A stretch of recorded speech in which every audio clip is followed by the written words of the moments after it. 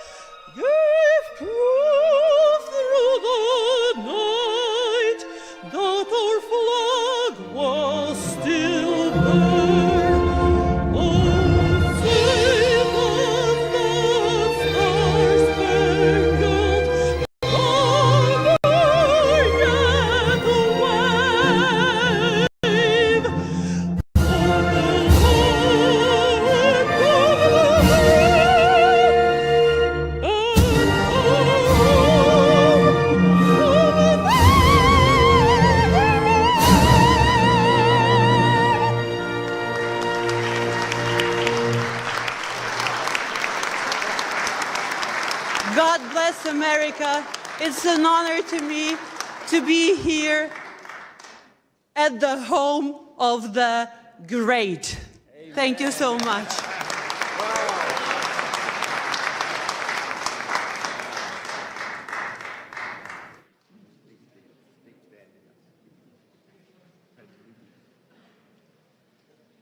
Chief Joseph Riverwind will join us next.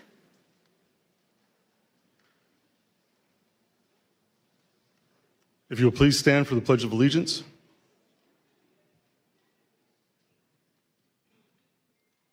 I pledge allegiance to the flag of the United States of America and to the republic for which it stands, one nation, under God, indivisible, with liberty and justice for all.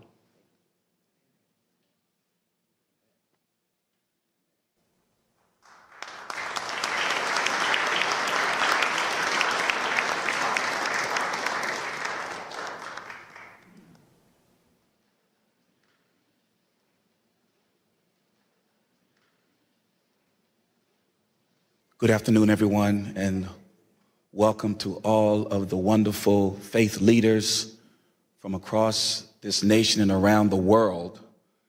We give honor, amen, and to our Lord, and we thank God for Pastor Mark Burns. Can we give God praise for him right now?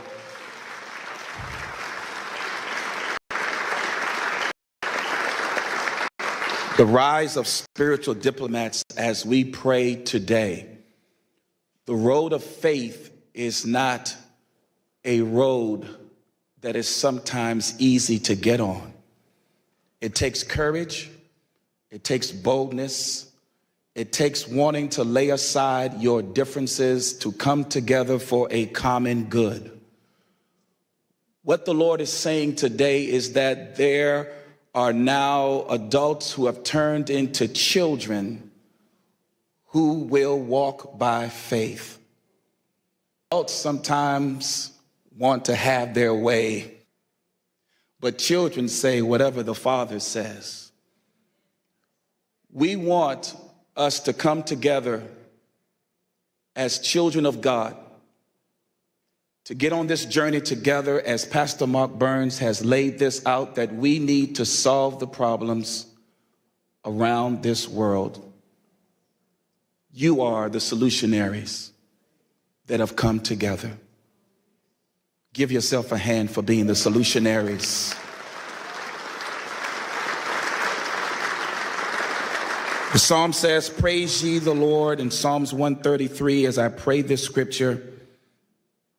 Behold, how good and pleasant it is for brethren to dwell together in unity. It is the precious ointment upon the head that ran down upon the beard, even Aaron's beard that went down to the skirts of his garments, as the dew of Hermon and as the dew that descended upon the mountains of Zion. For there the Lord commanded the blessing, even life forevermore. So, Father, we come to you now, Lord, as you said in your word. Let this anointing now flow upon this wonderful spiritual diplomat service, that let it flow, oh God, from the head. As Pastor Mark Burns has seen this in his heart, let it flow down, oh God, to every person that is in this room and those that may be watching afar off. Let it flow so that, oh God, everything that is disjointed may come together in the spirit of unity. Let it flow until, oh God, every, oh God, type of defrailment and defragment, anything that cannot be joined together, let it be, oh God, put away and lay it aside so that the true unity can manifest in this room today. Father, we thank you, Lord, for a growing surge, oh God, of faith that is now rising in the hearts of men and women that have come together to solve the problems, oh God, that make for peace around this world. This whole globe needs, oh God, peace. And so therefore, Father, we command the blessing to come now, that every heart, every mind, every soul, every person gathered together here today will now begin to get a divine download because of the anointing. It'll come, and your solutions, your way of doing things will unite with men and women across this globe, and we shall solve the problems of this earth, and this earth will be blessed because of your faith. We thank you now. We thank you, Heavenly Father, that you chose us for such a time as this. Bless Pastor Mark Burns. Keep his heart, oh God, secure and safe in you, and allow these roads that have never met before. Now we are joined together, and the earth will be better for it because of us. We thank you for it now. It's in the name of the God of Abraham, the God of Isaac, and the God of Jacob, in Yeshua HaMashiach, the name of the Lord Jesus Christ, our Lord and Savior. We thank you for it now. It is so, and it is done. Let everyone in this room that touches and agrees say amen.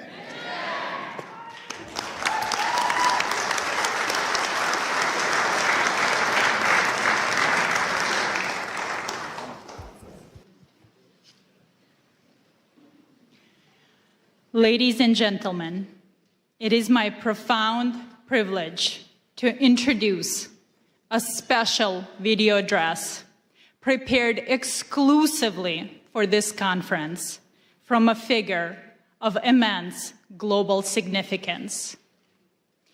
Please direct your full attention to the screen for a message from the President of the United States of America, Donald J. Trump.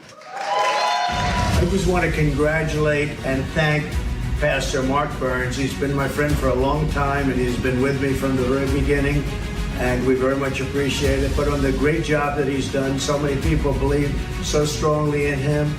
So God bless you, Pastor Burns, and keep going forward. We have a world that's very troubled, as you know. It's troubled, I think, perhaps like never before, but we'll solve the problem one way or the other. Thank you very much for the great job you've done, Mark, and keep it up.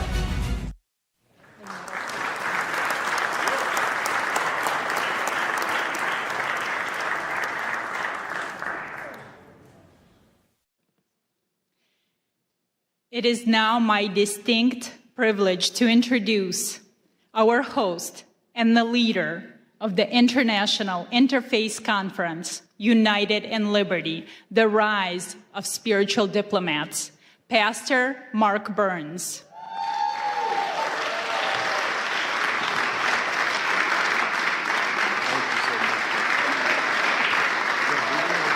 There's more. Pastor Burns serves as a spiritual advisor to President Donald Trump and is the chairman of the Spiritual Diplomats, standing at the vital intersection of faith, diplomacy, and public life. He's also the founder of the Harvest Praise and Worship Center and the co-founder of the Now television network, extending his influence across faith, media, and global engagement. Pastor Burns boldly promotes unity and justice. Through quiet diplomacy and principled leadership, he engages in spaces where traditional politics often cannot reach, building bridges, fostering reconciliation, and advancing peace. Pastor Burns. I love you. Wow, wow. Well, you may be seated, First of all, thank you all so much to all of you faith leaders that are here. Can you just give yourself a really big hand clap? I can't hear nobody. Now, I say this everywhere I go, whether I'm at the synagogue or whether I'm at the mosque. I say this everywhere. Can we pretend for a brief moment that you're at a Black Baptist church in South Carolina and just open your mouth? To all of you wonderful, wonderful leaders from around the world, it blesses me so much to see you that are here. To ALLATRA and to Creative Society and to all of the wonderful volunteers from around the world that has helped make this happen. I just believe that we are truly the answer to ending true wars in this world and bringing world peace. You that are in this room right now, your voice matters. And I believe that in a society where we are breaking down barriers, in a society where division walls are being drawn up, it is we, the faith leaders of this world, that don't carry weapons, we carry wisdom. We don't carry policies, we care about people. And that's why we are here today. It is so important to me that you gather this in your heart, in your spirit. I don't care what your faith is. I know that regardless of what you believe, we stand in unity on peace and love. We are the advocates to speak for the voiceless. If you agree, say yes to that. Yes. If you agree, shout yes to that. Yes. We are here in our nation's capital to declare to the world, we would not be silent, we would not be moved by the divisions of this world, but we will stand for the voiceless. We will stand for those that need an advocate. We will work together to let the whole world know that there are more of us who desire peace in this world than those that desire power. Are you with me? Say yes to that. And so you will hear from some great men of faith, women of faith, influencers from all over the world. I pray that you stay all the way to the end because you do not want to miss not one word. But not only that, we will have a commissioning and pinning ceremony of new spiritual diplomats that will declare to the world, I will make a vow to stand for the voiceless and stand for those that need an advocate to speak for them. Are you a spiritual diplomat? That's the question you need to be asking yourself. Are you willing to go to the leaders of the world? Are you willing to bring a ceasefire in conflict zones around the world? Are you willing to go to the front lines? Are you willing to speak to those on the local level, the state level, the national level, or the international level? Are you willing to be an advocate for those that need your voice? regardless of your faith, you are a global leader. Your voice matters. We have dignitaries from all over the world that are here. And so it is time that faith and public life come together like never before. And we formulate an army of spiritual diplomats that would go behind the scenes, that will speak to the kings of the world, reminding them that why they have the power that's been given to them by the people. That power that's been bestowed upon them is not so that they may be empowered or rich, but they may use this power to speak to those that are less and to raise up those that need a helping hand. That's why you're here today. And together with all the faiths that are coming from around the world, this is what the world should look like. We are the true representation of human life and human dignity. This is a charge that you will receive today, to be a true spiritual diplomat. That you would go to your Muslim brother, you would go to your Jewish brother, you would go to your Christian brother, whatever the faith is, your Hindu brother, your Buddhist brother, whatever your faith is, regardless of what you believe or how you pray, you would stand on the fact that we are united in peace and in unity and in love. That's why you're here. And I pray that you received a mantle, a charge to go out back to your countries, to go out back to your states, to go out to your provinces, to speak to the kings of your world, to speak to the leaders of politics and political world, and to remind them that you will be the voice of moral compass in their life, and remind them when they veer off and they start serving self-interest, you will be a voice to bring them back to the center and remind them who they are and why God has selected them in leadership. Let's bring peace to the world. Let's end the conflicts of the world. There's so much more that we're going to be doing together. This is not just a meeting. I need you to understand me clearly. If you're here just to be one of the number, if you're here just to take pictures, we don't need you nor want you.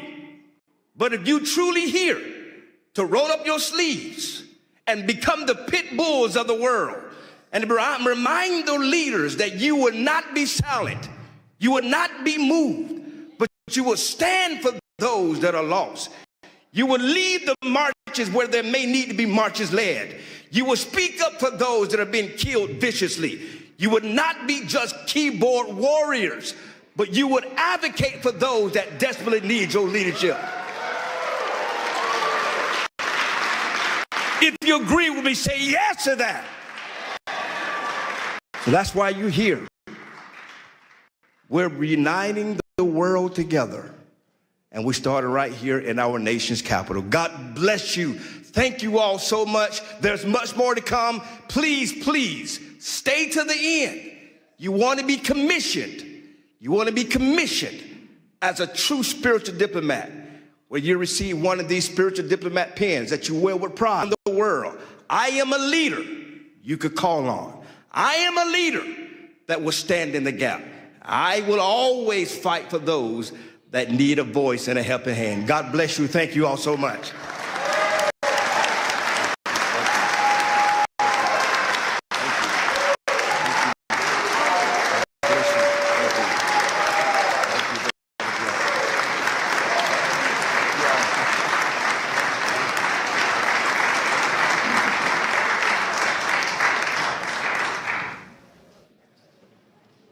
We now turn our attention to the screens for a brief presentation on the mission of spiritual diplomats. This video will help us understand who spiritual diplomats are and provide historical examples of them.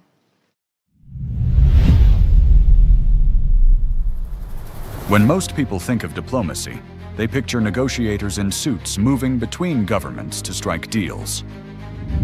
Spiritual diplomats operate differently. A spiritual diplomat is a faith leader who steps into spaces where politics, treaties, and traditional negotiations have failed. They don't carry weapons or political power. Instead, they bring wisdom, moral authority, and a commitment to peace rooted in faith. At its core, the Spiritual Diplomats movement is about advancing peace, protecting religious freedom, and defending human dignity across nations and faith traditions. These leaders represent the conscience of humanity. They include pastors, priests, imams, rabbis, and other faith voices who work together beyond political lines to foster dialogue and reconciliation. Their work is driven by shared values for children, dignity and freedom for all people, justice, and the right to worship without fear. The model of spiritual diplomacy draws inspiration from historical figures whose faith guided them into spaces of conflict and division. People like Reverend Billy Graham, who stood before world leaders with courage and conviction, Sheikh Abdullah bin Baya, who worked alongside Christian, Jewish, and political leaders to foster understanding and protect religious minorities, Archbishop Desmond Tutu, who fought apartheid with faith and moral clarity, Gandhi, whose nonviolent resistance reshaped a nation, Dr. Martin Luther King, who stated that he dreams of a day where you're not judged by your color, but by the content of your character, and other interfaith leaders who showed that moral courage can change the course of history. But spiritual diplomats don't only focus on big symbolic acts. They engage in quiet diplomacy by meeting with leaders in sensitive contexts, create safe spaces for interfaith dialogue, stand with refugees and persecuted communities, and advocate for religious freedom in global forums. They also work in conflict mediation, helping calm tensions, rebuild trust, and open the door to reconciliation where political solutions have stalled. A spiritual diplomat is not defined by nationality, title, or political office. A spiritual diplomat is defined by moral authority, by the courage to stand in places of tension and say that peace, dignity, and freedom of belief still matter. This movement also brings people together across faith lines. Events like the International Interfaith Conference, titled United in Liberty, the Rise of the Spiritual Diplomats, convene religious leaders from around the world to talk about practical paths to peace, grounded in shared values and mutual respect. This movement is intentionally interfaith. It does not ask leaders to compromise their beliefs. It asks them to stand shoulder to shoulder around shared values: the protection of life, the safety of children, the freedom to worship without fear, justice rooted in compassion, peace built on truth. Ultimately, being a spiritual diplomat means working at the intersection of faith and public life to remind the world that real leadership serves humanity.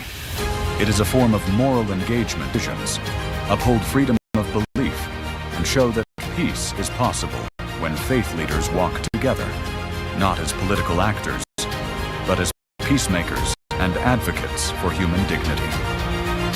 This is the calling of a spiritual diplomat: to walk into difficult spaces with wisdom, to listen before speaking, and to lead, not with authority alone, but with good moral conscience. Are you a spiritual diplomat?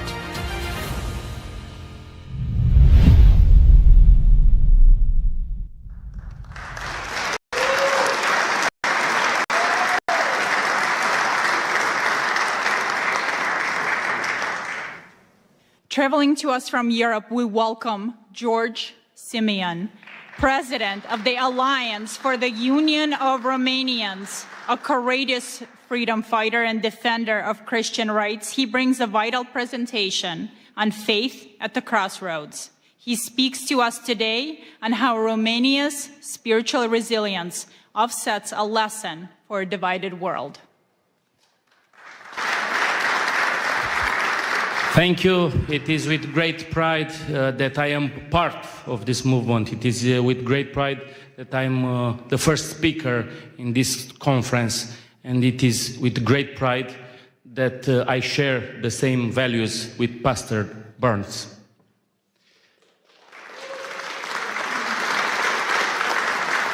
We come from Romania, where until recently you could have been jailed and punished for your belief. A country where the horrible experiment of communism tried to promote. And the key to world peace, the key to global understanding, the key to prosperity is through God, is through faith, is through spiritual diplomats.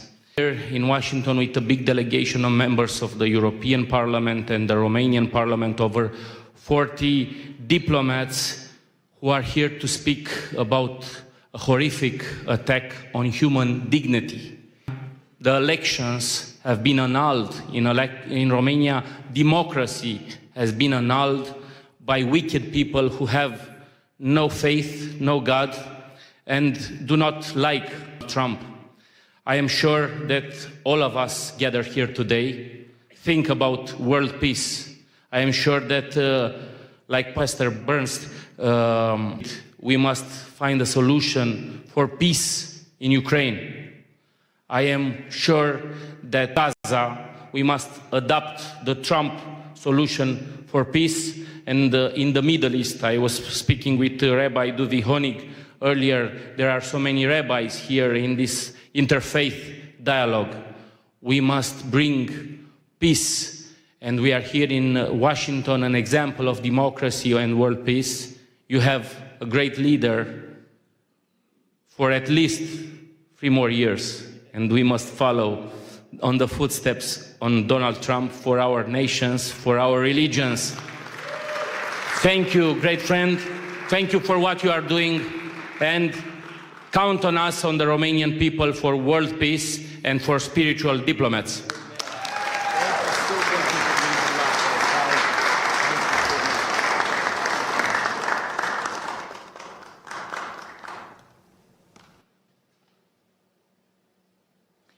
Our next speaker is Brock Pierce, a renowned futurist, philanthropist, and the co-founder of the Tether and the EOS ecosystem.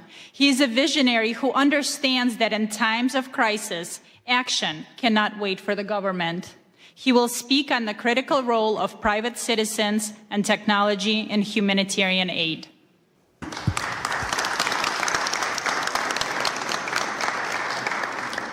Well, what an honor and a privilege it is to be here with all of you today. And, specific thanks to Pastor Mark Burns, who I've had the great pleasure of working with on a number of initiatives. And this is as exciting as any of them because it is global in nature.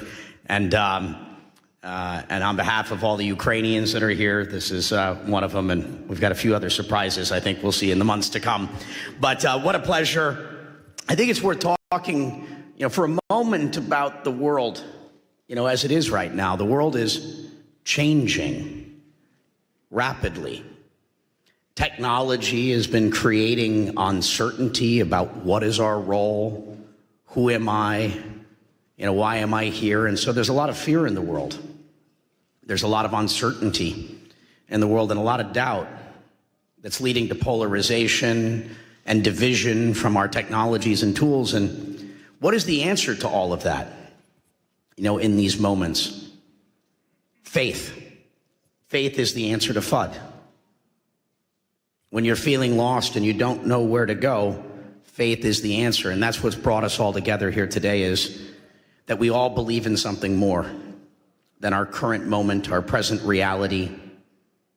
We understand that there is a plan, that our life has meaning, and that we have a purpose for being here. And we just have to step into that, right? We have to say yes. Yes to being the spiritual diplomats, those of us that are so blessed and appointed to be in a position to engage with the leaders of the world and speak up, to use those connections and our voices to make that impact, in the world. And so how do we deal with, the current reality, conspiracies that have replaced trust, tribalism that is replacing dialogue, ideology that has been replacing wisdom, Again, I think the answer to all of it is how do we continue to find our faith to overcome these challenges so that we can find that peace.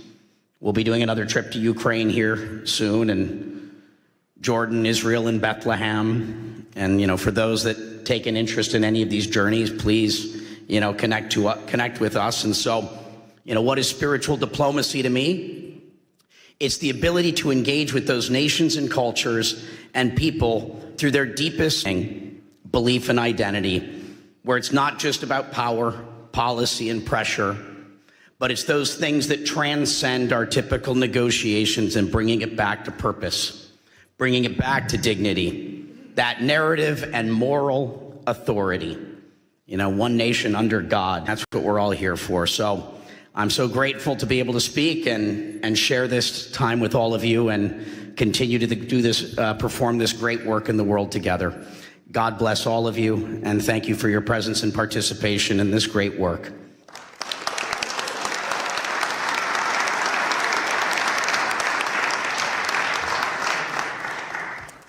Now it is my distinct honor to introduce a video address by Rabbi Shlomo Moshe Amar, the former Sephardic chief rabbi of Israel and Jerusalem.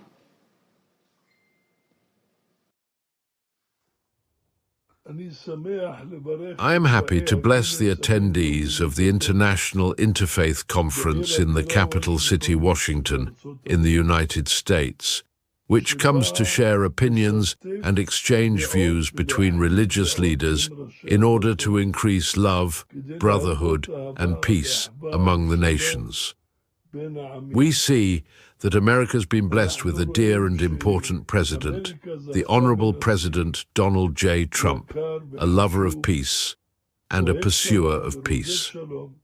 And I'm confident that this initiative also comes from Pastor Mark Burns, who President Trump appointed to lead this initiative. I met Pastor Mark Burns in New York, and his entire goal is to increase friendship and brotherhood among nations. This is a very, very blessed thing, to bring about understanding that will prevent wars and prevent great troubles and will increase good life among people, among religions, and among nations. May it be God's will that the blessing of the Lord rests upon you. Do correct things for the good of the entire universe and all inhabitants of the world. And may we hear and be heralded with good news, peace, and blessing. Amen. Amen.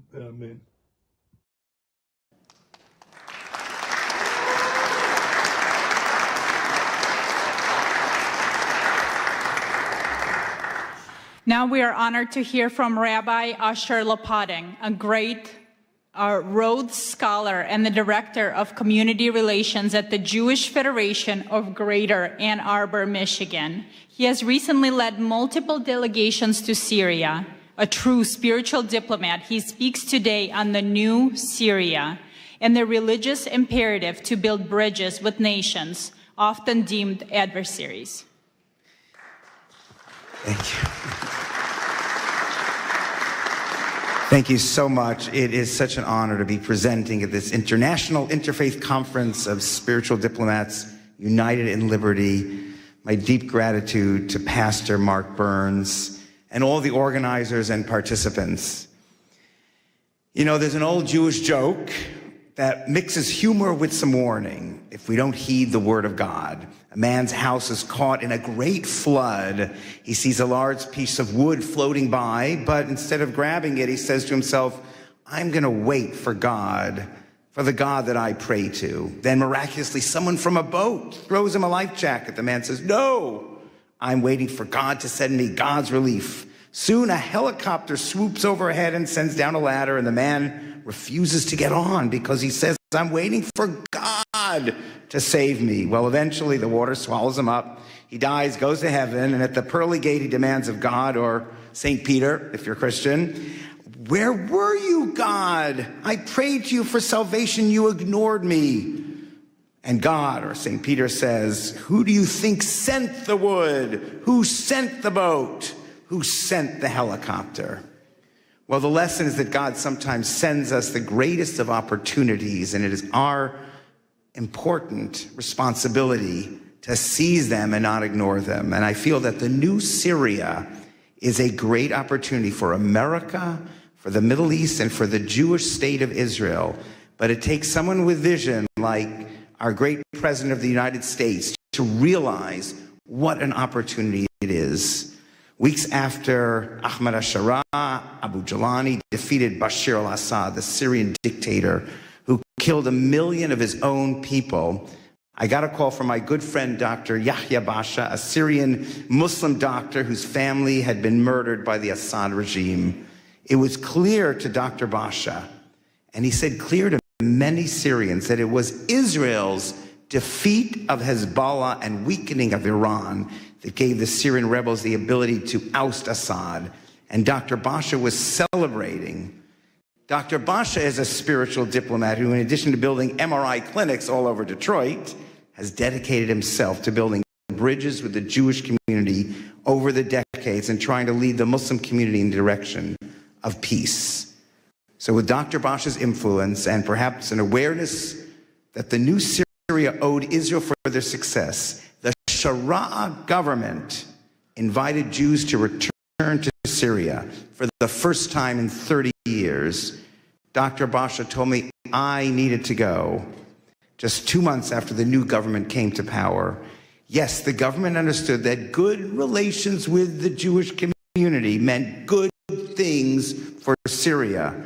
Sanctions relief, business opportunities, the ear of President Trump. Good for the Syrian government, recognizing how the Jewish people can be allies and not enemies. And that took a lot of vision and independent thinking. Syrians were always taught the Jews in Israel were the enemy. Now we had a leader of Syria who understood exactly the opposite. And we were welcomed by everyone in Syria as Americans. But even more impressive, when people saw that I was Jewish by seeing my kippah coming out of a synagogue in Damascus, they celebrated. Jews returning to Syria meant that Assad was truly gone. Since this first February trip, I have returned twice, leading 2 Jewish delegations, one with an Israeli reporter, David Horowitz. I wore my kippah everywhere and received the same joyous welcome from teenagers, from kids to older adults, and even armed guards who wanted to take their picture with me.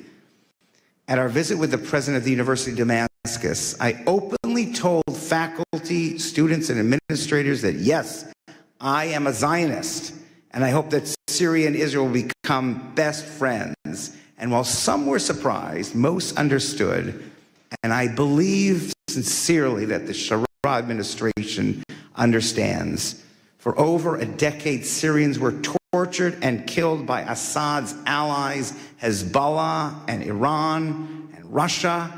And Hezbollah alone killed tens of thousands of Syrians. So now Syria and its leadership understand that those who obsess with destroying Israel and America, Hezbollah, Iran, ISIS, Houthis, they are not friends. They are enemies of the new Syria, just as they are enemies of Israel and America. So after 3 trips, meeting with the Minister of the Muslim Waqf, the Minister of the Economy and Labor and Social Affairs, and many, many in the Foreign Office, I now am invited 2 more times to bring Jewish leaders, business leaders, and rabbis.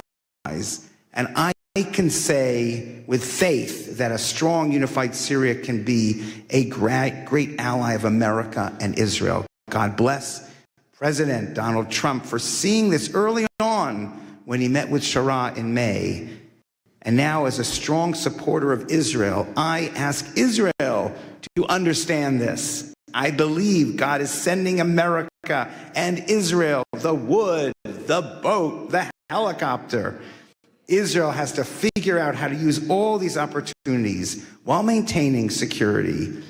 But I believe having a strong, unified Syria can be the best allies for Israel's security against its greatest enemies. Part of being a spiritual diplomat is seeing diplomacy and building unlikely bridges and breaking down old, outdated divisions and seeing that all, as the pastor said, as holy work accomplished by trusting in God to guide us into crucial opportunities, to the boat, to the helicopter. At these times, I think of the courage that it took for the great Martin Luther King to join with rabbis and Jewish leaders to fight together. Folks with different religions and backgrounds, but united in spirit and understanding and a respect for all human beings created in God's image. That is the courage needed to follow everything we see in the new Syria and Israel. And with America's blessing and hard work, Israel, Syria, America, and all those who love and want peace can be the greatest of friends and allies to prevail together against the forces against peace that surround both countries in the ultimate victory of light over darkness. Thank you.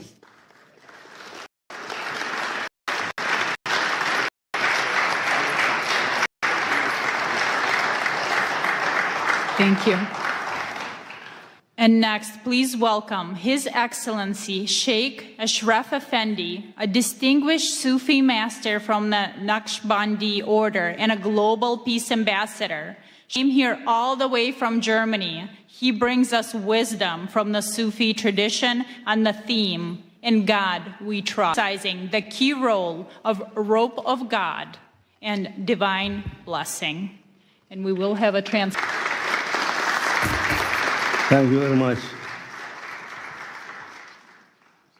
Assalamu alaikum wa rahmatullahi wa barakatuhu. Möget ihr alle im Namen des Herrn gesegnet, gegrüßt und von seinem Licht. In the name of Allah, the most gracious, the most merciful. In the name of the Lord, may you be greeted and blessed and guided by His light forever. Zweifellos ist dies eine himmlische Zusammenkunft und das Werk göttlicher Inspiration. This is a divine meeting and standing under divine inspiration of God. Und so wie Allah, der Herr, alle Welten und alle Seelen es wollte, haben wir zu einer heiligen Zusammenkunft hier zusammengefunden. And as God wanted, guiding all the beings on this planet, we have found our way here to this meeting. Ewiger Dank sei dem Herrn der Welten sowie den Organisatoren, die diese göttliche Inspiration realisiert haben. Immense gratitude to the organizers of this event and the volunteers that are here and everyone today invited. Wir werden uns noch später bei Ihnen bedanken, ausführlich bedanken noch. Doch wir haben jetzt nicht die Zeit. Bevor die rote Karte gezeigt wird, müssen wir zum Thema kommen. At a later point, we will express our gratitude to the organizers in more detail and with the appreciation they deserve, but now our time is running out. Wie wahr, bei allen Friedensveranstaltungen zuvor haben wir noch nie so eine Hoffnung gehegt wie bei dieser. Truly, at all previous peace events, we have never had as much hope as we do at this one. Denn eine Veranstaltung dieser Art, die Politik und Spiritualität miteinander verbindet, findet zum ersten Mal statt und dies ausgerechnet an einem Ort, von dem aus die Welt politisch, wirtschaftlich, sogar militärisch beeinflusst und geführt wird. For an event of this kind, which combines politics and spirituality, is taking place for the very first time. And this, of all places, in a location from which the world is influenced and controlled politically, economically, and even militarily. So wie wir es verstanden haben, geht es um die Freiheit des Glaubens und um die Zusammenarbeit von Politik und Spiritualität. As we understand it, this here is about freedom of belief and about the cooperation of politics and spirituality. Oh ihr Edlen, was denkt ihr? Wie können wir die religiösen Führer, spirituelle Autoritäten oder Diplomaten dazu beitragen, die Freiheit des Glaubens und eine Zusammenarbeit mit der politischen Führung zu realisieren? So what do you think? How can we, the religious leaders, spiritual authorities and diplomats, contribute to realizing freedom of faith and cooperation with political leaders? Müssten wir dafür nicht zuerst selbst in unsere eigenen Reihen die Ketten des Extremismus sprengen und unseren Glauben von jedem Extremismus befreien? Don't we have first to break the chains of extremism ourselves within our own ranks and free our faith? Wie wahr, keine Glaubensgemeinschaft ist frei von Extremismus, dem Satansvirus. Truly, no religious community is free from extremism, the virus of Satan. Wie können wir als Menschen des Glaubens dann Frieden und Glaubensfreiheit schaffen unter den Geschöpfen der Menschen? How can we, as people of faith, create peace and freedom of belief among the Lord's creatures? Extremismus zu kämpfen, müssen wir selbst, also wir, die Vertreter unseres Glaubens, konsequent an den goldenen Regeln, dem göttlichen Kodex festhalten. So in order to combat extremism in our own faith, we ourselves, we, the representatives of our faith, must consistently adhere to the golden rules, the divine code. Zum Beispiel im Islam. Wer einen Menschen tötet, ist, als hätte er die gesamte Menschheit getötet. For instance, in Islam, whoever kills a human, he has killed all of humanity. Zum Beispiel im Judentum. Du sollst nicht töten und du sollst nicht begehren, was dem anderen gehört. For example, in Judaism, thou shalt not kill, thou shalt not covet what belongs to another.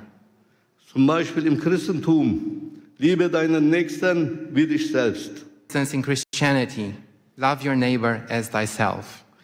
O ihr edlen Diener des glorreichen Herrn, wisset, nur wenn wir die Kodizes der Religion des Glaubens ernst nehmen, sie an höchste Stelle setzen, achten und als das Seil Gottes festhalten, eine gute Beziehung zu unserem Schöpfer aufbauen, dem einen und einzigen Herrn.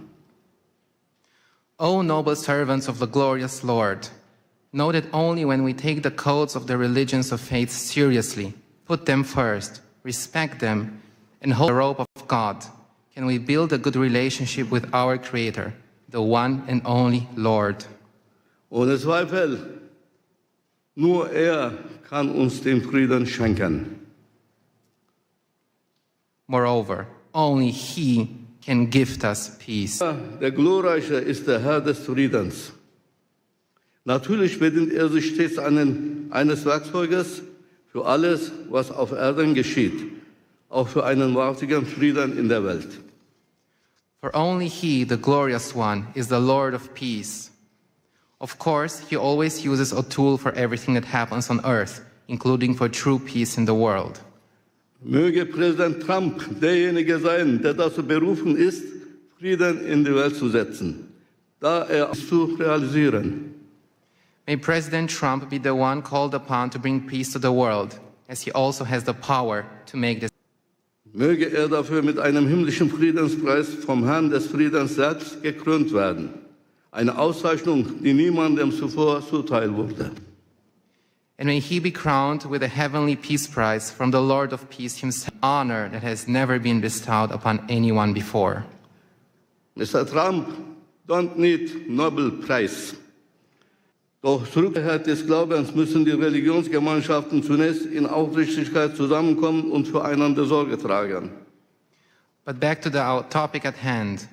For the freedom of faith, religious communities must first charity and care for each other.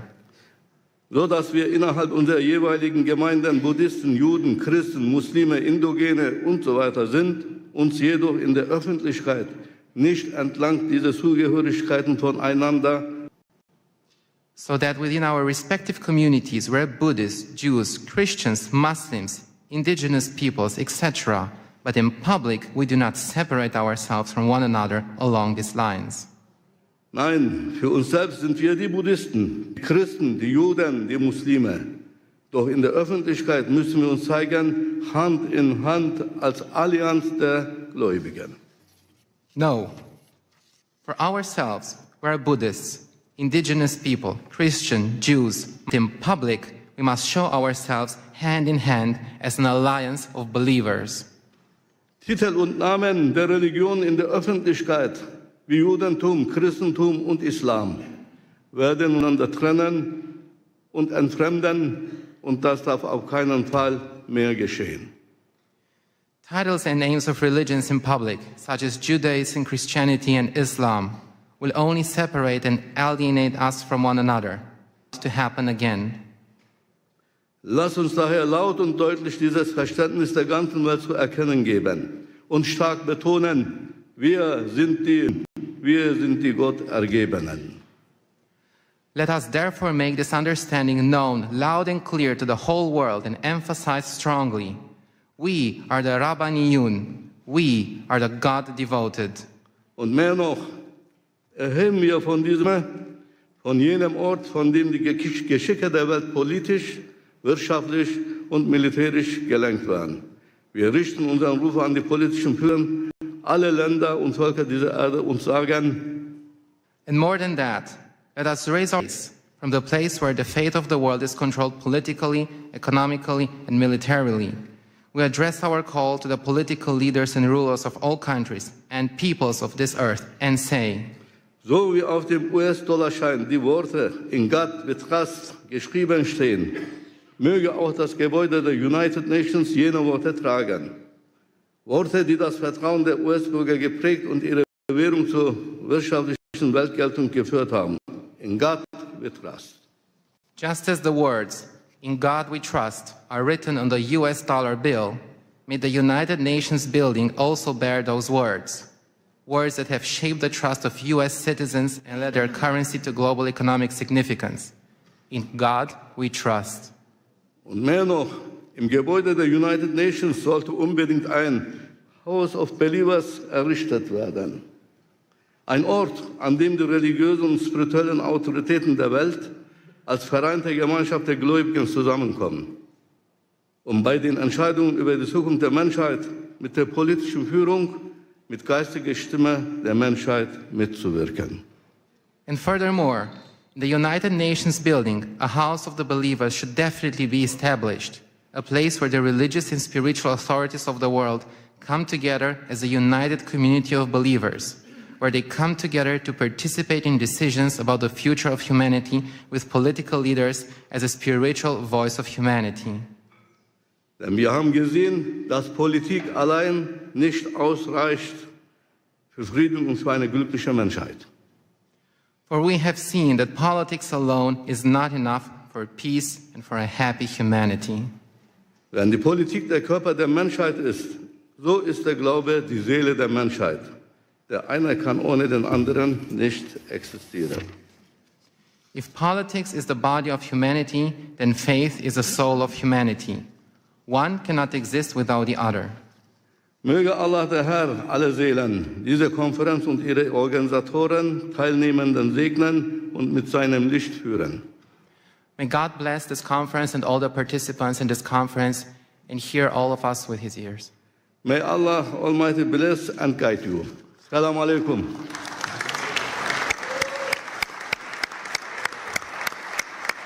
Thank you very much.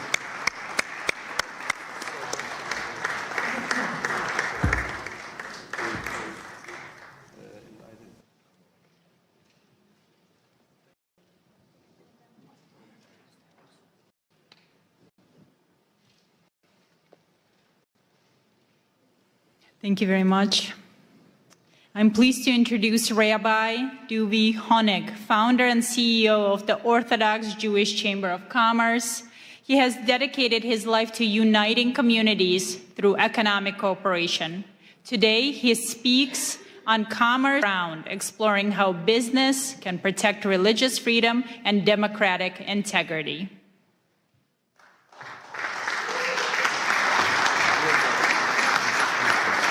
Thank you. Thank you all, thank you all, thank you all. Before I begin, I want to thank Pastor Mark Burns for his leadership, partnership, and tireless efforts in bringing today's International Interfaith Conference together. Thank you.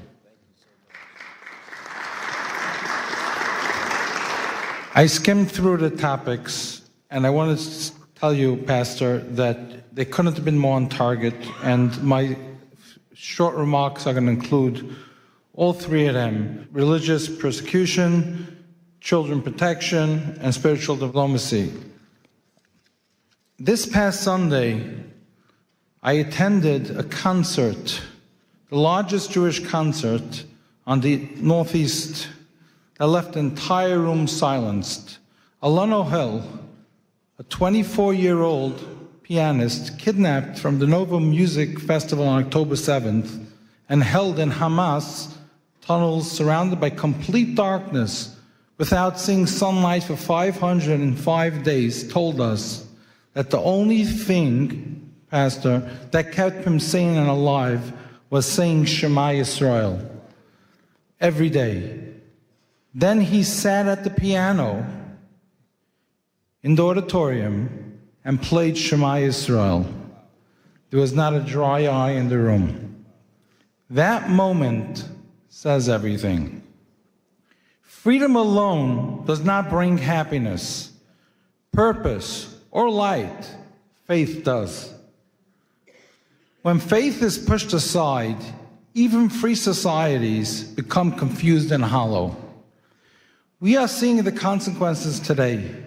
The woke movement over the past decade or so, and let's not forget what happened to women's rights, has tried to erase religion from public life. They ridicule moral boundaries and punish those who openly live by their faiths and basic truths, leaving a generation unanchored, divided, and increasingly hostile to one another, all in the name of democracy. That means all us religious leaders, we were absolute with the woke movement because we kept the Shabbat. We didn't want to go to work, so we had to file those briefs to protect religion. Christians on Sunday, all those things. A man, a woman, who's a man, who's a woman. Would you believe that today the Supreme Court's using our taxpayer dollars to decide if a man's a woman's a man? Come on. And I want to go on a little more over here, okay? The woke movement, anti-Semitism, confusion, anger, is not how it was during the Holocaust. It's very different. We have simple, confused children in the next generation. Imagine if you're told two men are your parent. Imagine if you taught, follow the science, follow the biology, follow science. Okay, I'm following it. COVID, follow science. Okay, I'm following it. So how could you tell me in school that a man's a woman and a woman's a man? That brings inner anger. That brings frustration. That brings confusion to the next generation. That destroys our country, our nation, our values. They are a hijacking democracy.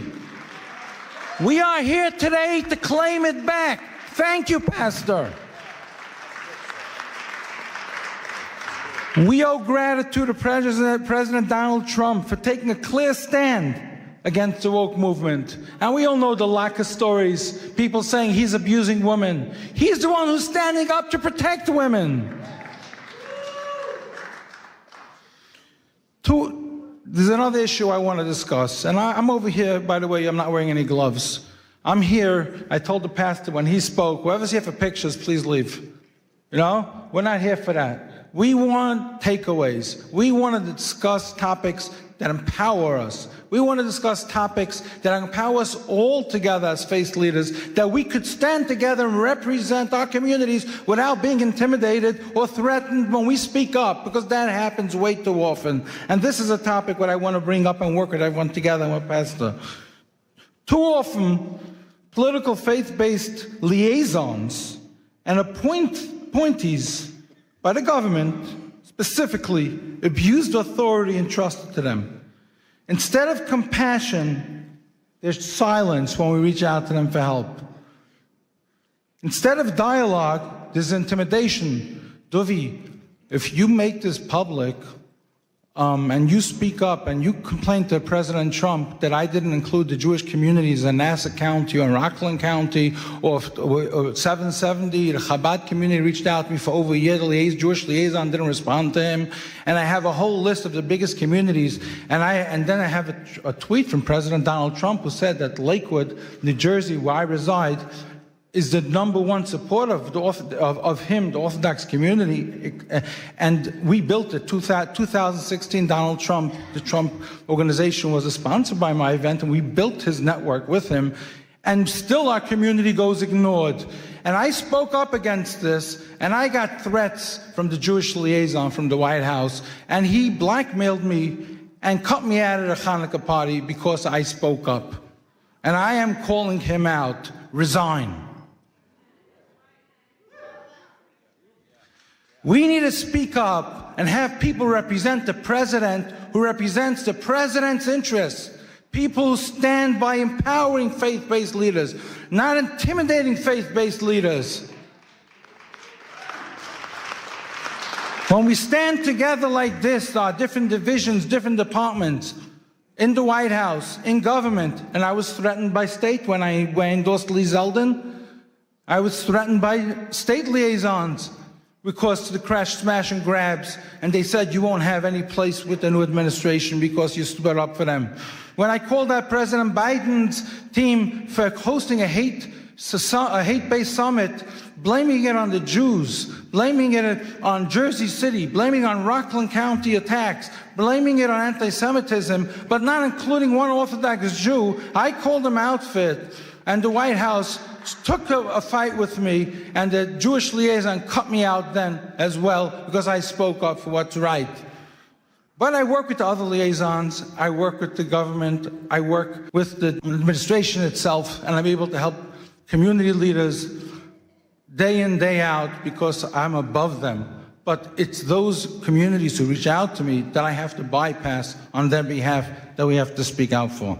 On another note, in a multi-billion-dollar economic stimulation creating thousands of jobs in the U.S., New Jersey will host FIFA 2026. And we, the Orthodox Jewish Chamber of Commerce, are taking the lead, working with the new administration in New Jersey to form. And I met with the Lieutenant Governor. He came to my JBIZ Expo, and we had a meeting for a half hour about this. And he's also a pastor. He wanted to be here today, but he was just sworn in, and he couldn't make it.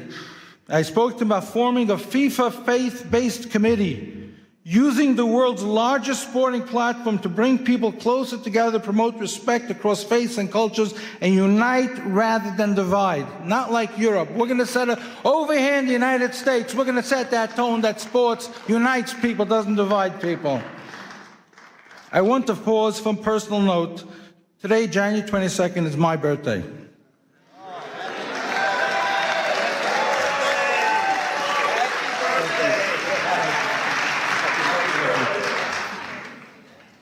And it is also the 21st wedding anniversary of President Donald Trump and First Lady Melania.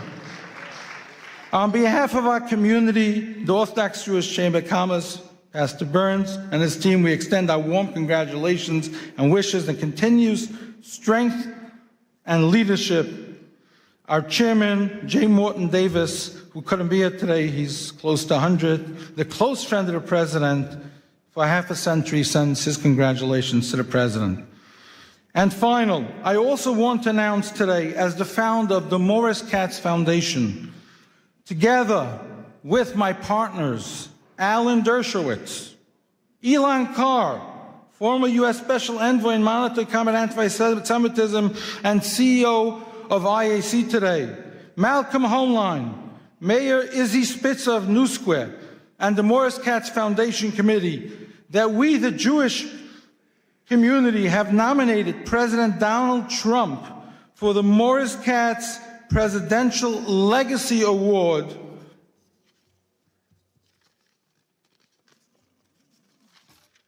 for President's Day 2026. Morris Katz was a Holocaust survivor, twice Guinness World Record holder, who spent 6 years painting every U.S. president in old master style with millions of postcards sold from him, never to take freedom or leadership for granted as a Holocaust survivor inspired by Kennedy's assassination to show appreciation to our president. In that same spirit, after efforts to diminish President's Day just 2 years ago, amid renewed threats to religious freedom, we proudly advance this nomination following prior honorees Ambassador Mike Huckabee and President Isaac Herzog from Israel, who took leadership stands putting American democracy first, carrying the artist's presidential collection message of appreciation to all. This is Newsmax President's Day article, and this goes to the children of the next generation to teach them what appreciation, what patriotism stands for. And I finish over here. It's called Educating the Next Generation. If we don't know what President's Day stands for, if we don't know what President Trump is doing today, and we just build with hate coming from the woke movement, good luck to the next generation. Thank you, Pastor Burns, for your leadership. Thank you to your team. Thank you to all. And I am going to hand you this to hand to the President, put on his table. Thank you.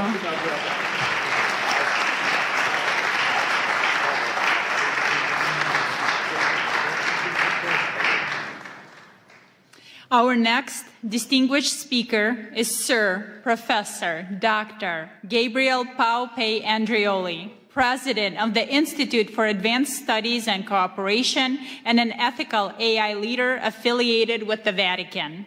A polymath in medicine and ethics, he addresses the shift from law to conscience, discussing the future of global governance.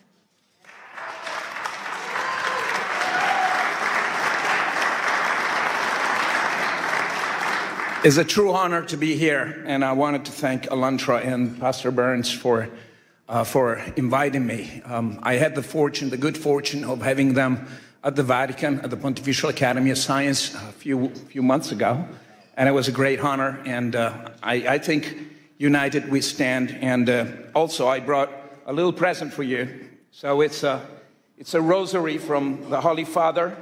It's been blessed, and you know, so I wanted to take this little time to give it to you. Man, thank you. Wow. Holy. So the Holy Father is always with us and in our heart. Wow. Thank you. So much. Thank you. What is that? So special. Wow. I'm going to try to read this, and because I think it's important. We're standing in a threshold of a new era, and I need your help. We all need to stay together. So esteemed spiritual leaders and diplomats, ladies and gentlemen, we're living in a time of extraordinary paradox. Never before has humanity possessed such technological power, scientific knowledge, and global connectivity. Yet never we face such a systemic fragility, polarization, and planetary risk. This paradox reveals something essential. The central challenge of our time is no longer technological, but political, constitutional, and ethical architecture. At WEF in Davos yesterday, leaders have spoken of the essential need for a new world order, and it was about time. We've been working on it for the last few years. In recent days, I was at the Vatican seeking guidance from His Eminence, Cardinal Pietro Parolin, Secretary of State of the Holy See, and we reflected on a question that is at once urgent and hopeful. How can humanity move beyond fragmented effort and begin to shape a shared constitutional pathway for peace, for human dignity, and for regeneration of our Mother Earth? And by the way, I think Kathleen Rogers is here with us, and she was a great inspiration. Kathleen, are here? Or maybe she's... Oh, okay, great. Thank you for being with us. How can we transition from sustainability to flourishing? The conclusion was clear. We must work together through institution, through commitments, and through technological guarantees, because what humanity needs today is not merely a better tools, but a new framework of trust. A framework capable of translating ethical intention into credible, verifiable, enforceable cooperation across borders, systems, and generations. For many years, sustainability has guided political discourse. To sustain is to hold, to resist, to maintain balance, and balance, when treated as an end rather than as a phase, becomes stasis. In living system, biological, social, and civilizational stasis is not life. The challenge we face, climate instability, geopolitical conflict, inequality, and the concentration of technological power, cannot be solved by containment alone. This is why we must move from sustainability to flourishing. Flourishing is not theoretic. It's a principle of governance. To flourish means to design economic, political, and technological system that generates more life, more dignity, more trust, and more shared prosperity over time. Sustainability asks, how do we survive longer? Flourishing asks, how do we harmonize and strive together? Flourishing is generative, and the pathway to flourishing is harmony. The alignment of freedom with responsibility, innovation with ethics, sovereignty with cooperation, and progress with protection and trust. For the first time in human history, the vision is no longer confined to moral aspiration. We now possess the technological platform capable of making it real. An enabling infrastructure that allows ethics to move from intention to implementation, ethical systemic intelligence, supporting decision making while preserving human accountability and dignity. The centralized blockchain system ensuring transparency, trust, and international integrity beyond centralized power. Quantum and post-quantum science, strengthening security and transforming state strategy, because in an interconnected world, domination produces instability, while cooperation generates anti-fragility. So, for the first time in human history, finally, the convergence of changes is the very logic of power. It allows us for the first time to envision a world federation of states grounded in guarantees, constitutional framework. Not a global government, not an empire, but a federation of guarantees, limits to power, protection of rights, constitutional safeguard for dignity, peace, harmony, and the regeneration of our leadership and relationship with the earth. Peace has to be a strategic infrastructure. For too long, peace has been treated as a moral aspiration or a diplomatic outcome, but peace has failed repeatedly because it lacked the institutional and economic infrastructure. Almost there, don't cry. War remained profitable because peace was structurally weak, too dependent on personalities, too vulnerable to manipulation, too exposed to capture of institutions. That equation can now change. In the regenerative paradigm, peace becomes economically advantageous, strategically stabilizing, technically innovative, and socially resilient. Cooperation scales better than conflict. Trust multiplies economic and social value faster than fear. Regenerative systems outperform extract ones. In this model, peace is not only ethical, it's strategically and economically superior. But this transformation requires a decisive evolution of governments. Ethics must move from aspiration to architecture. It must be embedded by design. Ethical IE is not decoration, it's a safeguard. Decentralization is not ideology, it's institutional anti-fragility. Guarantees constitutionalism is not theory, it's a protection against systemic abuse of power. Without ethics, technology accelerates inequality and instability. With ethics, technology becomes an engine for flourishing. We're building a platform for scientific technological diplomacy, a space for spiritual dialogue beyond ideology, constitutional and policy proposals aligned with emerging technologies and practical frameworks where peace is treated as a system, not as a slogan. Not ideology, but governance. Not utopia, but institutional design. Not theory, but action. A constitution is not merely a text. A constitution is a shared commitment to the future. We believe that time has come to give momentum to a new guarantees constitutional pathway for peace, one that can be endorsed, undersigned, and advanced by institutions, leaders, and citizens of conscience. I therefore invite you all to engage, to follow this work, to contribute to it, to undersign it, and encourage others to do the same, because the future is no longer something we merely debate. It is something we are now responsible to design together through policy, law, technology, and leadership. We started. Let us embrace as a spiritual leader. We can. Let us build what is structured, safeguard, and regenerative for all of us and our children and future. Thank you all.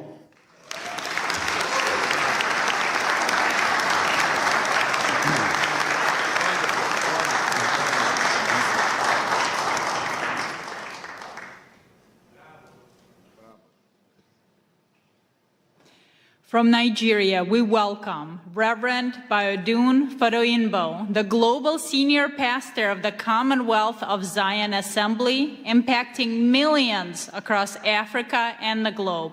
He will share his experience on using spiritual diplomacy to end conflicts, drawing from his vast experience in Nigeria and beyond.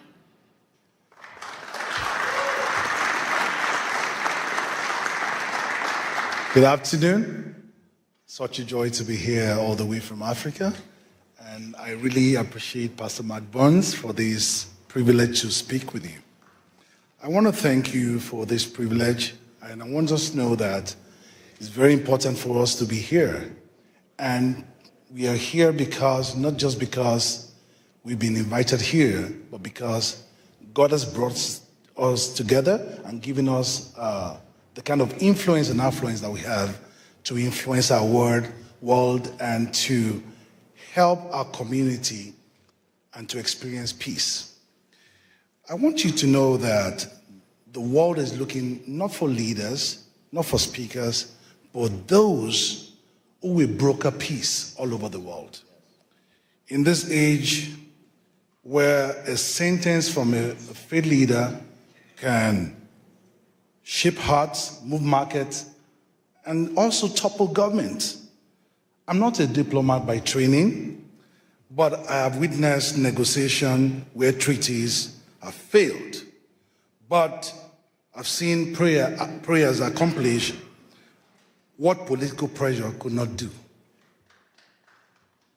This is not a call to replace politics with religion.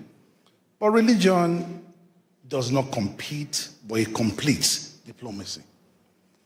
We speak not of ourselves, but we need to know that we are messengers of God. I have been a pastor for 27 years.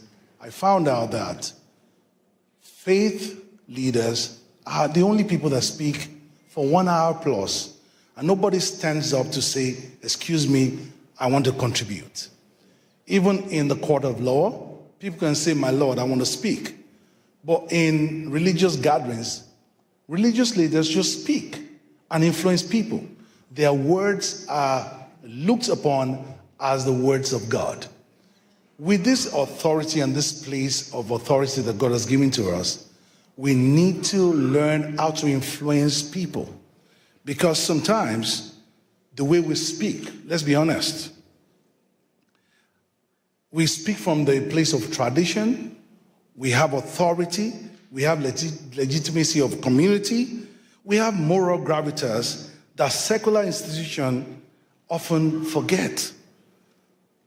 I want you to know that God has called us a call to forgiveness. A teaching of forgiveness can end blood feud. A sermon of dignity can inspire human rights movement. We remember the words of Archbishop Desmond Tutu. Even though it was not violent, even through his messages, he dismantled apartheid through his messages. We remember Pope John Paul II, whose simple appeal, war never again, echoed through Poland and beyond. We also remember sermons the baptized ethnic cleansing, and the casual dehumanization that turned neighbors into enemies. The weight of our words are measured not in their eloquence, but we must consider the consequences of our words. Today, our world suffers from dialogue deficit. We talk at each other, but not to each other. Faith leaders must understand their position and where God has placed them. So what does responsibility look like? Number one, we must, first of all, know that we stand for truth instead of triumph. We must understand that the role is not to win arguments, but to seek wisdom. Secondly, we must understand that courage must be displayed over convenience. We need to confront intolerance within our own communities and call for peace at all times. We must know that we've been positioned to influence. Our words carry weight. Our words carry weight beyond. We must see microphone not as a trophy, but we must see it as a means of influence to influence people to broker peace in our society. I want to round off by telling us about something that happened at during the Central African Republic Civil War, when Muslims and Christians were slaughtering each other.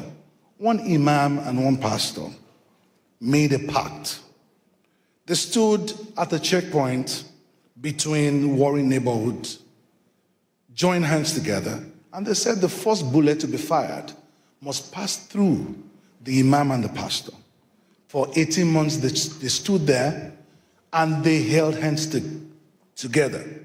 But for 18 months, no one fired a bullet. Eventually, others joined them. Their words carried weight, not because they had power, but because they had the courage to stake their lives on their conviction. Words carry weight. Your words carry weight too. The question is not whether you speak, it's not whether you will speak, but whether you will speak in the ways that will heal rather than divide. Will you reach the voiceless rather than just the powerful? Will you use your position to heal your community, heal your country, and avoid the differences in the religion and make sure that we heal our world? This is something we need to stand up to, and our lives will not remain the same. God bless our world.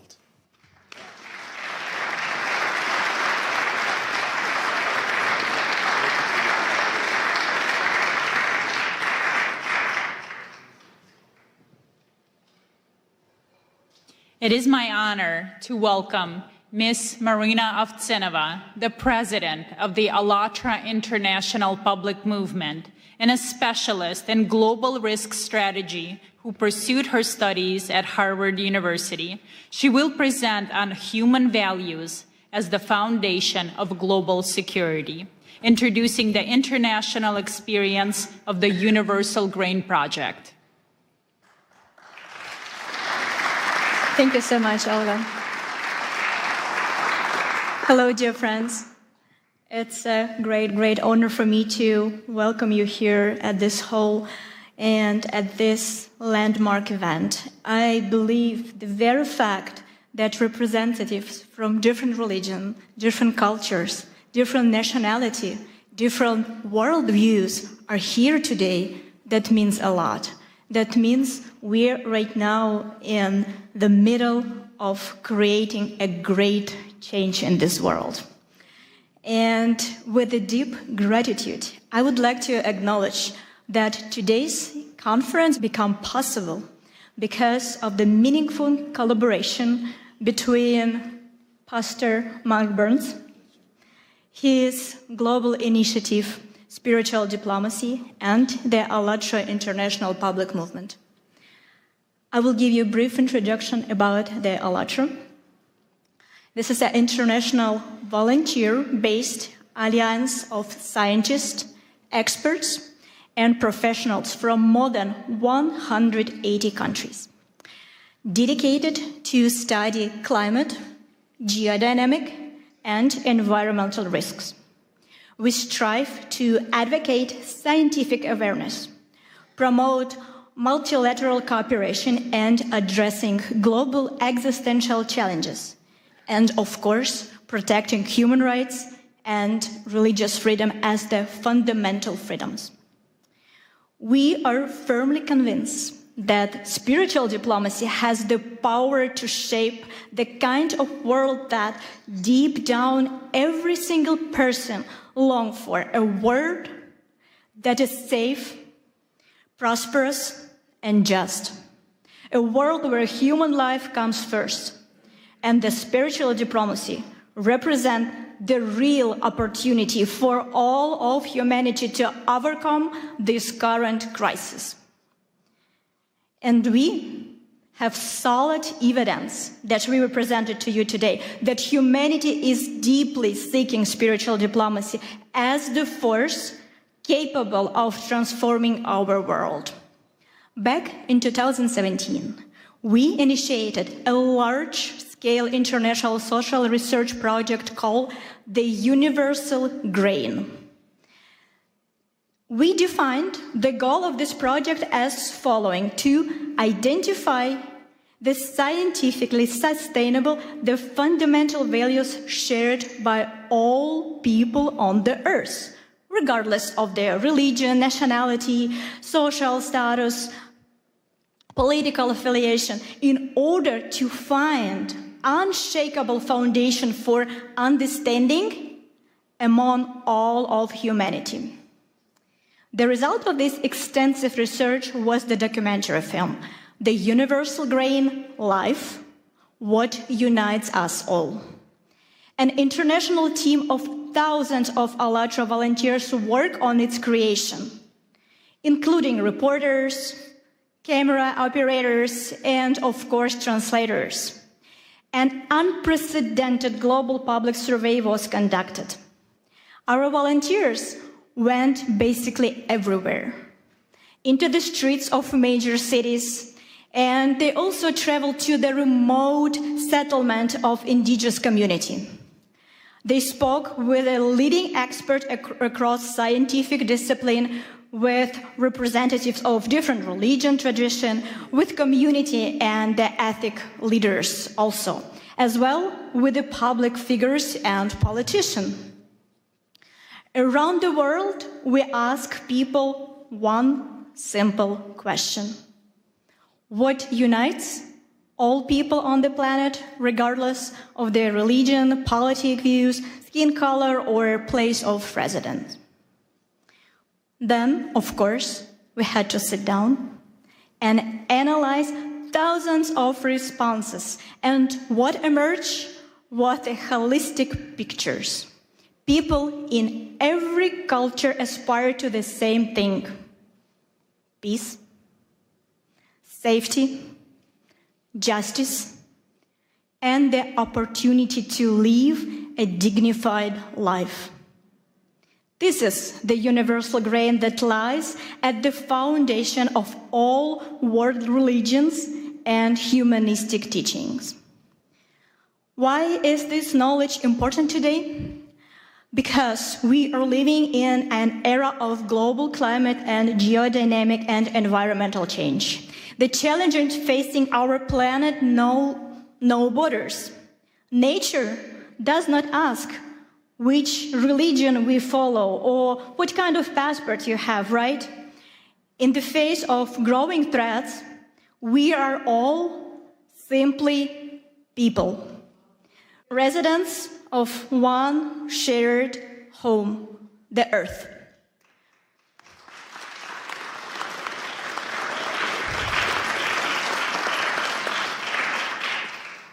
And we know for sure that civilization can survive global changes only if we are able to rise above our disagreements, to welcome our differences as the source of richness, while standing firmly on the shared moral foundation. And now, I would like to invite you to watch a short video segment. It is only a small section from the vast collection of interviews gathered during this project. But you will see it provides how much we all have in common. Let's watch it.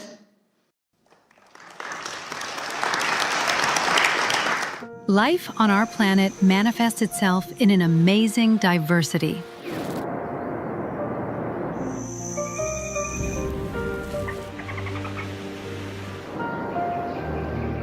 Likewise, human civilization demonstrates an equally impressive variety of cultures, traditions, and religious beliefs that have been forming over centuries.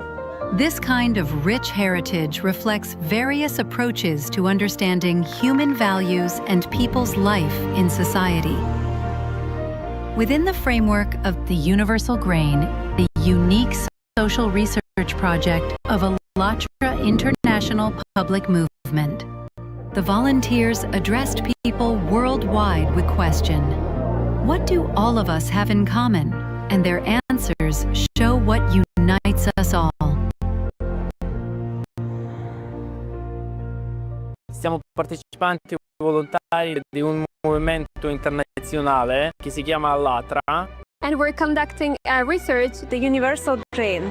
And the purpose of this project, we want to find out what unites all people across the world internally. En todos los países del mundo nosotros hablamos con la gente. We ask certain questions of people on the streets and famous people, like everybody.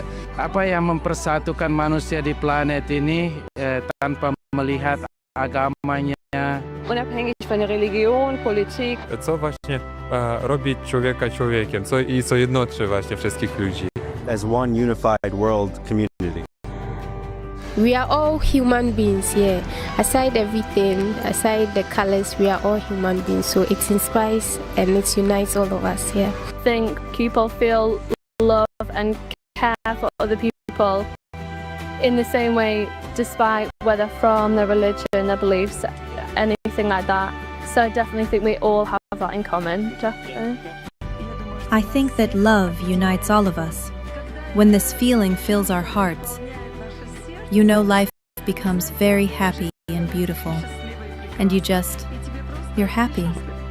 Love is something what connects us. Love to other person, love to everybody. Everyone feel it. I think everyone feel it. We are all human beings. We are all made by the one creator. So we have to live in harmony with each other. If we can change the world by giving love to others, so that as each one of us receives love, then we have more love to give the next person. You deposit love in yourself, so you can give that love. Humaneness is the most important thing, because people shouldn't do evil.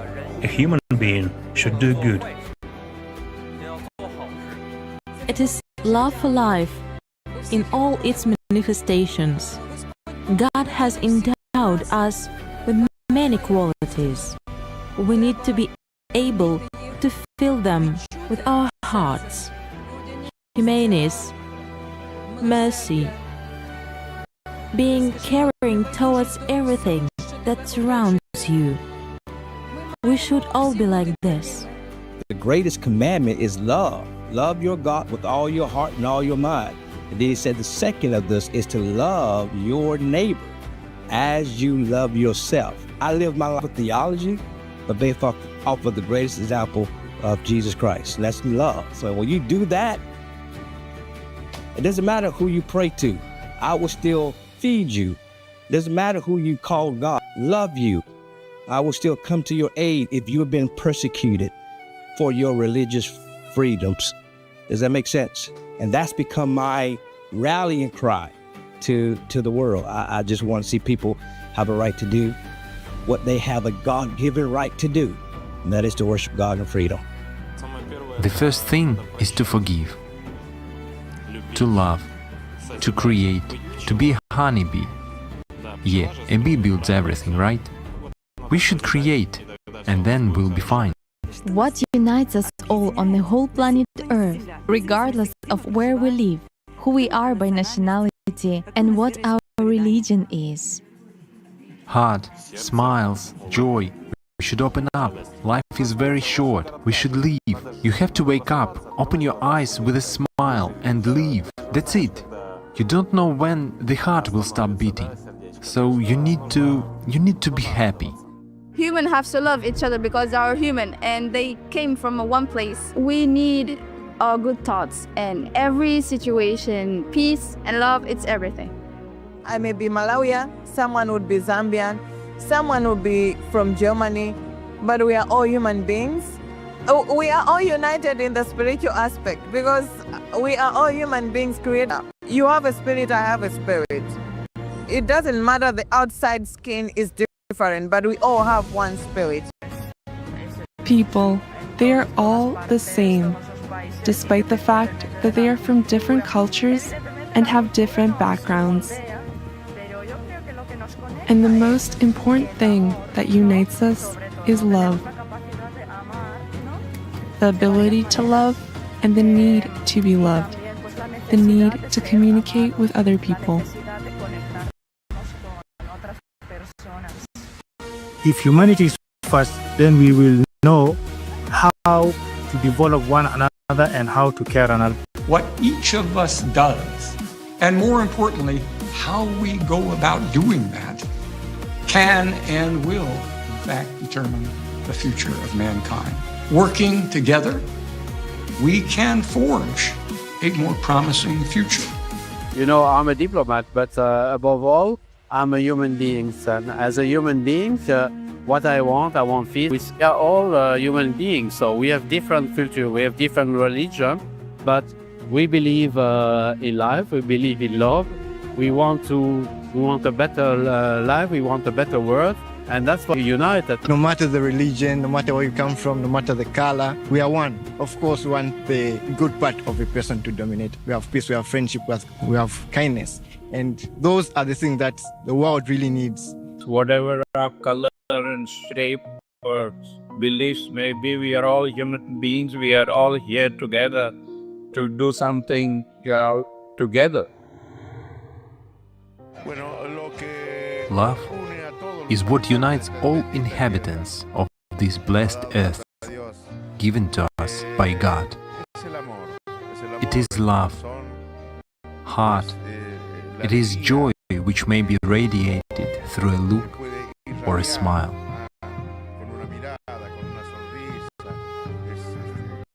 I think each of us has to remember that we should treat everyone as equal. Treat everyone the way we would like to be treated ourselves. Humans are humans, you know, everyone, even it's from the India or even from America, everyone's emotions are same. All humans are same. So respect each other, respect the individuality with them, and serve others, help in whatever way you can. That's fine. That's the way you can find the purpose in your life. Around the world share so many common values and ideas. They dream of a better future, and so many people, even when they are in terrible situations, they all still have hope. Every person is like that drop in the ocean, and the more drops you have, it suddenly becomes a tide and it becomes a wave of change. So every drop in that ocean counts, doesn't matter how small it is.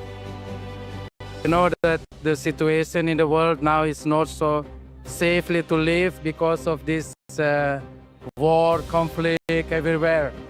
But you know that love can fight for these things, yeah? And friendship, no border for friendship. We can friends each other. In the era of informations, we can change the good informations, not bad informations. Thank you very much for this moment, because however that you can spread this the good things to the world, and how people thinking about what is the importance of living together, living in the peaceful, in the situation. So thank you for this TV, So conversations and purposeful conversations, meaningful conversations like these will set a thought process in society, and they get to understand more about what are we looking for in this life, and bridging yourself, connecting yourself with the world around you.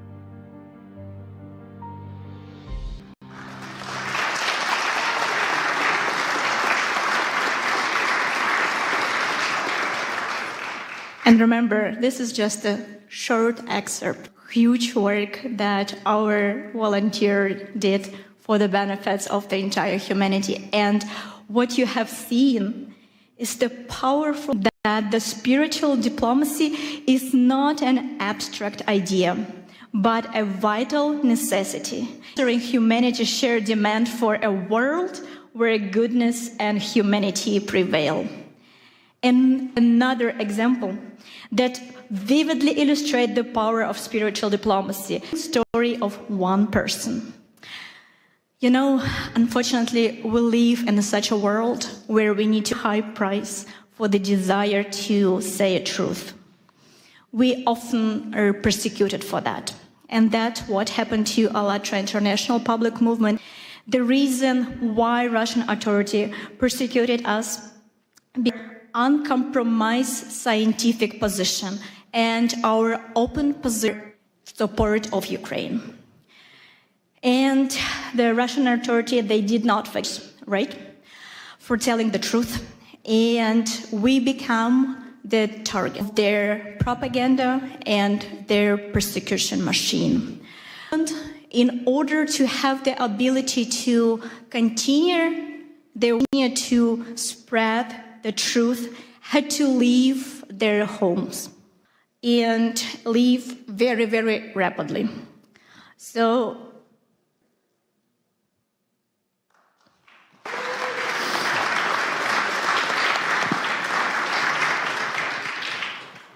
among them who left the country was a remarkable young woman. She talented scientist, geophysicist. She has a unique ability to present scientific information and presented the millions of people are able to comprehend the topic. And she was loved, appreciated, and really followed by millions of people because of her honesty, her desire to stay and say truth without making compromise and little adjust the truth that it will be digestible. She was able to present everything as it is, and she became the main target of Russian authority. So, and her way was very, very difficult. Immediately after the threat, she had to leave the country with one suitcase of her, pack her entire life there and leave the country. And we were not able to communicate with her for several years. So, and she was not able to present publicly her scientific research, of course, because of the understanding that she needs to protect herself and, of course, protect her family. But today, she is here.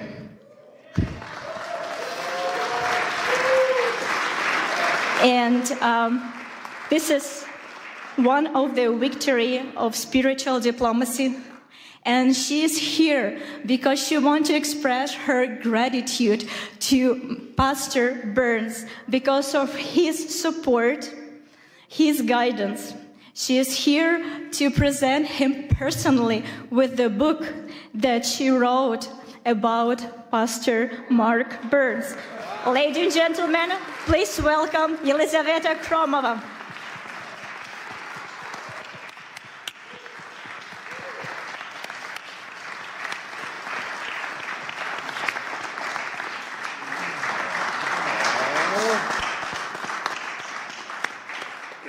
Hello everyone. Hello, dear Pastor Mark Burns.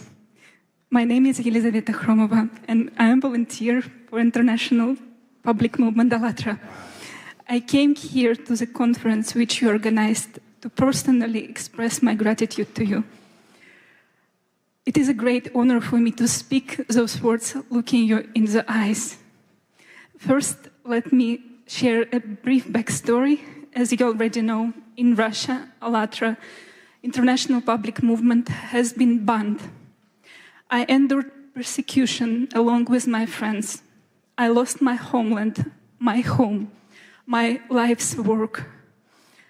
And at one moment, I even lost my hope that I can even find the reason to believe in humanity again.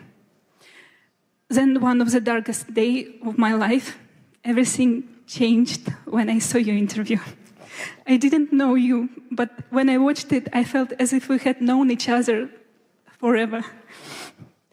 And in your interview, I didn't saw judgment or desire to lecture someone. It was just disarming sincerity. You said, I am neither left nor right. I stand for human rights. Wow. And you spoke of a God who loves people. And your words reach the deepest part of my soul.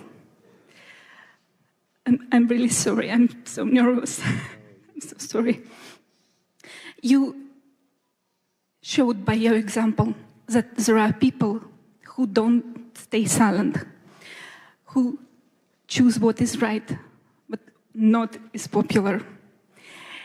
There are people who build bridges between people, cultures, and beliefs. And in these bridges, we can meet each other face to face and see in each other the dearest and the closest one another. I saw in you the ministry of Jesus Christ in action. As Christ sit at the table with the despised and outcast, he said, I see you, I am with you, and you did the same. You reached out to those whom others tried to destroy it. And your words reminded me that our rights, granted not by people or laws, it comes from God. Yes. And we have protected in every corner of this world for all people and for all faiths. And this is why I wrote this book about persecution, about my path back to home, to hope and faith, and I dedicated this for you, because you became a voice for me in the darkness. And this book is called Pastor Mark Burns, The Man Who Restored My Faith. You didn't just help me find my faith back, but you also showed me that faith can unite, heal, and lift us up. My God.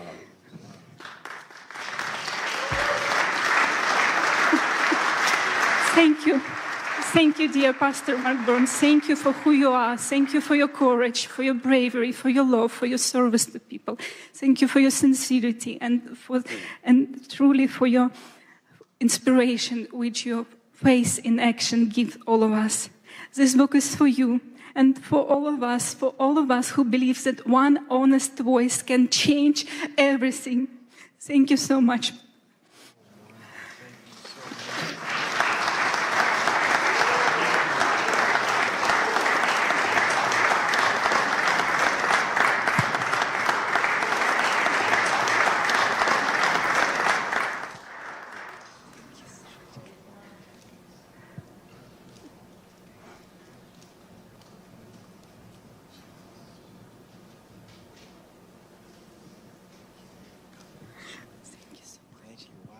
Give her a wonderful hand clap. Wow.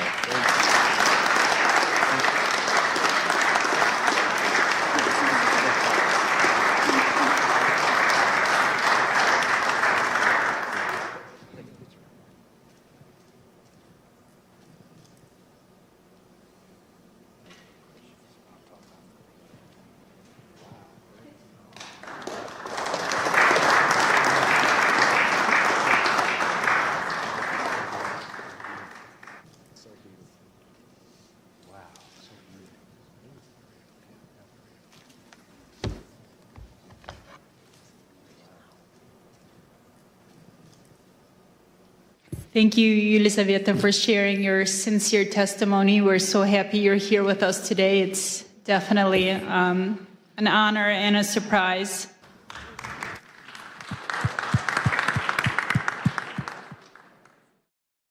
Ladies and gentlemen, we are starting. Thank you so much. And we are honored to welcome Congressman Mark Harris, representing North Carolina's 8th District, to the podium to open the second session dedicated to the critical theme of religious persecution and human rights. Mark Harris is a former senior pastor and a dedicated public servant. He will speak to us on the absolute necessity of safeguarding the rights of all people to practice their faith without fear. Congressman?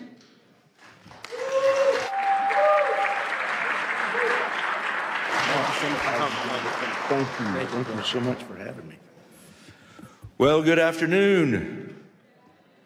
It is great to see you. I'm sorry for being just a little bit late, but I literally just ran out of Judiciary Committee meeting today that we were holding, and we had a pretty big hearing going on today with a special guest there that we were dealing with. So, but I am so honored to be invited to be with my friend Mark Burns and to have the opportunity to address this International Interfaith Conference.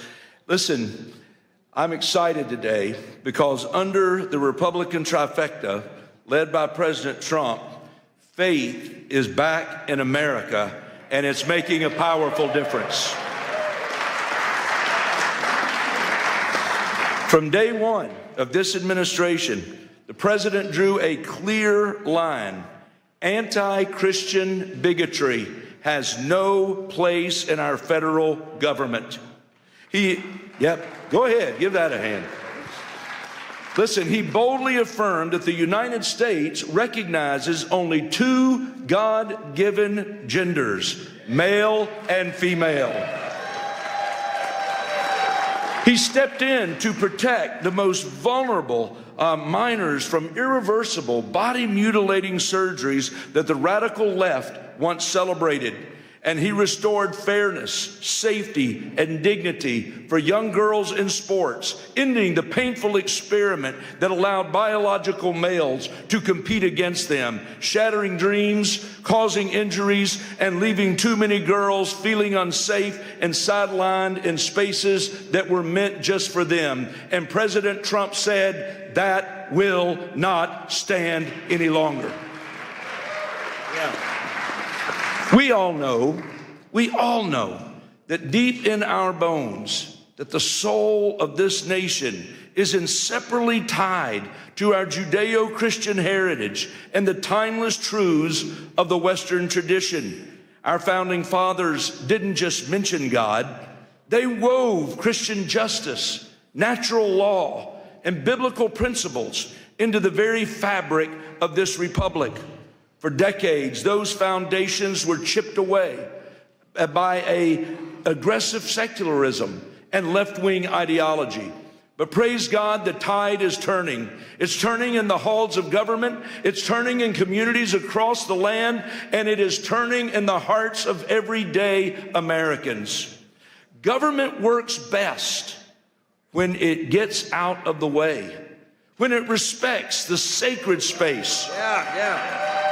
When it respects the sacred space of parents to raise their children according to their convictions, for entrepreneurs to be able to build businesses without endless red tape, and for churches to be able to preach the gospel and biblical truth without fear of reprisal from any source, come or shine.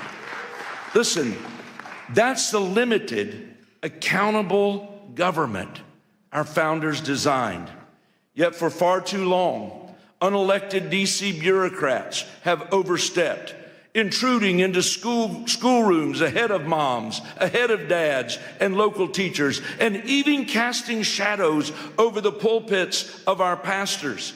Consider the IRS's chilling overreach, threatening to revoke a church's tax-exempt status if a pastor would dare to apply scripture to the moral issues of our day. Ladies and gentlemen, the First Amendment was written to protect exactly that kind of speech. That's why I am so thankful to have been able to introduce in this 119th Congress the Free Speech Fairness Act, which is legislation to shield pastors and churches and nonprofits so they can speak freely according to conscience without the constant threat of IRS intimidation. It's frankly absurd that we even need this bill in the first place. Imagine having to explain to George Washington that the government he helped forge would one day try to muzzle Christian voices in their own sanctuaries. But I'm standing before you today because I believe you're a group that understands that there's still urgent work that must be done.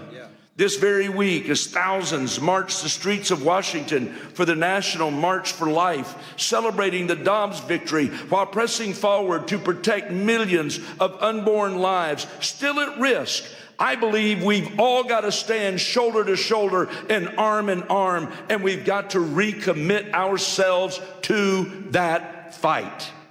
And we've got to do it together. Listen, the Supreme Court got it right in the Dobbs decision, returning the issue to the people and their elected representatives. Tragically, as I stand here before you today, the total number of abortions has actually risen since that time, fueled by the explosion of chemical abortions delivered by mail through telehealth and shield law loopholes. That's precisely why I've introduced legislation to shut down abortion by mail, effectively criminalizing the practice and closing the deadly back door. Ladies and gentlemen, legislation is essential, but even that is not enough on its own. As conservatives, as people of faith, it's our calling to keep sounding the alarm. It's our calling to keep holding our leaders accountable. And it's our calling to persevere until we end this grave evil once and for all in this nation. House Republicans step into this new year, I believe, with great optimism and real resolve. We're committed to restoring peace and safety in our communities. We're committed to securing a hopeful future for our children. And we're committed to lifting America back to respected leadership on the global stage. So as I come to you this afternoon, I just want to humbly ask something of you. Please lift us up in prayer. Lift us up in prayer that we in Congress will not grow weary, that we will not stumble. But as Hebrews 12 exhorts us, that we will run the race with endurance, the race that is set before us, looking to Jesus, the author and perfecter of our faith. Thank you, and may God bless you, and may God bless the United States of America today. You're sent here to fight, so let's fight, fight, fight until we get it done. God bless you. That was good. Thank you. That was powerful, brother. Appreciate it, man. Amen. Pleasure to be with you. Ladies and gentlemen, please welcome Mr. Matt Schlapp, Chairman of the American Conservative Union and a pivotal figure in American political strategy. As a leader who has guided the conservative movement globally, he addresses the critical intersection of faith, freedom, and political action.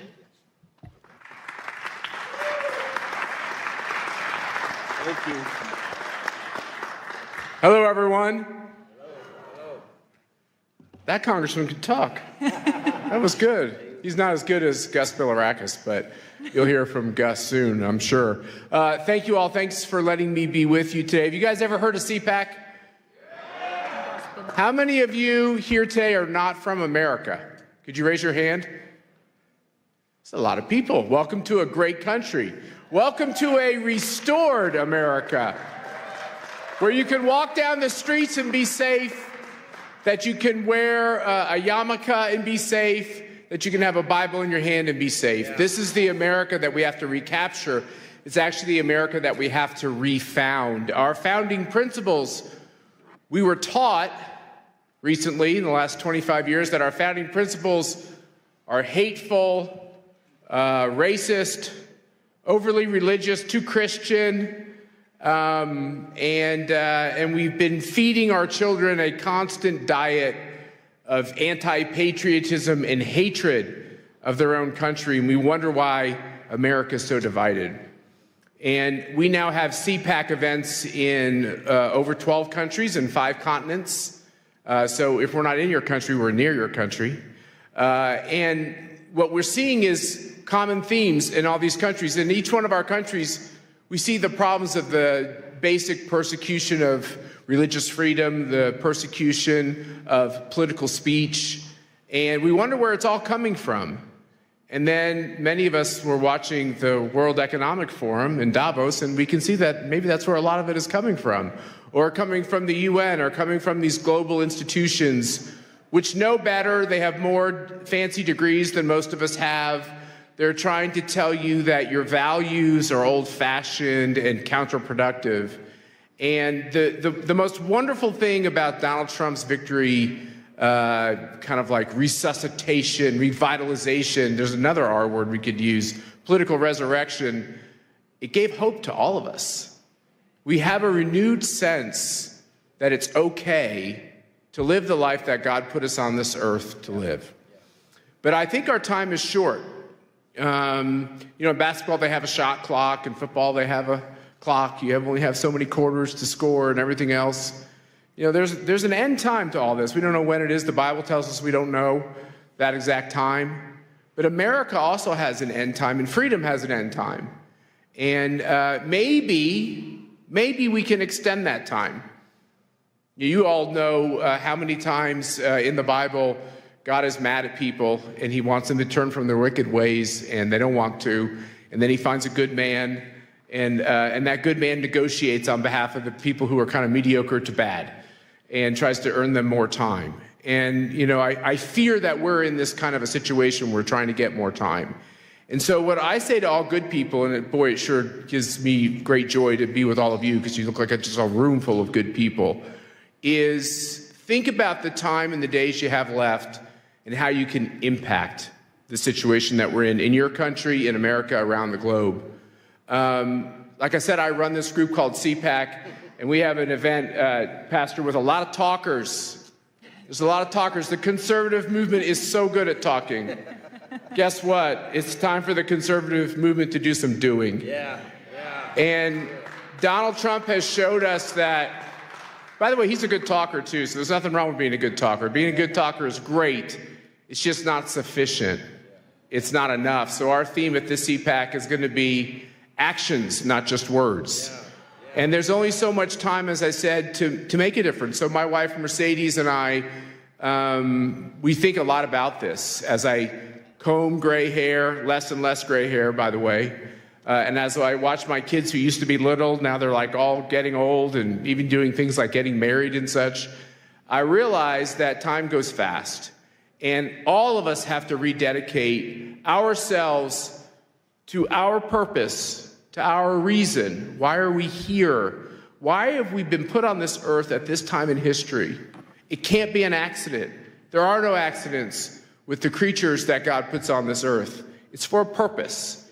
And I think all of us are trying to work together to figure out what that purpose is for ourselves or to execute on that purpose. And we know that we're stronger when we do it together. And so what you have from all of us at CPAC, and I have 2 of my colleagues here who are with me today.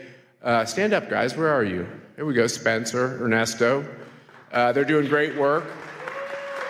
I feel like a grandpa at the office because everyone's so young. But they're the non-woke kind of young people we have in the CPAC office, which is great. But we decided to dedicate ourselves to a couple of important lines of action. The first thing is we believe passionately in your freedoms. You have the right to practice your religion, not practice the religion you want.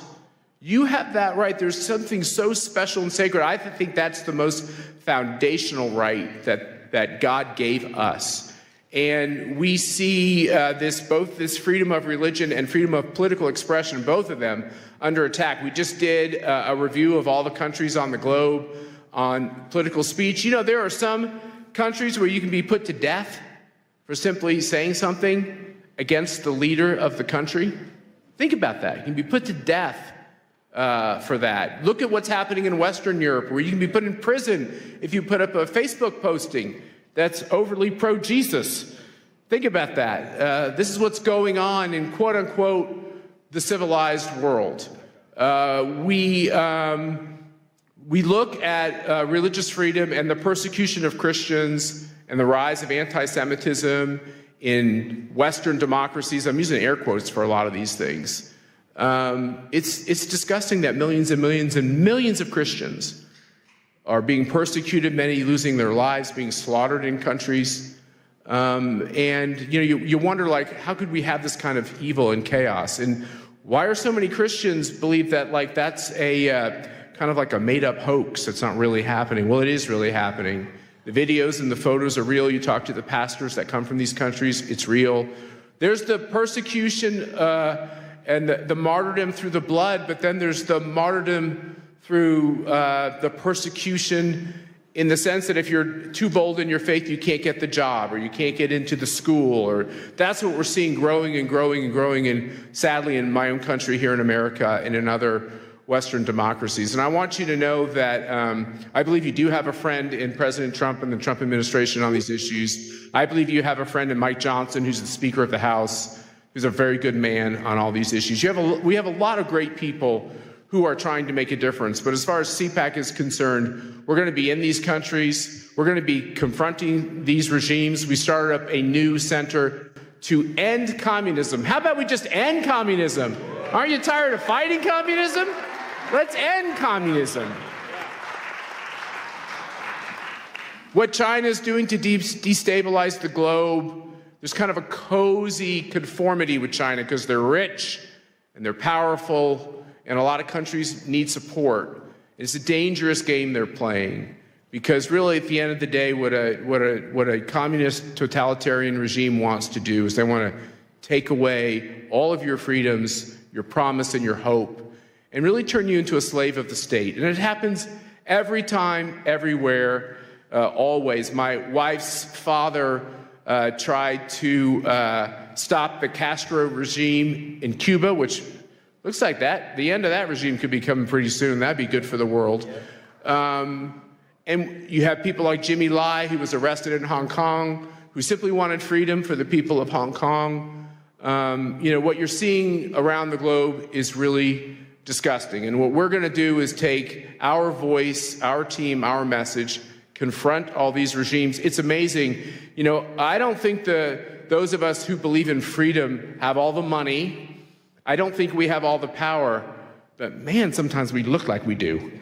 And I think we got to be like bears. Bears in the forest, sometimes they growl, or like the little dog that barks really loud because they're really little and they got to bark loud so you think they're bigger.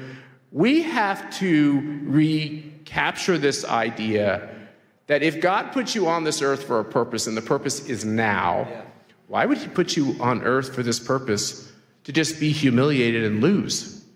Why did Donald Trump get off that canvas? Was it to lose that race? No, I think he got off that canvas with the help of angels to win that race and to give people hope all over the world. And I think we're in the same position. I think the reason why it seems like all the money against us and all the power is against us, and that it's an impossible fight, the reason why we have to look at that every day is because of one simple thing.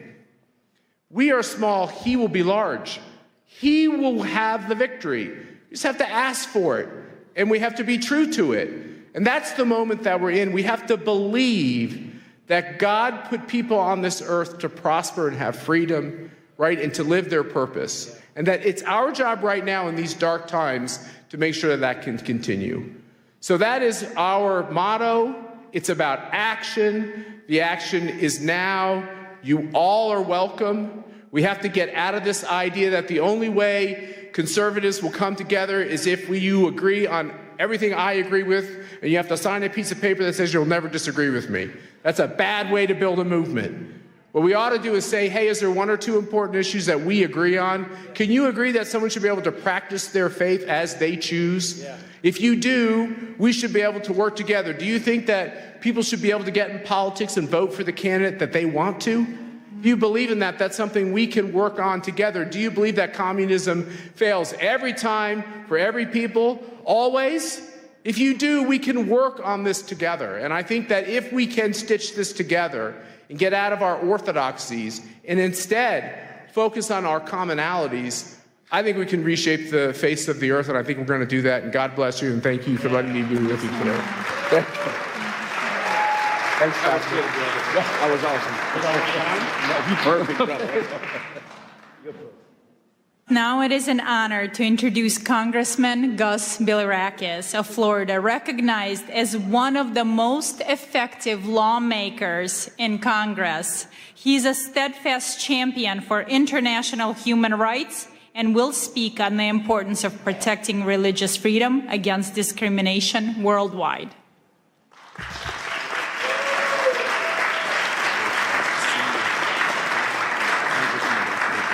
Thank you for having us.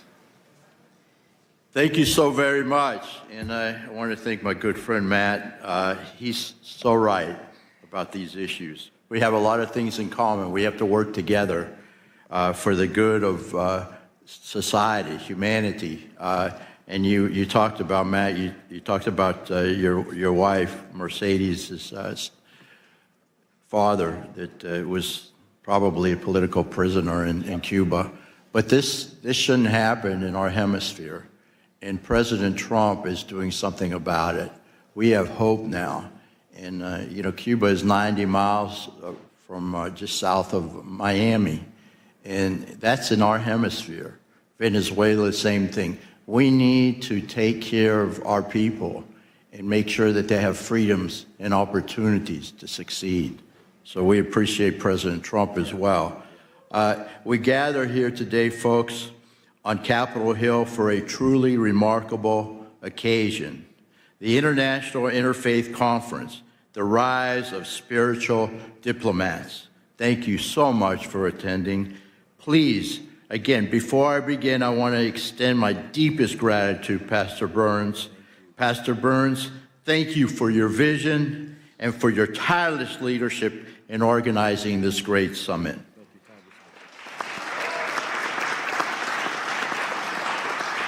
You have called us here to recognize a new era of spiritual diplomacy, where faith leaders don't just shepherd their own flocks, but step into the breach as mediators, peacemakers, and defenders of the innocent, where traditional politics often falls short.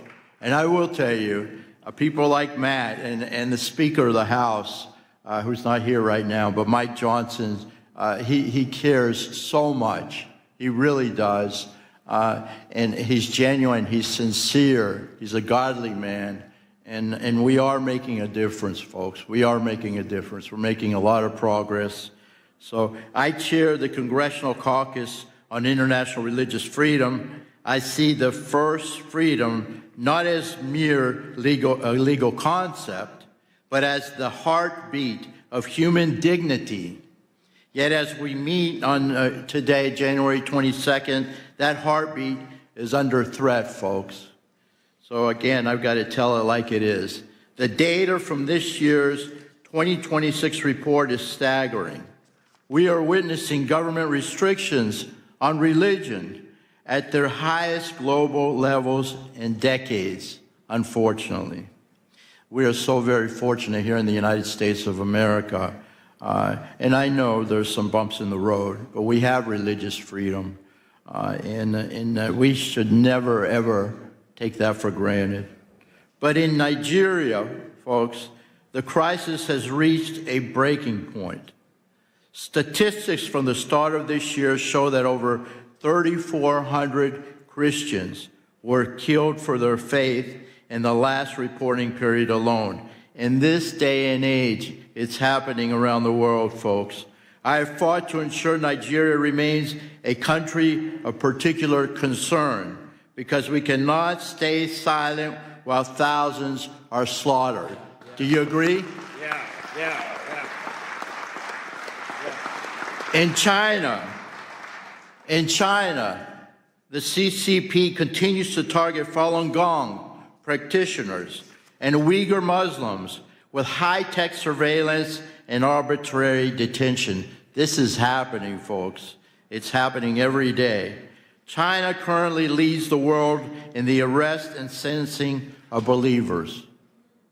I mean, they're not spreading it. They're just practicing their faith, their religion. And in some cases, it's meditation, what have you. But they should be free to do so. In Pakistan, the shadow of blasphemy laws still hang over Muslim minorities. The Ahmadiyas and Christians turning private faith into public death sentence. Unbelievable. Global anti-Semitism. We must confront the reality that Jews are facing a resurgence of hate that we once promised would never, ever happen again. But it's happening now, folks, before our very eyes. We must stop it. The challenges we face are not only legal, in which regimes weaponize the laws to crush dissent, but also social, as tolerance breeds in the vacuum of silence. We must not stay silent. We must act, folks. And that's what we're doing in this Congress. This is where the spiritual diplomat comes in. You are the ones who can reach the places a secular envoy cannot. You speak a language of universal values, justice, peace, and the sacredness of life that resonates deeper than any treaty. You're the ones. We can do this together. I'm Greek American, and we say "Oli mazi," all together. We can do this together if we stick together. Effective advocacy requires more than just thoughts and prayers, folks. It requires diplomatic engagement with teeth. I have to emphasize that. We must continue to use the global I know how to pronounce it, but I'm sorry about that, to target those who profit from persecution. We must elevate religious freedom. This issue must be a permanent pillar of our foreign policy. Do you agree? Yeah. It has been under Marco Rubio as Secretary of State. And we must always be present when faith leaders and members of this caucus speak up for the persecuted. Message. We are the greatest country on the face of the earth. People listen to us. We must take advantage of that. The world is watching, and you are not alone. You are not alone. Pastor Burns, you often say that spiritual leaders, and I quote, carry no weapons, they carry wisdom. Right? I'll repeat that. Pastor Burns says, spiritual leaders carry no weapons, they carry wisdom.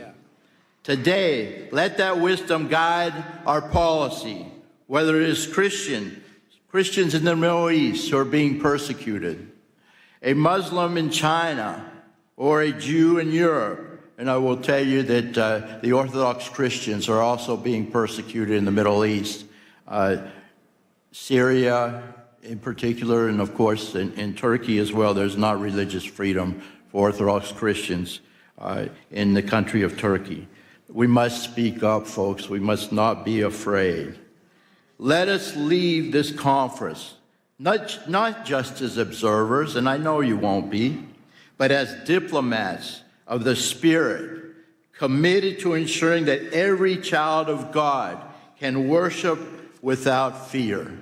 That's our goal. Thank you very, very much. God bless each and every one of you, and God bless America. That was powerful. That was good, Congressman. Thank you so much.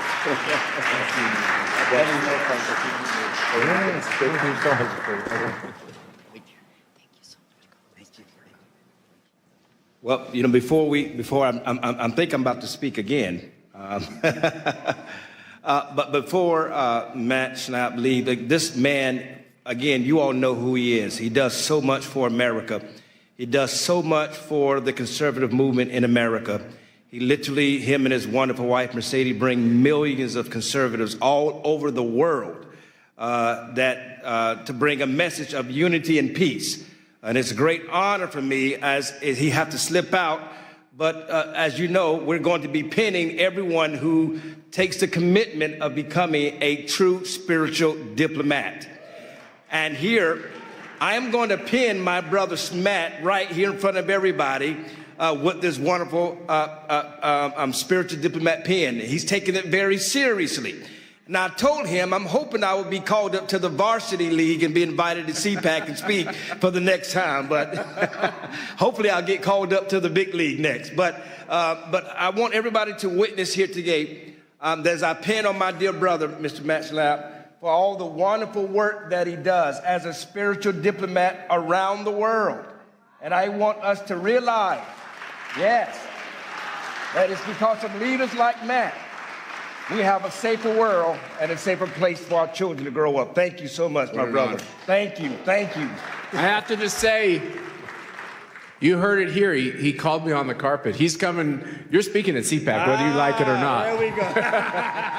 Thank you, brother. God bless you. Thank you very much. It was great to hear from the congressman. And now it is my honor again to welcome Pastor Mark Burns back to the podium as he addresses the key topic entitled From Pulpits to Peace Tables, Why Faith Leaders Must Engage the World. Wonderful.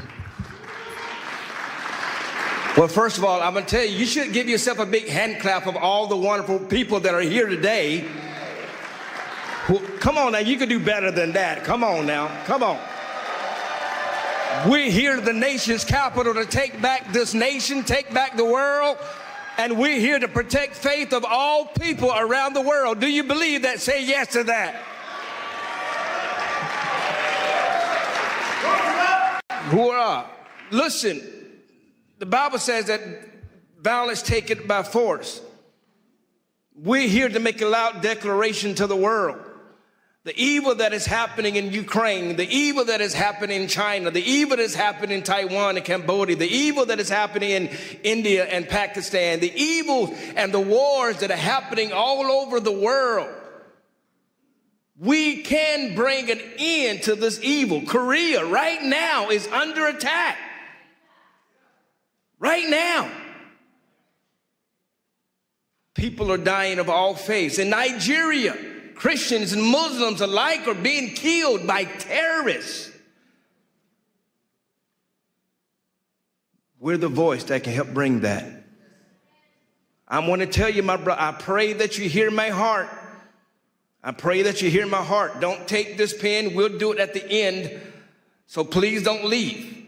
But don't take the vow.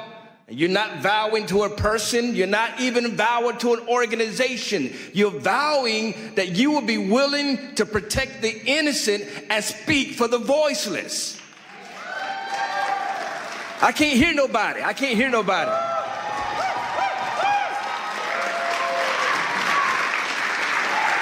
That's why you're here. And so many of these great leaders that are on this podium that you're hearing from, these are thought leaders. These are real spiritual diplomats. These are people working behind the scenes that are working to protect children, to protect religious freedoms. We're going to talk about it a little bit later about the young girl that was raped in Tanzania. We have His Excellency that is here right now, all the way from Tanzania to talk about it, to discuss about it. It's not always about the things you see on CNN. I'm not here to play games with you.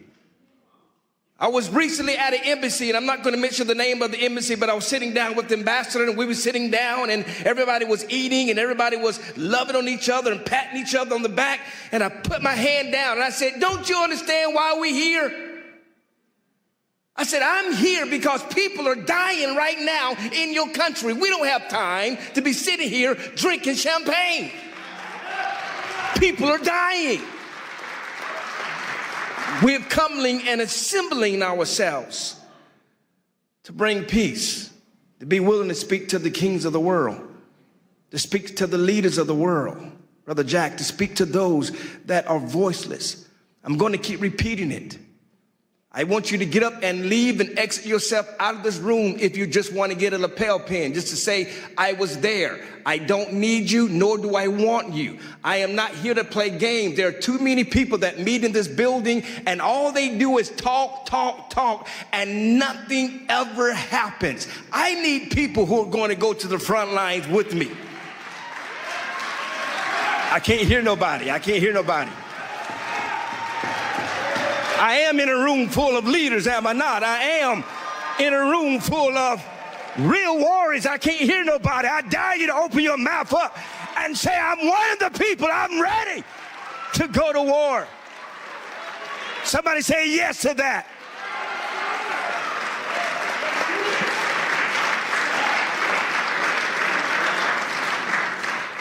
And so I pray that you're not here. Right now, Korea is under attack. Who's going to stand with me? Right now, Pakistan is under attack. Who's going to stand with me? I'm going there in April. Who's standing with me? I am going to Iran. Who is standing with me? I can't hear nobody. Who is going to stand with me with Ukraine until every bullet and every missile stops, until we bring that war to an end? Who's going to stand with me?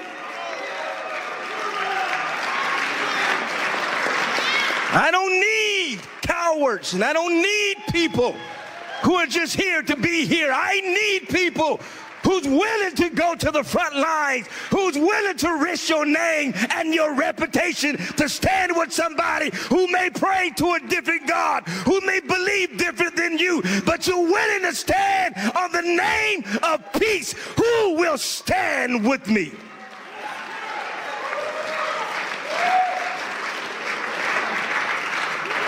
Who will stand with me? Who will stand? Who will stand? Who will stand? You're going to be charged today. You're going to be charged today. I'm telling you, my Jewish brothers, my Muslim brothers, my Hindu brothers, my all of the faiths, the Buddhists that are here, all of you, the Christian brothers and sisters, all of you that are here, you're going to be charged. Please take it serious, because somebody's life depends on it. Are you hearing me? Tragic that even happened in your own family, happened in your own life. I've studied your story and how you left, how she sung the national anthem, but she was in Russia, and how her husband came under political persecution, and they left Russia, moved to Kyiv with their son, who's sitting right there, just to have her husband assassinated in Kyiv. This is the kind of battles that people are facing right now around the world, and yet she flew all the way from Kyiv just to come to sing the American national anthem. That's putting our differences aside and standing as one people, as one voice.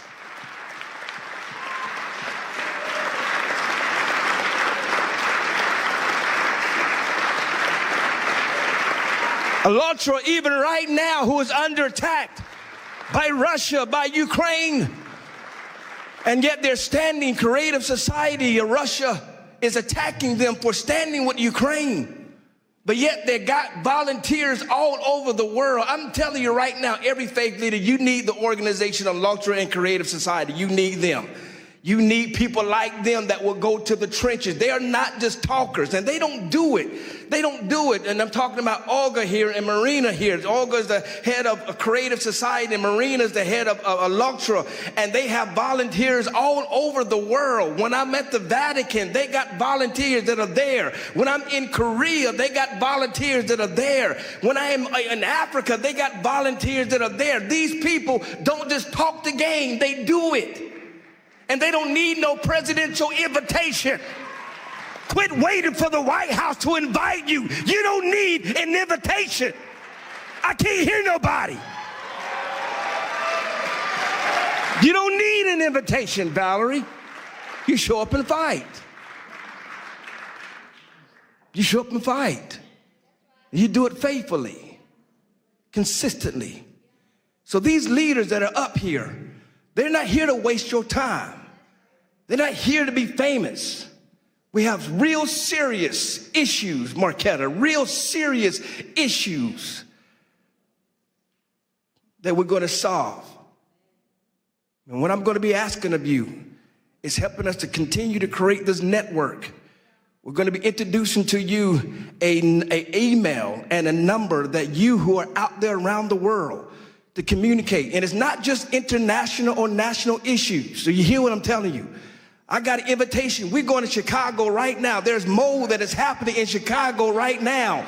And we're not going to allow partisan lines, Republicans or Democrats, to block simply by helping people. Are you hearing me?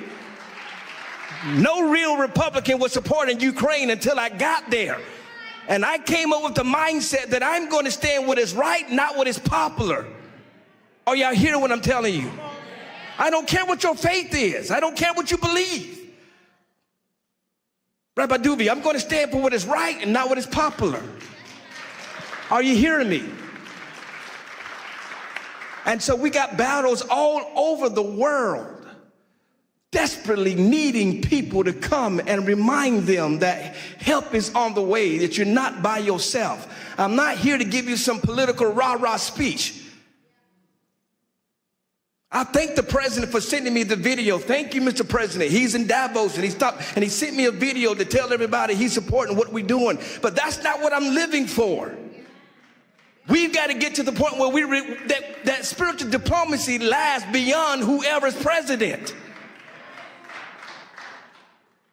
Because there are rape victims that need us. There are drug addicts that need us. There are religious people that are dying for practicing their faith that need us. Who's willing to go speak to the kings of the world? Who's willing to risk their reputations? Are you hearing what I'm telling you? And so I pray that you receive what I'm telling you. I want this movement to continue to grow and grow bigger. We're planning to do this again in 6 months at Mar-a-Lago at the president's house. And we're going to bring it even bigger and even greater. Then we're going to G20. We're going to do a wonderful event at G20. Amen. We're going to take over Miami. And then we're going to go to Qatar. And then we're going to the Vatican. We're taking this all over the world to bring peace. I believe we're going to have a spiritual diplomacy right there in Tehran, in Iran. We're going to do it right there in Iran and show the world that we won't allow evil to win. Y'all not talking. We won't allow evil to win. We will stand for what is right and not what is popular. Somebody say yes to that. We're going to go to North Korea. We're going to knock down the wall. We're going to get to Kim Jong-un. We're going to tell the world that we are here to faith, that we will not have enemies in the name of faith. Are y'all hear what I'm telling you? If you're playing politics, leave me alone. Don't get a picture with me. Think I'm playing with you. I'm not. I'm not. I don't got nothing to lose. You don't understand how I got here. I didn't get here by sucking up to nobody. The president calls me his pit bull for a reason, so I'm not here to impress you. Are y'all hearing what I'm telling you? But I'm going to be here after President Trump. But I'm going to be here to be in the next president face, and the next president face, and the next president face, to tell the world that we will unite the communities around the world. We will stop being divided by who you pray to, and we will stand on the principle of peace and love for the whole world to come together. Whether you're black, whether you're white, whether you're young, whether you're old, whether you're Jew, whether you're Christian, whether you're Muslim, Buddhist, it doesn't matter. If you're a human being, we shall stand until we reach the promised land. God bless you all.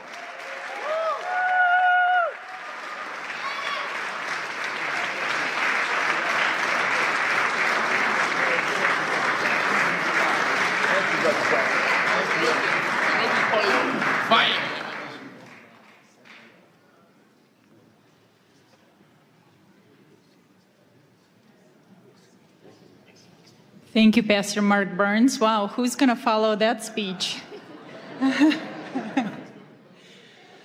We are honored to hear from Rabbi Eli Abadi, medical doctor, a senior spiritual leader and member of the Council of Sephardic Sages. He speaks on building bridges of faith and peace in a post-Accords world, examining how the Abraham Accords have opened new paths for coexistence in the Gulf.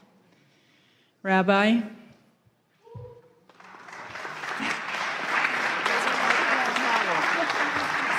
Pastor, that's a very hard act to follow. I was the lucky one. First of all, Pastor Burns, I want to thank you very much for the privilege and the honor that you bestowed on me in coming and addressing this illustrious audience. And secondly, for pinning me today and inducting me in the cadre of spiritual diplomats. I shall carry this with great honor and duty. Together, inshallah, God willing, we will fashion a better future for the next generation of humanities. Thank you.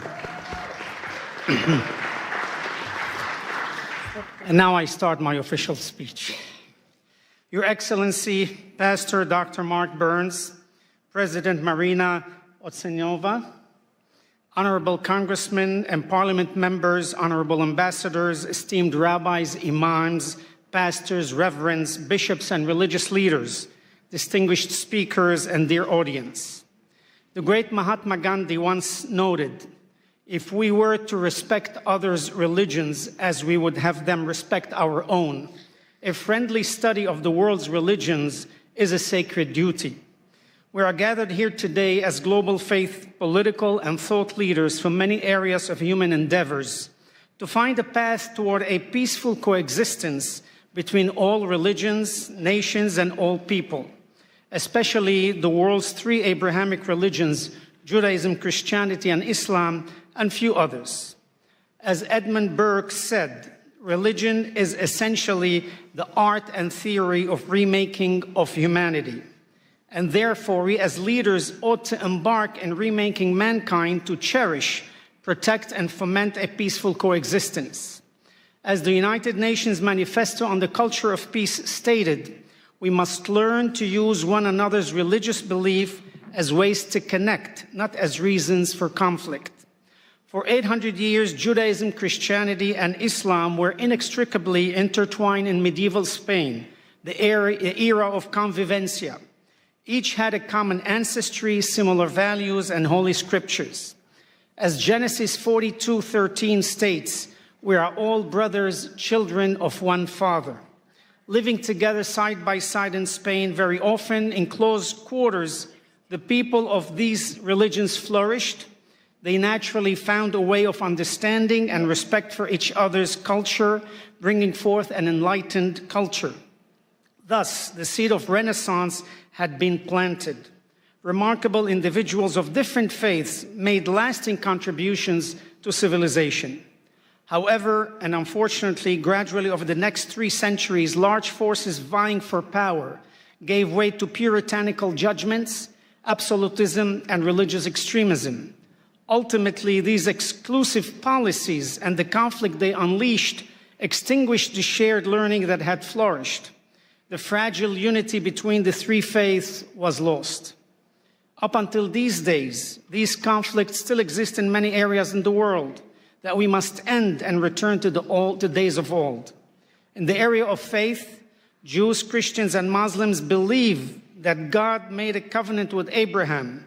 It was to keep faith in one God and to worship him and to teach the practice of worship to his children down through the generations. In return, God would preserve, protect, and multiply the children of Abraham. This covenant became the legacy or trust for the children of Abraham to continue. Abraham's offspring would become great nations. And as stated in Genesis 17:4, the Lord said to Abraham, "Herewith my covenant with you, and you shall be the father of many nations." The people of these nations are now called Jews, Christians, and Muslims. We are all monotheists. We all believe in one God, the creator of all that is, in the universe and on earth. As leaders, we are enjoined by our faiths to find a path toward a peaceful coexistence between all religions and all people. Therefore, in order to establish a channel of communication and cooperation on an international level, we must continually ask of ourselves, what we insist from our own people, the acceptance of diversity in religions. First, as leader, we must lead by example and communicate to our people that peace is a basic human right. Scriptures in Leviticus 19:18 teach us to love thy neighbor as thyself. It is a directive that teaches each one of us here today to love one another through peace, acceptance, and understanding. Second, as each of us takes enormous pride in our own religious history, culture, and strength, so too must we pride ourselves on the level of understanding and tolerance our people have of other religions and cultures. As we encourage our people's pride in our own religions, we must castigate our congregations should intolerance and ignorance of other religions and cultures arises. Third, it is our responsibility to guide our people towards looking for the inestimable value of peace and not in conflict. Yes, the world is made up of different races, colors, ethnicities, religions, and political ideology.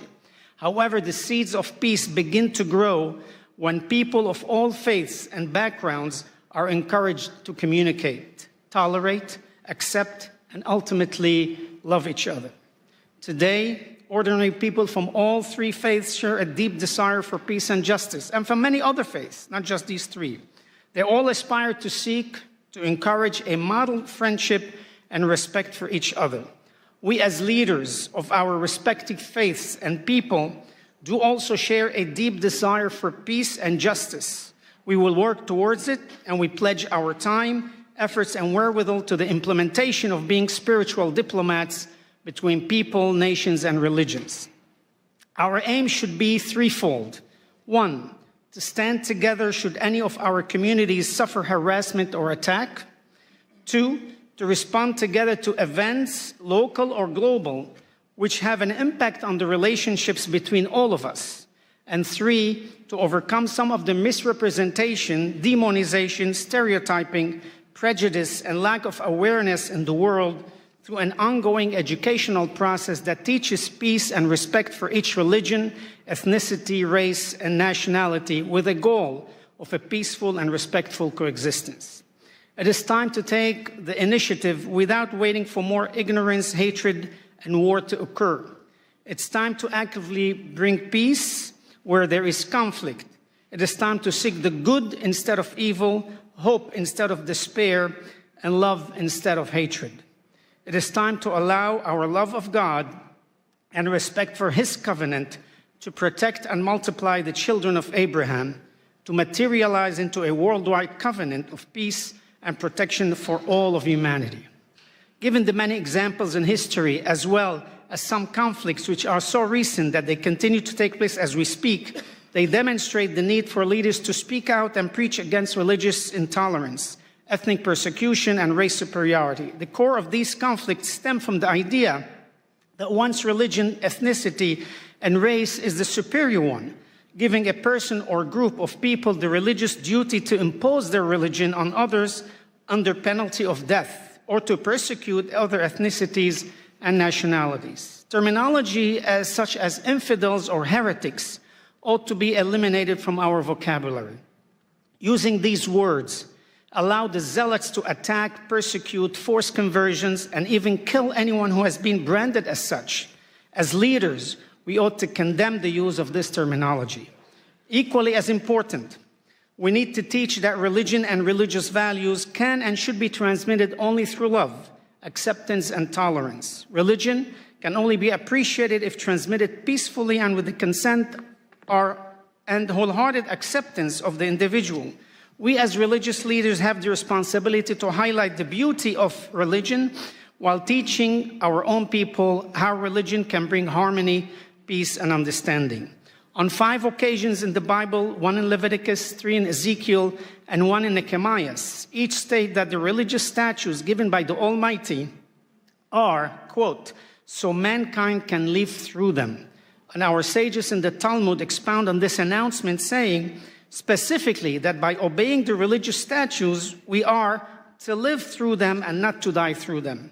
In Psalm 34:15, King David exhorts us to search for peace and pursue it.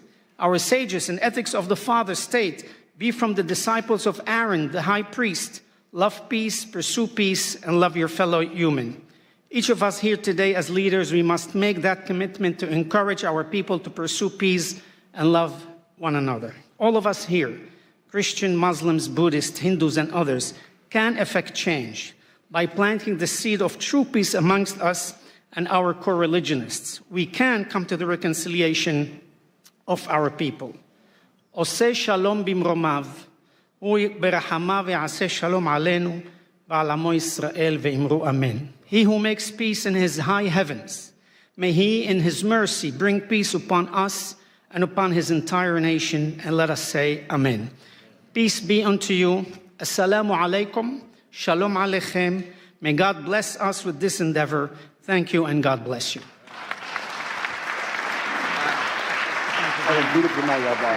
Thank you for that powerful speech. Hey, we just get started.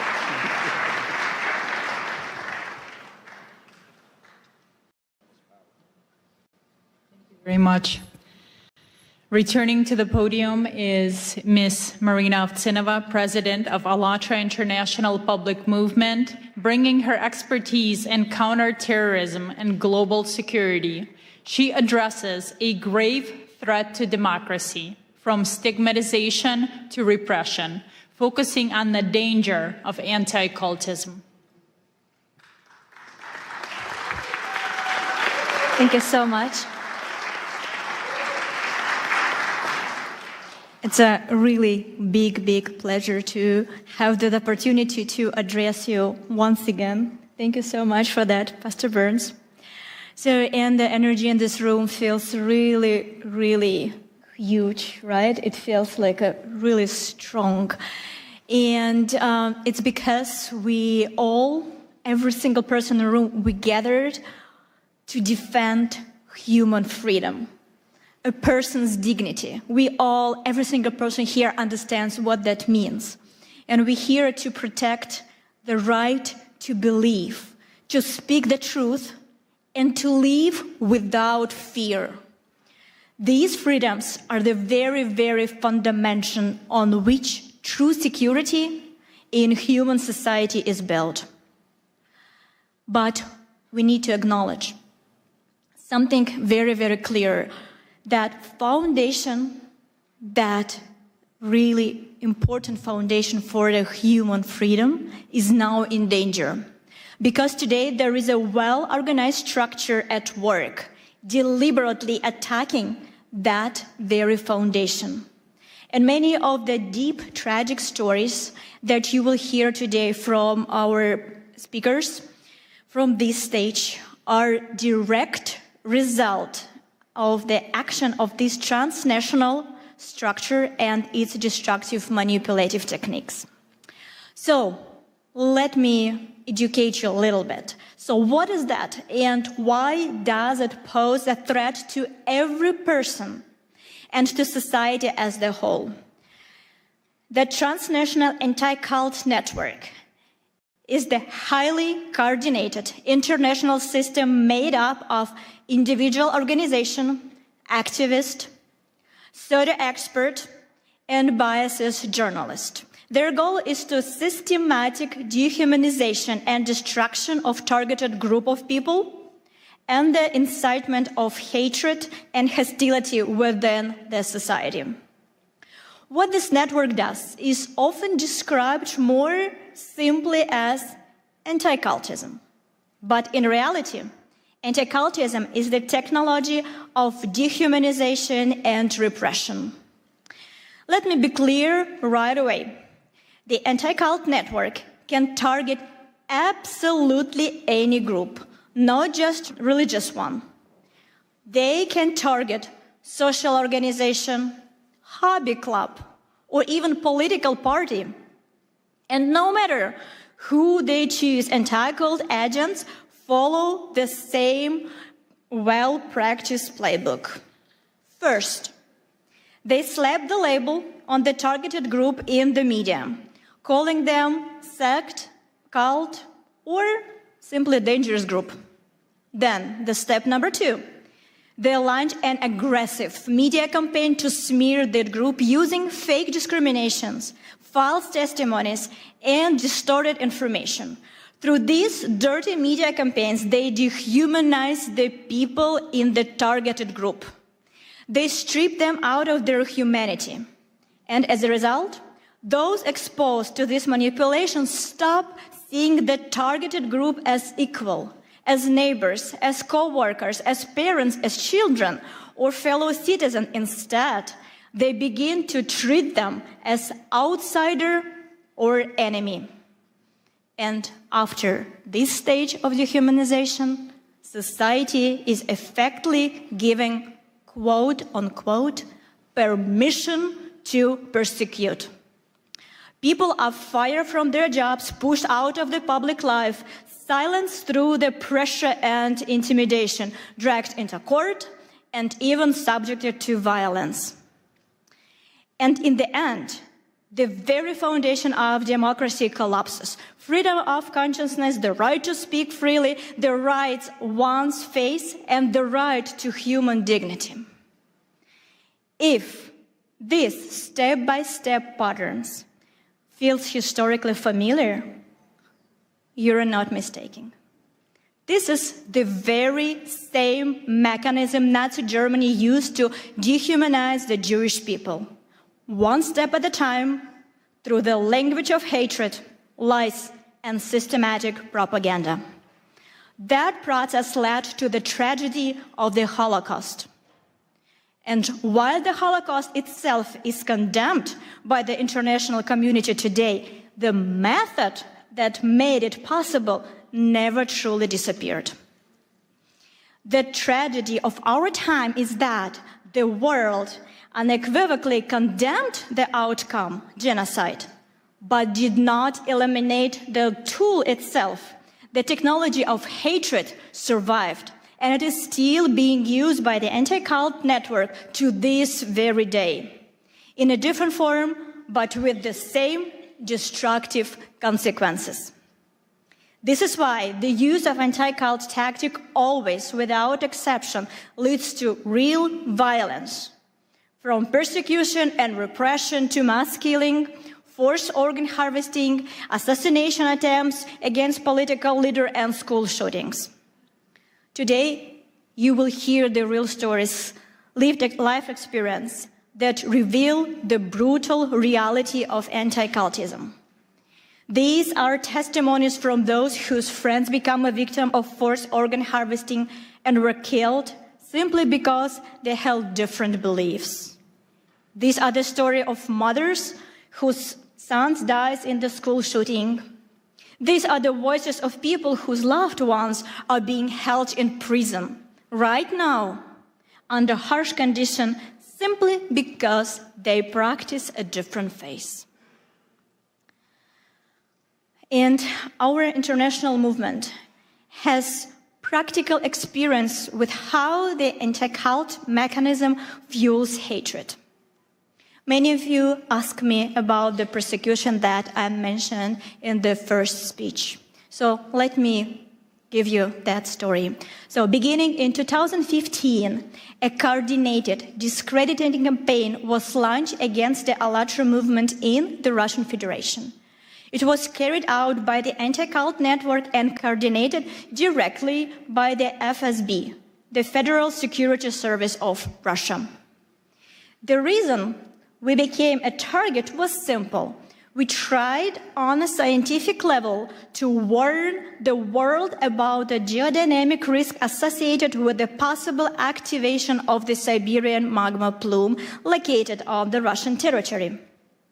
A potential eruption would threaten not only Russia, but the entire world. Our warnings were ignored. The economic interests of powerful groups profiteering from Siberia's natural resources matter more than human lives and safety. As a result, a network, anti-cult experts, and structures affiliated with FSB was deployed against us. Their mission was to destroy our reputation and drawn out the very substance of our scientific warning. In the end, the ALLATRA movement was labeled in Russia first as undesirable organization and later than extremist, in part because of our support to Ukraine also. In Russia, anti-cult actors use their full arsenal against us.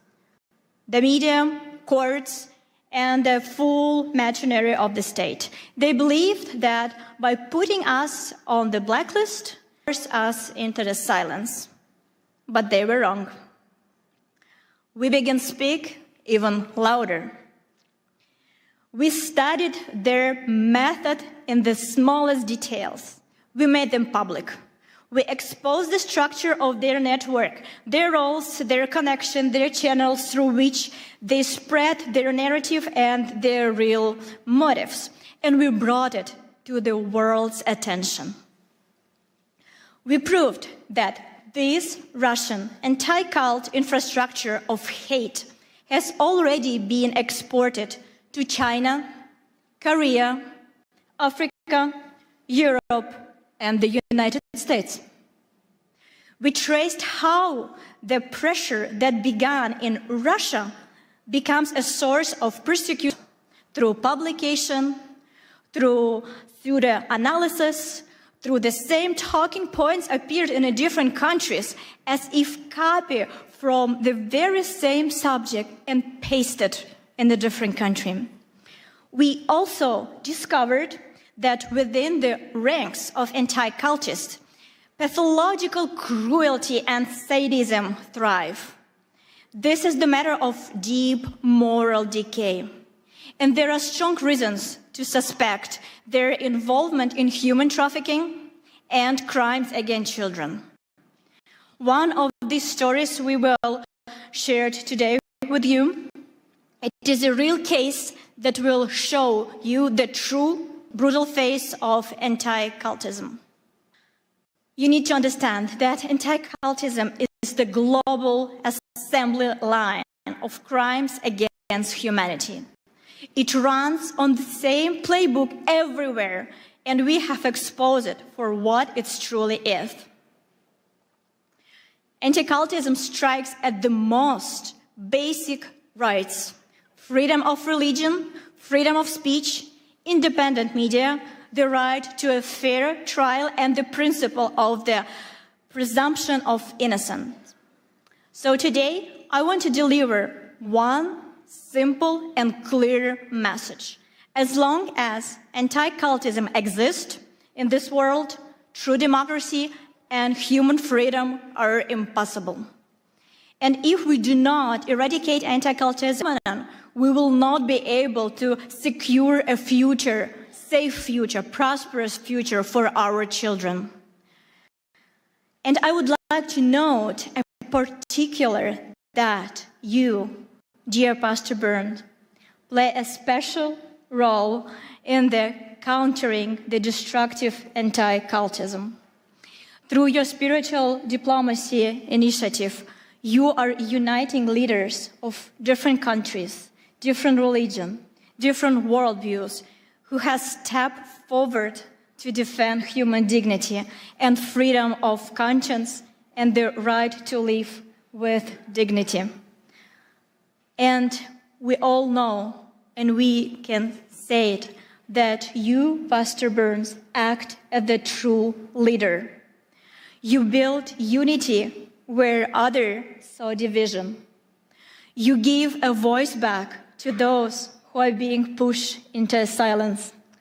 And you offer protection to those who are in need, who cannot protect themselves. And it's because that initiative, like yours, extremely important right now. And we understand that thanks to initiative, humanity will inevitably prevail. And for all our participants of ALLATRA International Public Movement, it is a great honor to stand shoulder to shoulder to you.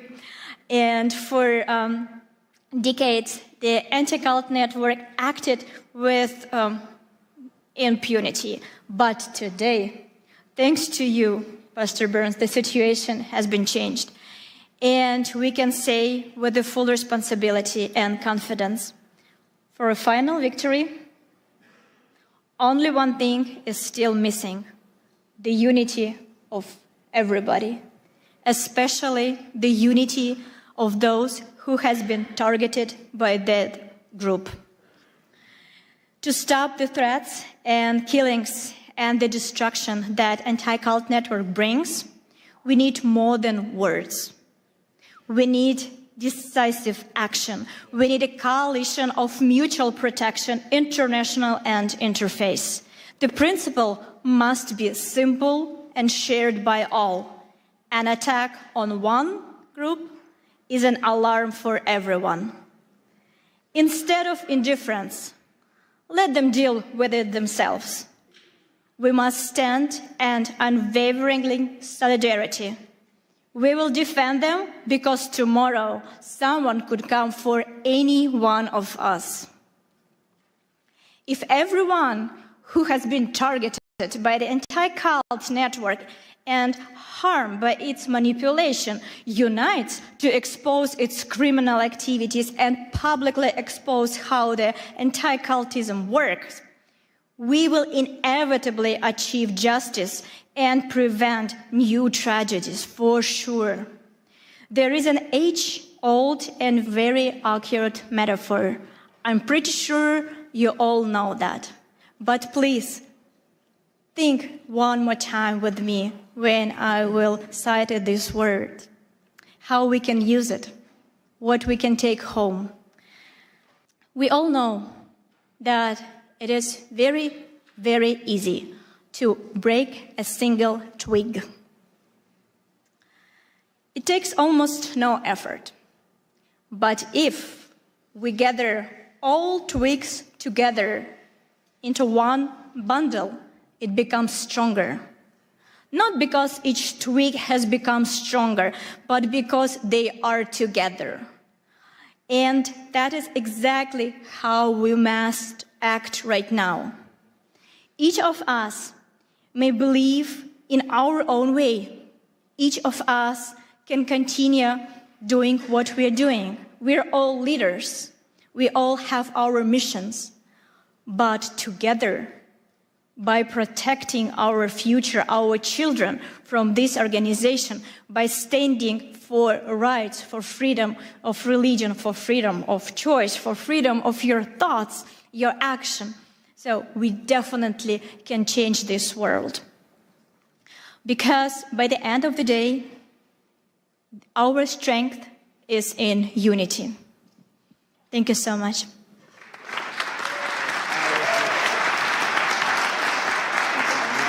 Wonderful. That's so powerful.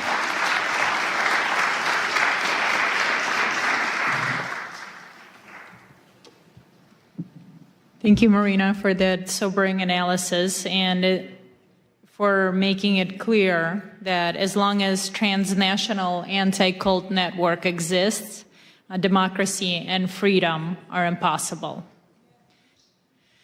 And right now, please welcome Dr. Michael Jenkins, President of the Universal Peace Federation and the President of the Washington Times Holdings, with decades of experience organizing peace initiatives in the Middle East and Northeast Asia. He speaks to us today on the urgent issue of global religious persecution. Thank you very much. Thank you. Thank you, everybody. To our distinguished panelists and outstanding audience and delegates, it's great to be here with you. Pastor Mark Burns is really doing a great job for freedom, religious freedom and all freedoms. I want to give him a hand with my heart. Thank you. Thank you. United in liberty. Also want to thank President Trump, who's doing an excellent job with religious freedom, forming the White House Faith Office with Paula White, and Pastor Burns is also leading that effort throughout the world. We are in a global war right now. There's a global war against God. And it's hitting every faith, every community, and also people of conscience. What are we going to do? Nigeria, Christians are dying there, being persecuted for their faith. Muslims also. The Uyghur Muslims in China are being held in, a massive place with over 1 million people. And many are dying under persecution. India, also many nations of the world. And I really want to say, how will we stop this? How are we going to turn this around? We have to bring the faith communities together. That is the #1 thing that will help the most.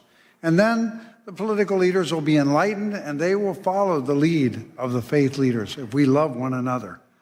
I really believe that right now we see that there is an urgent situation, and that is with our Jewish family. I met my brother, Rabbi, and I would like to have a moment of silent prayer for our Jewish family right now. Just a moment of silent prayer. Peace for all Jewish people everywhere. Amen. Amen. And for all God's people, and also for all people of conscience. So I would say to this: peace, shalom, assalamu alaikum, shanti, shanti. We can win when we come together. We are meant to be together.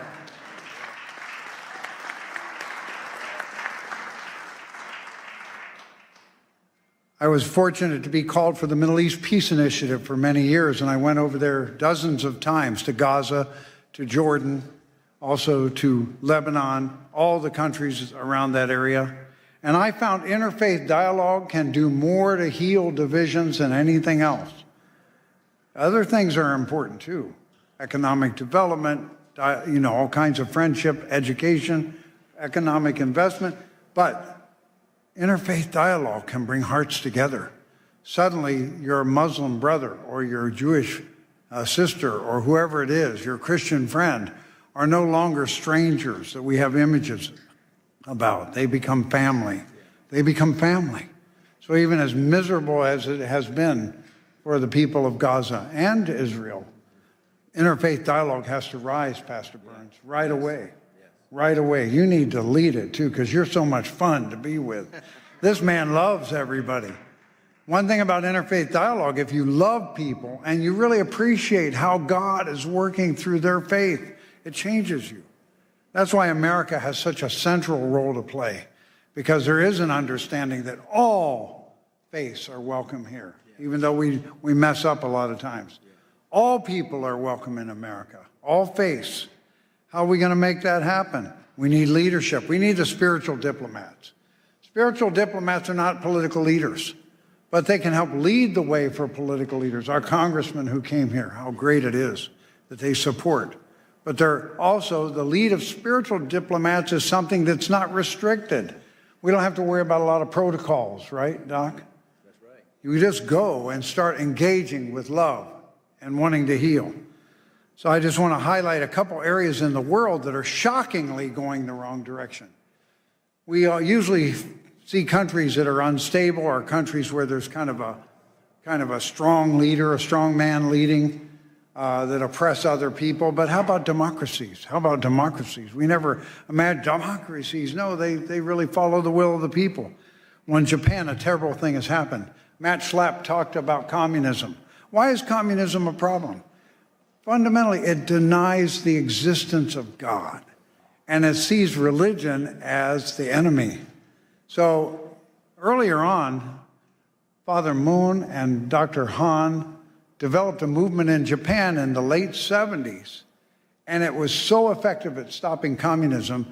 Prime Minister Kishi brought him in together, and then Prime Minister Abe, and they all worked together. And communism did not take over Japan. They were trying very hard in the 70s. It was possible it could happen. But then those same communists formed lawyers' groups that have been against this movement of family federation. And they've been against it for years and years and years. And then finally, a more liberal leader came as the Prime Minister of Japan, and he kind of caved into them and said, we got to get rid of this group. And he announced, we can't. They haven't broken any law. So somebody came up with the idea, we don't need a law. If they've just made some disturbances or they've had lawsuits, we can use that. So they used that. Fortunately, there's a new prime minister now, so I think a new history is about to be written. But why do we bring this up? Because when a democracy like Japan goes the wrong direction, a domino effect occurs. So last year, Rwanda and Kenya cited Japan's example of closing or dissolving a religion without breaking any law. They got excited about it. This happened in 23 and 24. Rwanda has now closed, shut down, or destroyed 10,000 Christian churches in 2 years. And they cited Japan's example. They're a world democracy. And then also Korea. Now the leader of Korea is really not supporting the faith traditions. He's more of a left-leaning person. That's why President Trump challenged him when he came to the Oval Office. He said, what's going on in Korea? Looks like some kind of a revolution or purge. You're persecuting churches. They went after Yoido Full Gospel Church. They went after Billy Kim, who was the translator for Billy Graham. On July 18th, this last year, they raided thousands of organizations, or thousands of people came out and raided many churches, including the Family Fed. And they went to Sagero Church, a Presbyterian church, and because that leader is standing up for family values, marriage in the image of God, and freedom of speech, he's now in jail now. He's been in jail for almost 137 days, right? And Mother Han of the Family Fed, she's been put in jail now for 125 days. She has not been convicted of anything. So we're just calling your attention to that, because when you come together, we can move our faith communities together, and then the nations can move. God bless you all from your nations, your faith. God bless your family, and God bless America. You're so good. You're so natural,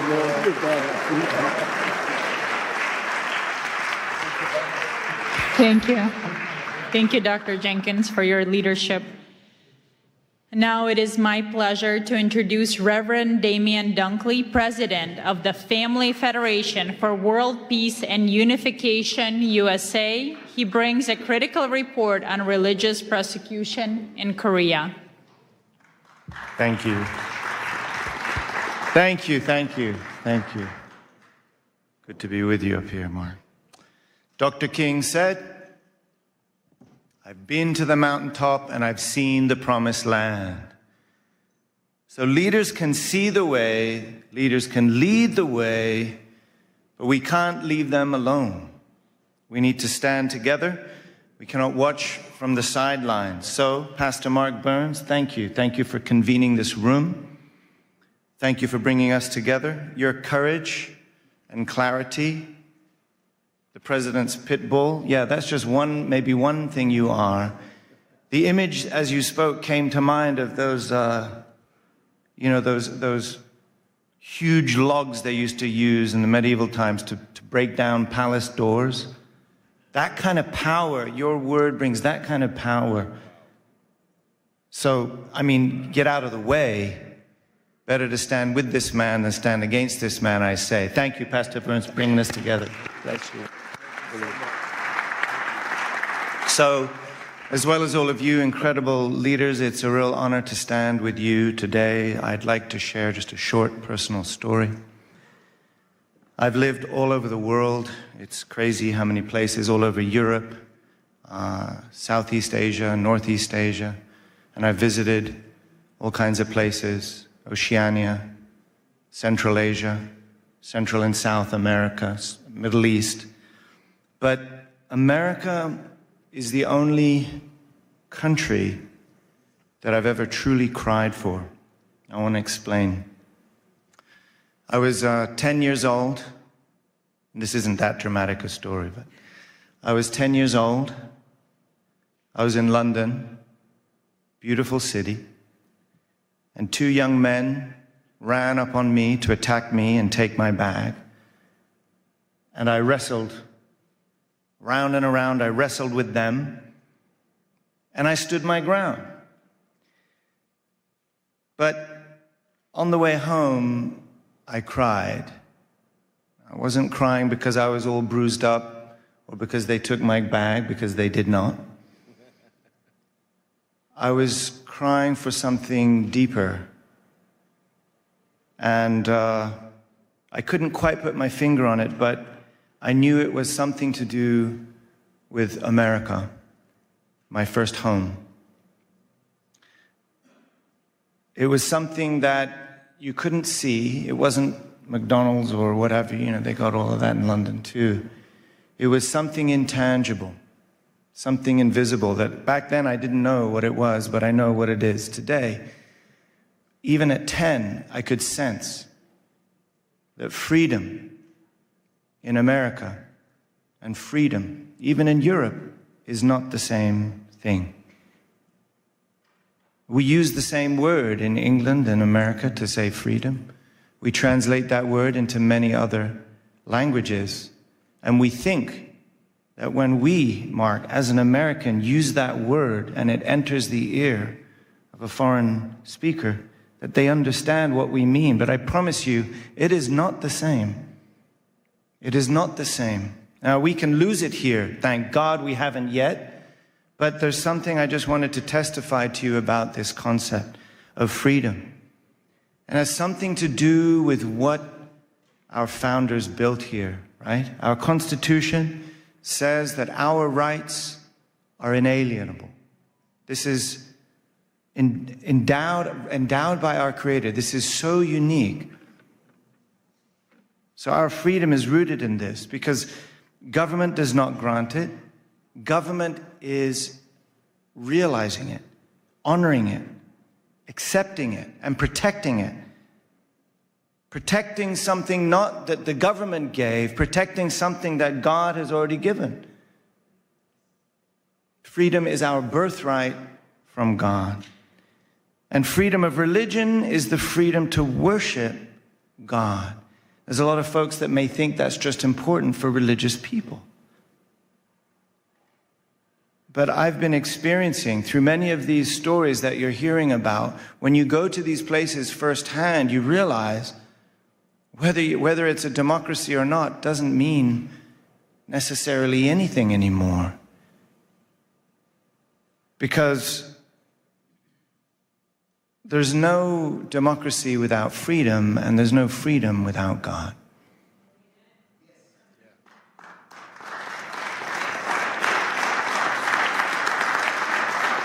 I really believe God invested in this nation, not just for these people, but to be a shelter for all religions and all people.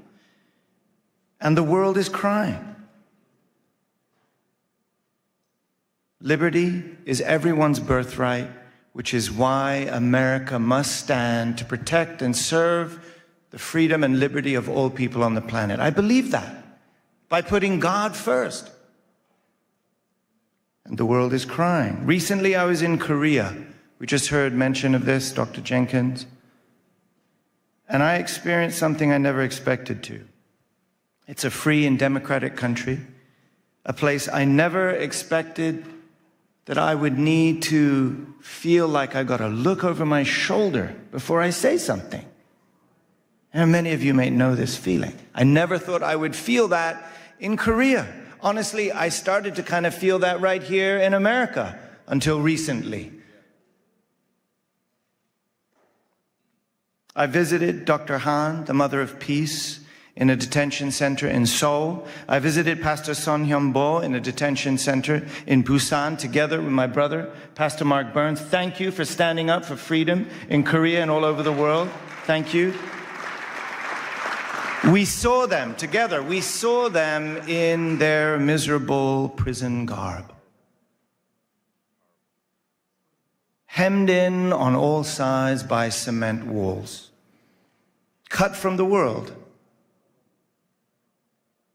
Reduced to their most humble essence. But what struck me in both cases was the testimony of the guards. They recognize their loving character. They recognize their spiritual authority. And these detainees had already earned great respect through their daily actions.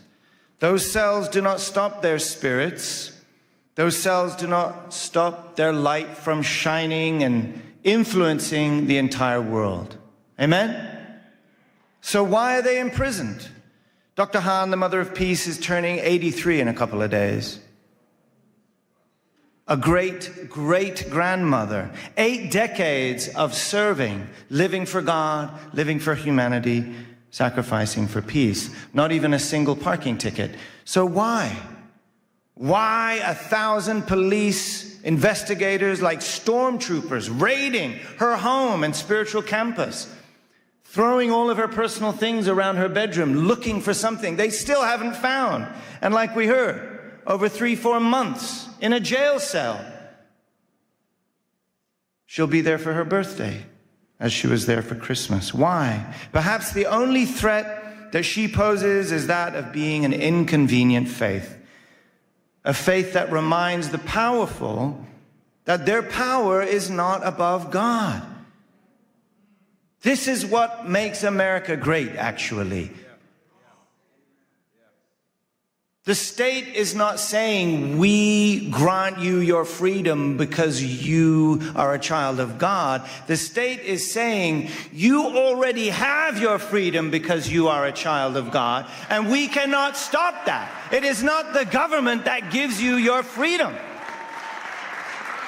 And that is the difference that I'm feeling even in democracies around the world. So we know this isn't just about 1 or 2 churches. There's a global war on God. And that's why I'm just drawing our attention to this unique taste of freedom, rooted in religious freedom right here in America. We need to protect it right here in America for the sake of not just America, but for the sake of the world. That is why we're coming together. Religious freedom is America's greatest treasure. And if we lose it, it's not just lost here. It will affect the planet, I promise you. So, to defend American democracy against godless dictatorships, this is what Dr. Han reminded us why we've been working in America, why founding the Washington Times, to protect American democracy against godless dictatorships, against communism, and to restore the original virtue and value of the family, the moral spine and backbone of this nation, and to remind everyone that we're not just one nation under God, we're one family under God. When America attends God, it becomes the beacon of freedom and liberty, the light and hope to the world. We cannot leave one another alone on that mountaintop, Mark. We'll only be able to defend liberty when we rise up together, when we stand up together, when we work together, just like those sticks we're talking about, right? That is why it has been an honor to stand together with you here today. Thank you so much. Let's do this. Where are we going next? It was so powerful. Such a nice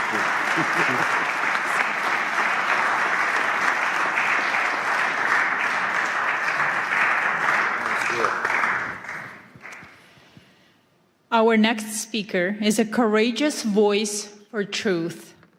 Ms. Janice Trey, board chair of the Epoch Times and NTD TV, a survivor of forced labor herself. She understands the machinery of the repression firsthand. She addresses a vital connection in her speech. Information freedom is crucial for religious freedom, highlighting the systematic persecution of Falun Gong practitioners. Ms. Janice Trey.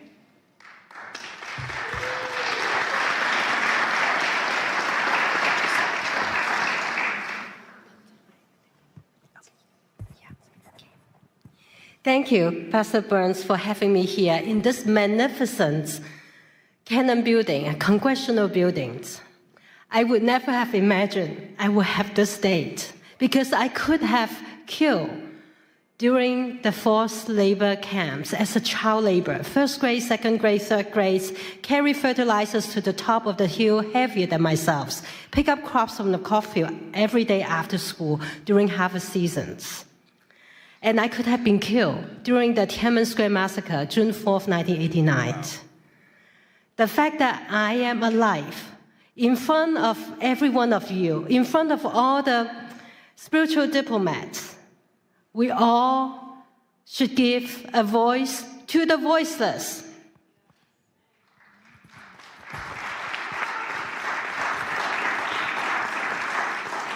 Next slide, please. Today, we honor the Creator. We speak for the voiceless, to share life-saving actions, to unite as spiritual diplomats, to end communism once and for all, to counter information censorship, to restore humanity's freedom to connect with the divine. For 5,000 years, China was a land of the divine. But since 1949, the atheist communist regime has sought to erase faith, eliminate God with communism. And since 1999, 70 to 100 million people practicing a peaceful meditations have been brutally persecuted. And even the crimes against humanity, forced organ harvesting, was being used as an instrument for religious persecution, and it still goes on today. Next page.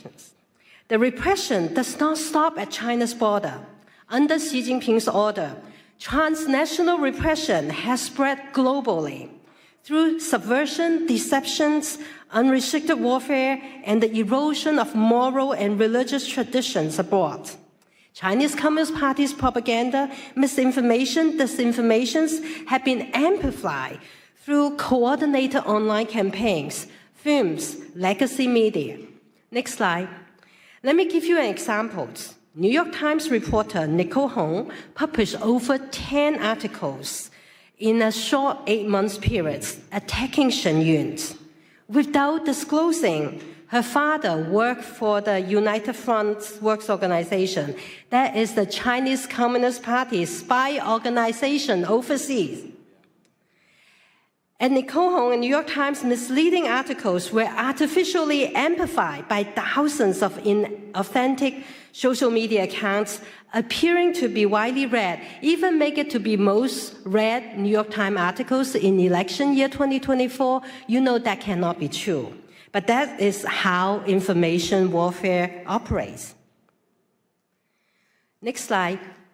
What New York Times recycling the propaganda of the Chinese Communist Party on Shen Yun.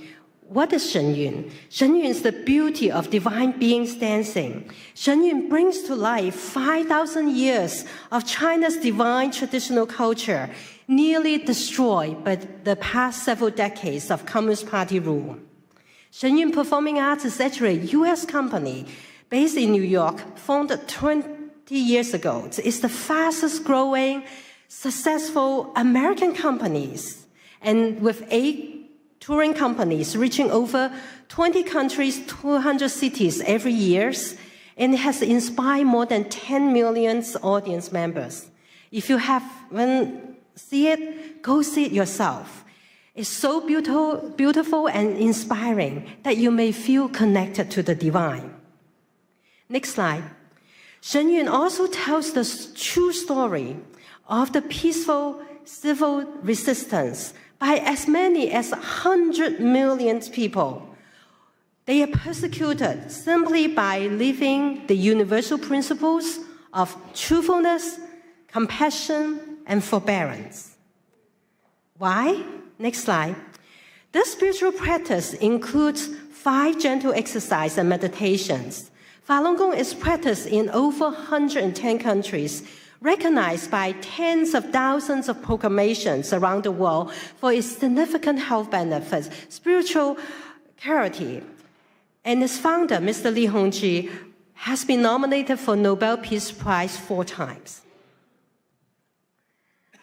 Next slide. The Chinese Communist Party responds with defamation, torture, killing, because truth exposes lies, compassion reveals brutality, faith defies tyranny. Falun Gong practitioners lead a very healthy and disciplined lives because they don't drink, they don't smoke. The Chinese Communist Party see them as the targets for organ transplants, benefits by killing them on demand. When humans become spare parts, the moral red line has been crossed. We must do something. We must do something now. First, next slide, call on the United States senators to co-sponsor and pass Senate Bill A-17, which censors perpetrators of forced organ harvesting and mandates the State Departments to report on China's practice, which Secretary Rubio are ready to enact that. We're just waiting for Senate bill to pass A-17. And the companion bill in the House, 1540, has already passed unanimously. By calling your senators or calling someone who knows the senators, you could save lives. You can stop the crimes against humanity that is taking place every second, every minute, every hour. Second, next slide. We need a secure communication tool, and I'd like to introduce you to the most advanced, most secure tool for all the freedom fighters and for all the spiritual diplomats. Our brothers and sisters in closed societies need the secure tool. All of us here need the secure tool. Everybody watching it online need a secure tool. And this tool is more secure than the standard security setting of Zoom, of Microsoft Teams, or Google Meet. And it is all four function in one platform.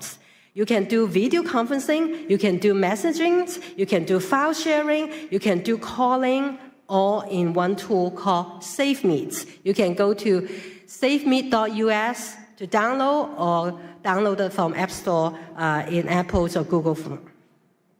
And it operates on its own private server networks. It's not on any of the big tech clouds. So you will not be subject to those cyber attacks that are often experienced by the big tech. And SafeMeet uses the encryption technology that's trusted by NATO, NASA, German Department of Defense, French Interior Departments, and the United Kingdom's National Health Services. It's all free.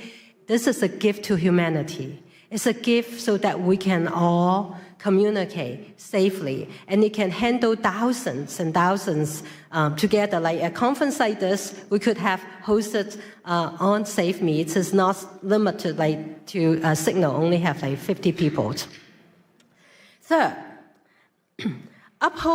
next slide, uphold the freedoms of the press by subscribing to the Epoch Times or the NTT TVs, which we have 4 satellites broadcast into China, and plus over-the-air and cables. We've been providing uncensored information in and out of closed societies.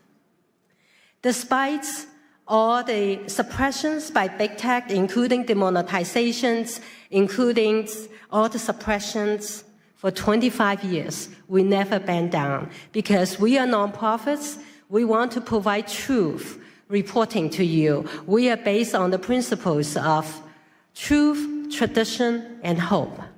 Many of our readers and viewers learned about the pandemic in December 2019, a few months before the rest of the world know about pandemics. And they changed the return flights and avoided the lockdowns, whereas their relatives and colleagues will perish in China, never return home. You never know when timely information saves lives. So sign up Epoch Times and NET. Epoch Times, 9 commentaries of the Communist Party, as of yesterday, has inspired 457,255,926 people, renounce the Chinese Communist Party and its affiliated organization, the Youth League and the Young Pioneers. The specter of communism ruining our world exposes how communism suppresses faith and corrodes humanity by destroying culture and moralities. Last but not least, the 4th action, if you have not seen Shen Yun, go check it out. Tell communism, no, we are not listening to you. We want to see communism before China, before communism. We want to learn the 5,000 years of wisdoms that God has given us. All of you are courageous. You stand up for religious freedom and human rights. It's critical today that we all join hands to face down this evil, as our courage is stronger than brutalities. We can accelerate the fall of communism. We can dismantle censorship, and we can all reclaim humanity's sacred connection to the divine. May God bless you, bless everyone who walked the path of truthfulness, compassion, forbearance, and may God bless the United States of America. Thank you all.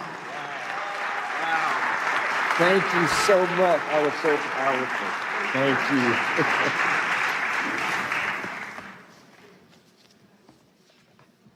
Thank you.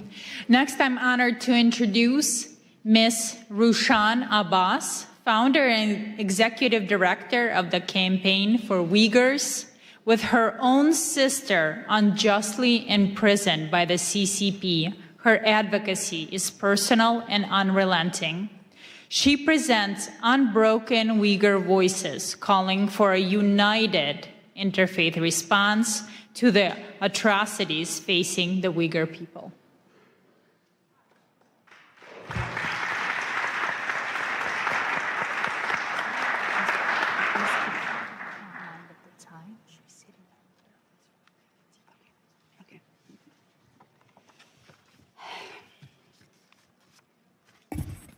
Assalamu alaikum.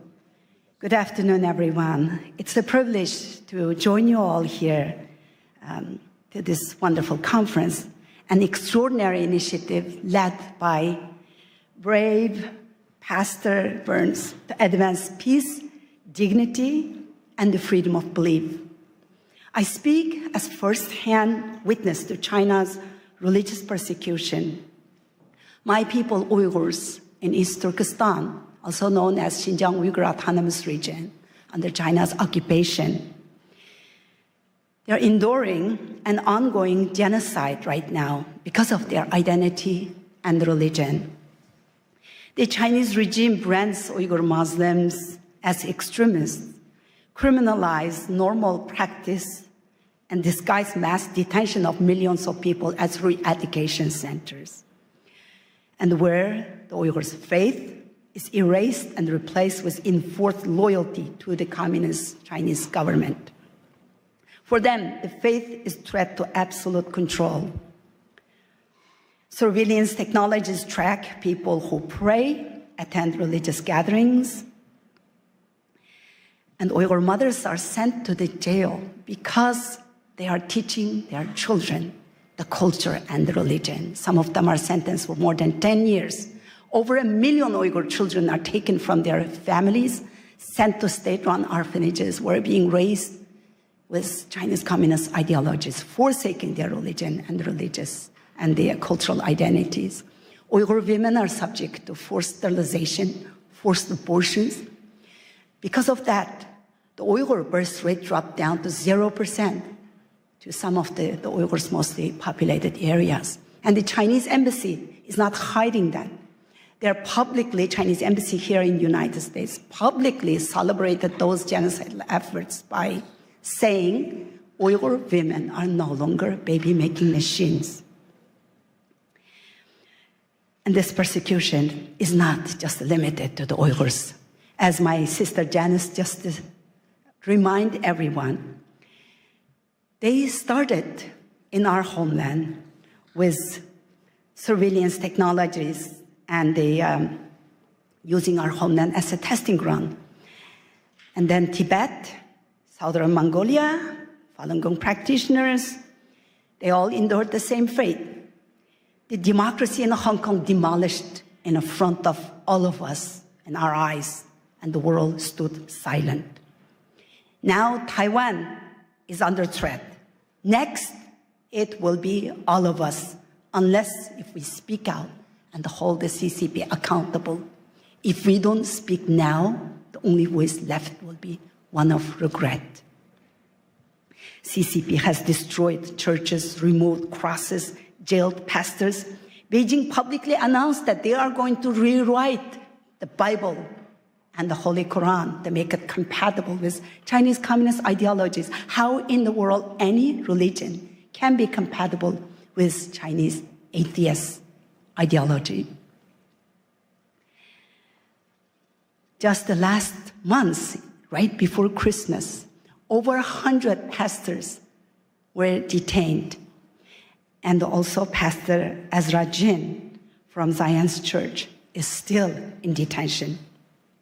The same machinery of repression is long used against those who speak the truth, expose China's crimes, including China's transnational repression Janice just explained. And I am one of them. In September 2018, I participated in a public panel at Hudson Institute talking about the mass detention of the Uyghur people and outlining fate of my in-laws, 24 members of my husband's family, my parents-in-laws, all of his siblings, their spouses, 14 of his nieces and nephews disappeared. And when I talked about that, as an American citizen, practicing my freedom of speech in the land of the free, in Washington, they took my sister, a retired medical doctor, non-political person, just an ordinary mother and grandmother living peaceful life. They took her just 5 days after my speech to punish me. She's still in jail. 7.5 years, she's still in jail. So the Chinese government wanted to silence me and intimidate me. And what I did was I was working as the International Business Development Director, and I took lunch break when I did that speech. But then I quit my job. I became a full-time activist now. And last 7.5 years, I'm traveling around the world exposing China's crimes. Thank you.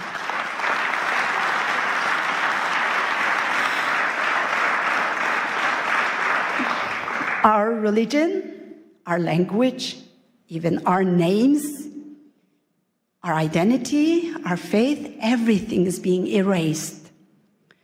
And that's why I'm so grateful today for Pastor Burns to giving me this platform and all these wonderful people, all the staff who made this great conference available for me, providing me this platform.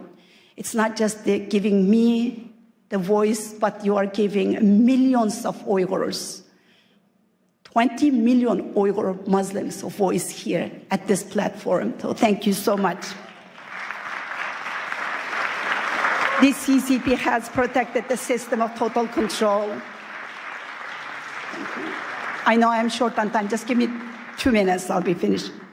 The CCP has perfected the system of total control in my homeland and they're exporting it to the authoritarian regimes worldwide. They have the vision, strategy, and the means to spread the system of oppression far beyond its borders, undermining national security and eroding democratic foundation that your parents, your grandparents worked so hard to build and to defend.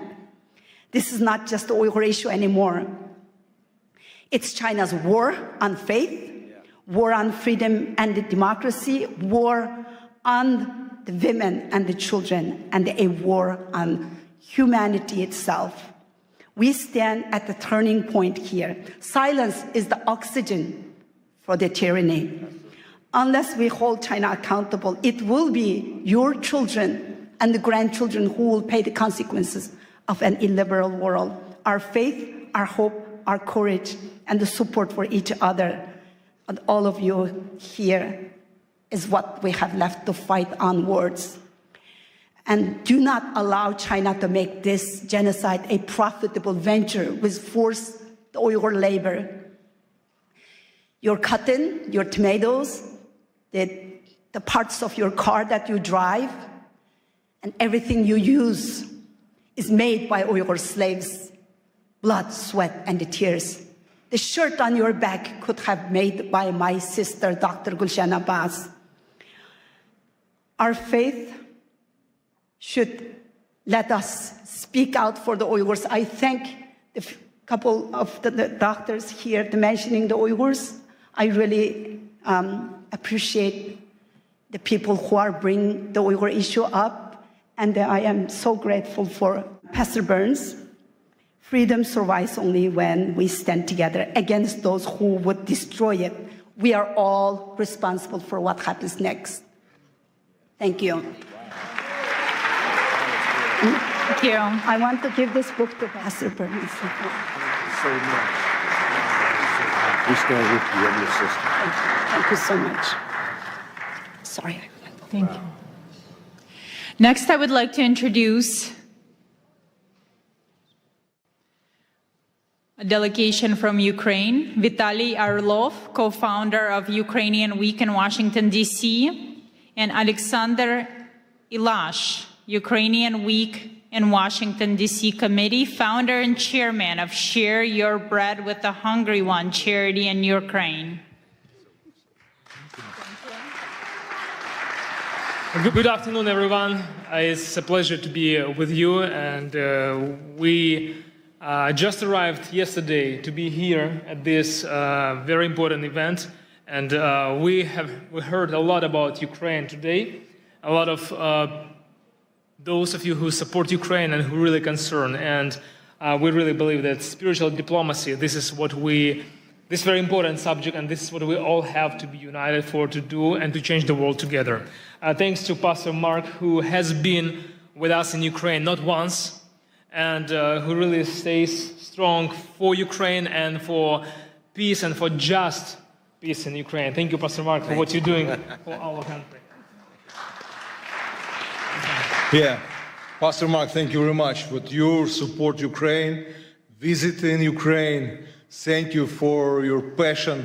Сьогодні ми хочемо пару слів сказати саме за духовні причини тої страшної війни. And while we're here, we would love to share with you just a couple of words about spiritual reasons for that horrific war in our country. Бо агресія Росії проти України має духовні причини. Because we deeply believe that there are spiritual reasons for that aggression of Russia against Ukraine. На жаль, слабке лідерство в світі приводить до важких часів.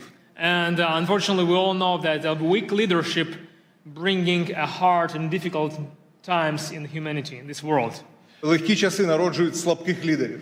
And easy time brings to a weak leadership. Слабке лідерство приводить до важких часів. And a weak leadership brings a hard days and hard years to our важкі часи world. Yeah. Народжують сильне лідерство. But difficult times bringing to a strong leadership. Але, на жаль, добрі часи знов приводять до слабкого лідерства. And unfortunately, good days and good years bring us to weak leadership again. Ми дуже дякуємо пастору Марку. So we're very much grateful to Pastor Mark. Що він піднімає прапор сильного лідерства, духовного лідерства. That he is the one who raising up on a high level the flag of spiritual diplomacy and spiritual leadership. В Україні, thank you very much. І сьогодні нам потрібне духовне лідерство для того, щоб відверто сказати, що реально відбувається в моїй країні. And today we all need that spiritual leadership to be able to say openly what's going on in my country of Ukraine. Сьогодні кілька міст, які налічують мільйони людей. These days several cities знаходяться під атаками, бомбардуванням російської армії. Cities are being under constant attacks of Russian army. І люди знаходяться без тепла і без електрики. And during these freezing winter days, people are living without electricity, without heating, without water in their houses for weeks. Сьогодні температура в Україні біля нуля по Фаренгейту. And today the temperature in Ukraine is about 0 with Fahrenheit, or minus 15, minus 20 with Celsius. Але Україна стоїть. But you know, despite all these challenges, Ukraine stays strong. Україна історично завжди була християнською країною останні більше ніж 1000 років. Historically, our country has been a Christian nation for over 1,000 years. Тисячі місіонерів Україна відправила в Росію, в інші країни. And for those of you who never heard about that, Ukraine has sent thousands of missionaries all over the world. І це свідчить про те, що саме ця війна – це духовна війна. And this is one of the reasons of this spiritual war in our country. Сьогодні іранські дрони бомблять Україну і Ізраїль. Today, Iranian drones are bombing Ukraine and Israel. Сьогодні північна корейська зброя бомбить християнську країну Україну. And today, Northern Korean soldiers and weapons also bombing Ukraine. І Україна знаходиться зараз в християнській цивілізації. And these days, Ukraine is a country in a Christian civilization. А все, що на схід, це диктаторська цивілізація. And down to east, there is a lot of dictatorship civilizations. Де немає свободи для проповіді Євангелія. Where there is lack of freedom for the preaching of the gospel. Де Росія знов ставить комуністичні пам'ятники. Where in Russia they putting back those communistic monuments. Росія розбомбила 700 церков в Україні. Within this almost 4 years of this war in Ukraine, Russia has targeted and destroyed over 700 temples and church buildings І in деколи Ukraine. цілилась саме в церкву, бо поруч нічого більше не було. And we have a lot of cases when, for sure, we can say that they, for reason, they wanted to target church building because around the church there is nothing. It's just a church building. Next slide, please. В окупованому Мелітополі, окупованому Росією та Мелітополі, вони забрали церковне приміщення. And there is a city of Melitopol in Ukraine with a very nice church building. And І зробили з нього військовий музей російської Russian армії. forces, they occupied and they took over that church building and they made kind of like their military storage there. Росіяни вбили біля 70 пасторів і священиків. And it's over 70 pastors and priests who were killed within these 4 years of this war by Russian soldiers. Половина з них – це протестантські євангельські віруючі. And half of those priests were evangelical Christians. Next slide, please. Evangelical pastors and priests. Це один з пасторів, Юрій, я його особисто знаю. This is the picture of Pastor Yuri. I knew him personally. Він прийшов на ранок для того, щоб провести ранкове молитовне служіння. He came to his church building in the morning to lead morning prayer service. Як тільки служіння закінчилось, And right after the service finished, люди розійшлися. And people left the building. І прилетіла російська авіаційна бомба і розбомбила і вбила його. Right after that prayer service, Russian aviabomb was dropped straight to that church building, destroyed the building and killed the pastor. Тому я дуже прошу, щоб ми, духовна дипломатія, повинна називати чорне чорним, а біле білим. And that's why, today here we are talking with you about spiritual diplomacy, and we have to be the people who will call white things white and black things Це black. справжня духовна битва. There in Ukraine we are on the real spiritual warfare. Наступний слайд. Why do I say this? В Україні повна свобода для проповіді Євангелія. Because you have to know that in Ukraine we have full-scale freedom to Пастор preach the Марк gospel. декілька місяців тому молився з президентом Зеленським і з урядовцями в нашій країні. Prayed together with our president and with a lot of parliamentaries, members of parliament during our national prayer breakfast in Kyiv, in the capital city of our country. We have full-scale freedom to preach the gospel. Російська пропаганда намагається сказати, що в Україні немає свободи. And these days we heard a lot that Russian propaganda tries to say and to deceive people that we don't have freedom for the gospel in Ukraine. Декілька років тому ми зібрали 500 000 людей на центральній вулиці. A few years ago we had a gathering which 500,000 people attended Для того, щоб славити Бога і at the прославляти very Царя Царів. central square in the Kyiv, in the capital of our country. And those people were gathered to praise God and to worship Him. В Україні сьогодні самий більший в Європі молитовний сніданок. And these days we have, every year we have the largest prayer breakfast in Europe.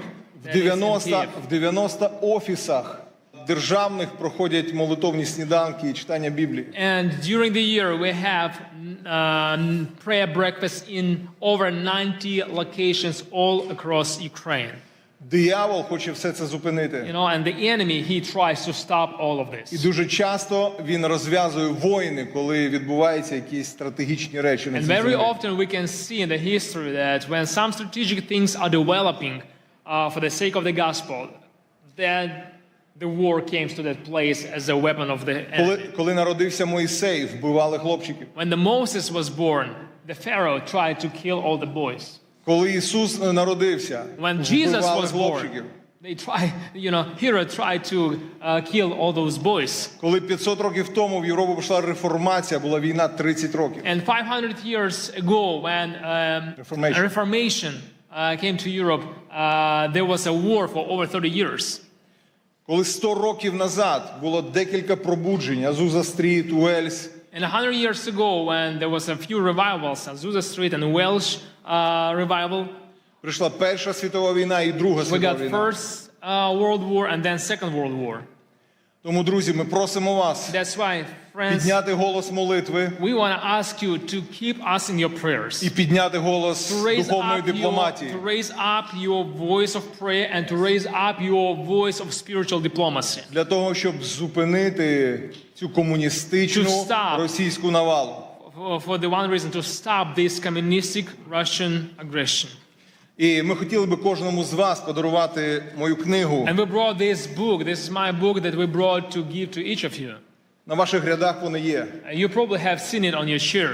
Ця книга про саме духовні причини війни. This is a gift for you from Ukraine, and this is a book about spiritual reasons for the war in Ukraine. І купа свідоцтв, що сьогодні Бог надзвичайно робить в Україні. And there inside you will see a bunch of testimonies what God has done through these 4 years of the war in Ukraine. What kind of miracles we have seen. Ці невеличкі брошури, 3 трагічних історії. And also it has a small brochure with the 3 stories of 3 families. У 3 чоловіків. 3 men. Від російських бомбардувань. 3 men who lost their families because of Russian bombings. І майже всі Some of діти. them lost their wives, some of them lost their wives and kids.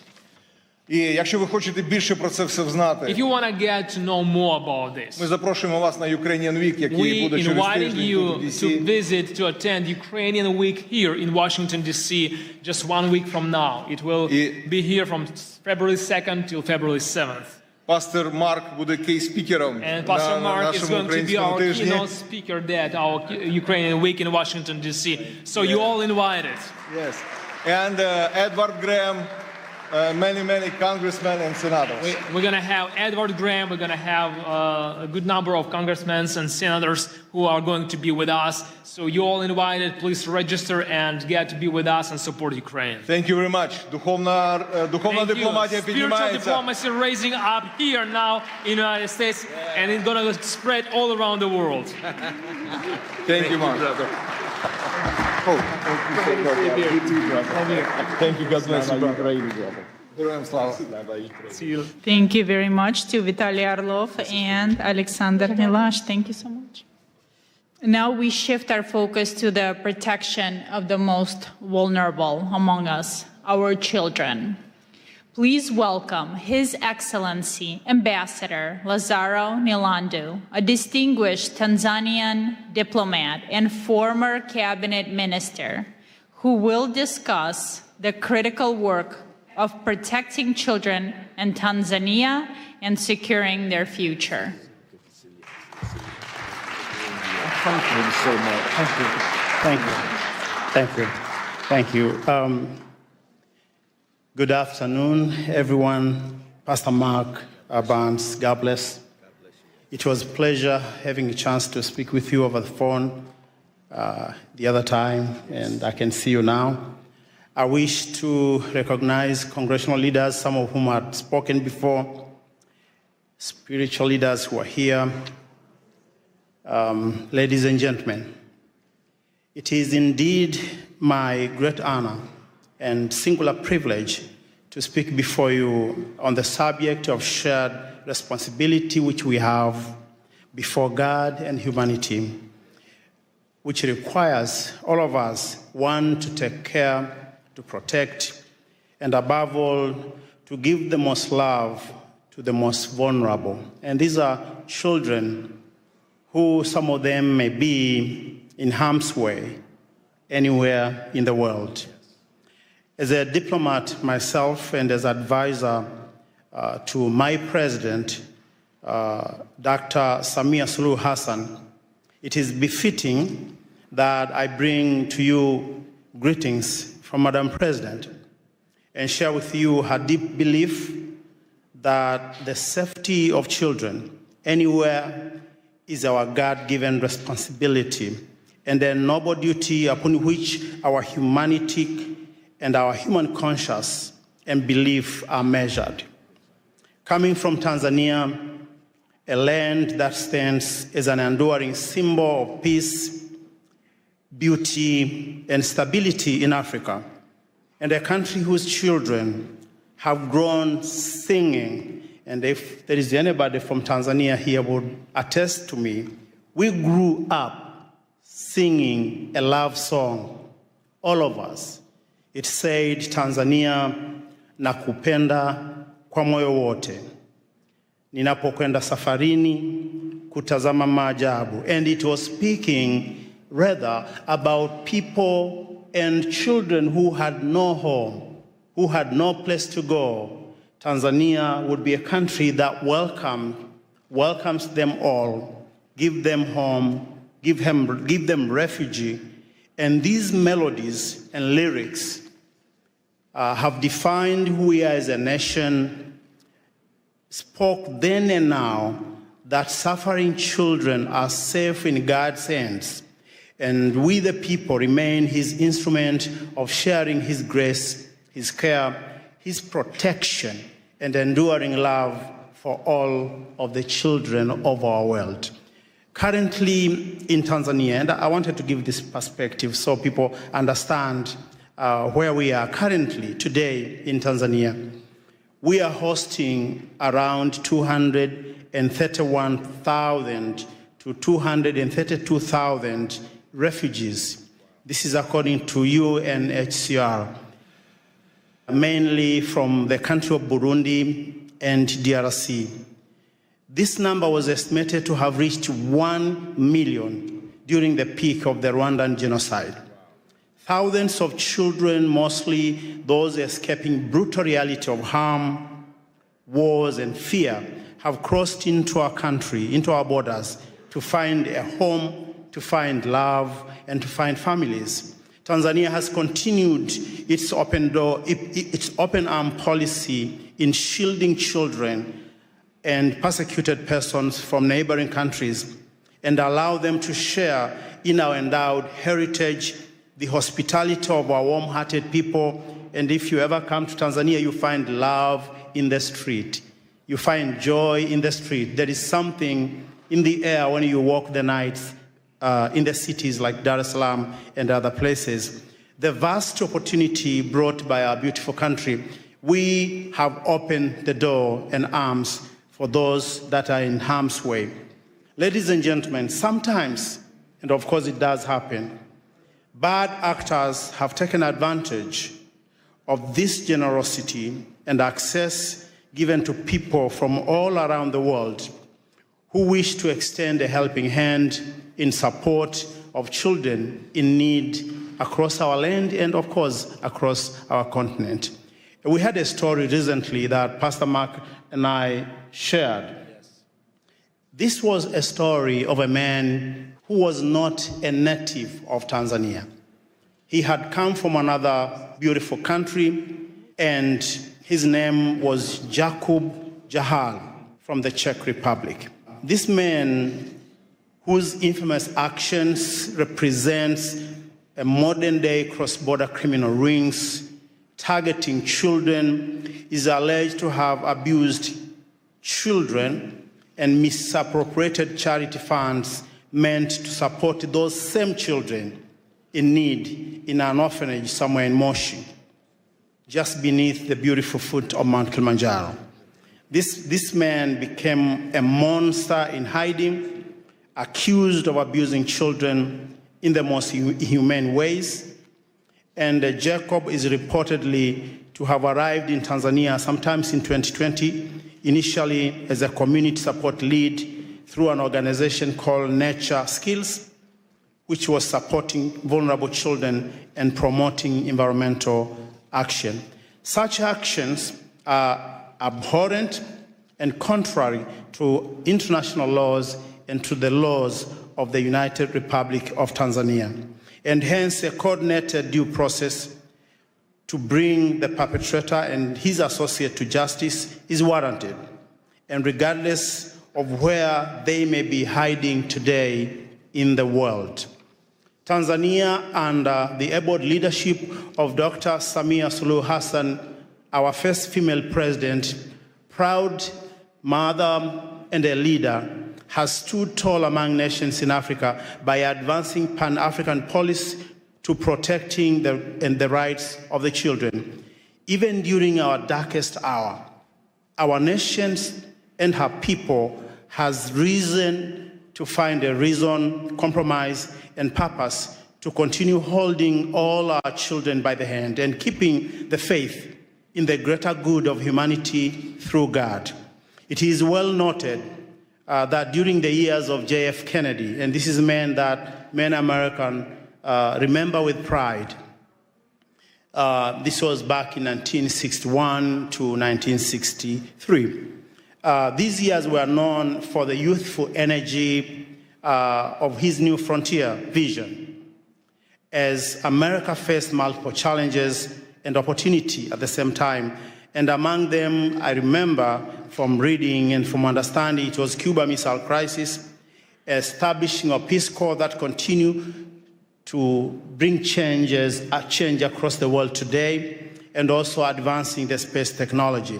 During these coveted times, a young leader from Tanzania, Julius Nyerere, had risen to power in our country, having delivered independence of Tanganyika from the rule of England without bloodshed. And this is important.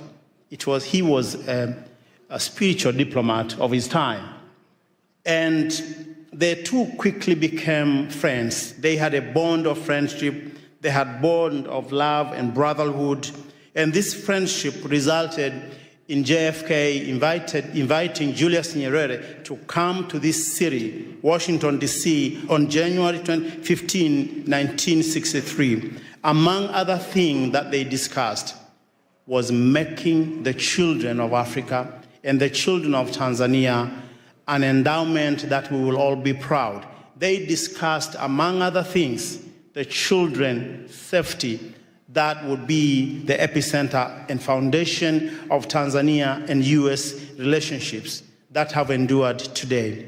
The welfare of Tanzanian school children, as I said, was among things they discussed then in 1963. Ladies and gentlemen, at such times as these, interfaith dialogue must continue to build trust. Where politics alone cannot, humanity is brought together in shared values and perspectives. The unity among faith communities is essential in addressing today's global challenges, the safety of children included. It is our sacred duty and shared responsibility to go beyond the call of duty, anything that we are, that we believe, that we want to do, to making sure the freedom of religion, the beliefs, and the faith is protected for all, because this is foundation upon which we can have societies that are strong. Ladies and gentlemen, whatever that happened now and today, I wish to say that one of the famous things that Nelson Mandela once said was that Africa, as he was looking at the continent, having come out of jail, he said, Africa, the Lord gave you struggles, and struggles made you strong. We are all made strong because of some of the things we go through. And I believe as we continue to stand united, as we continue to work together, the voices of far places like Africa what we do, what we are achieving should be part of the contribution, positive contribution to this debate in the world, to making our world a better place. And I want to finish by giving you this. Someone somewhere in Africa continue to believe we do have that African dream to be a better people, to be loving, to open our hands to the rest of the world. We are over 54 different countries speaking hundreds upon hundreds of languages, but yet when you visit the continent, even places where you may not have heard, there is love in the air. If you come to Tanzania, if you come to places like Arusha, Mount Kilimanjaro, and you go to just ordinary folks in the villages, you find love in the air. We would like to have this love continue to unite our world as we continue to be free people, working for the whole world and uniting all our perspectives for the greater good. Thank you, and thank you for listening. Thank you.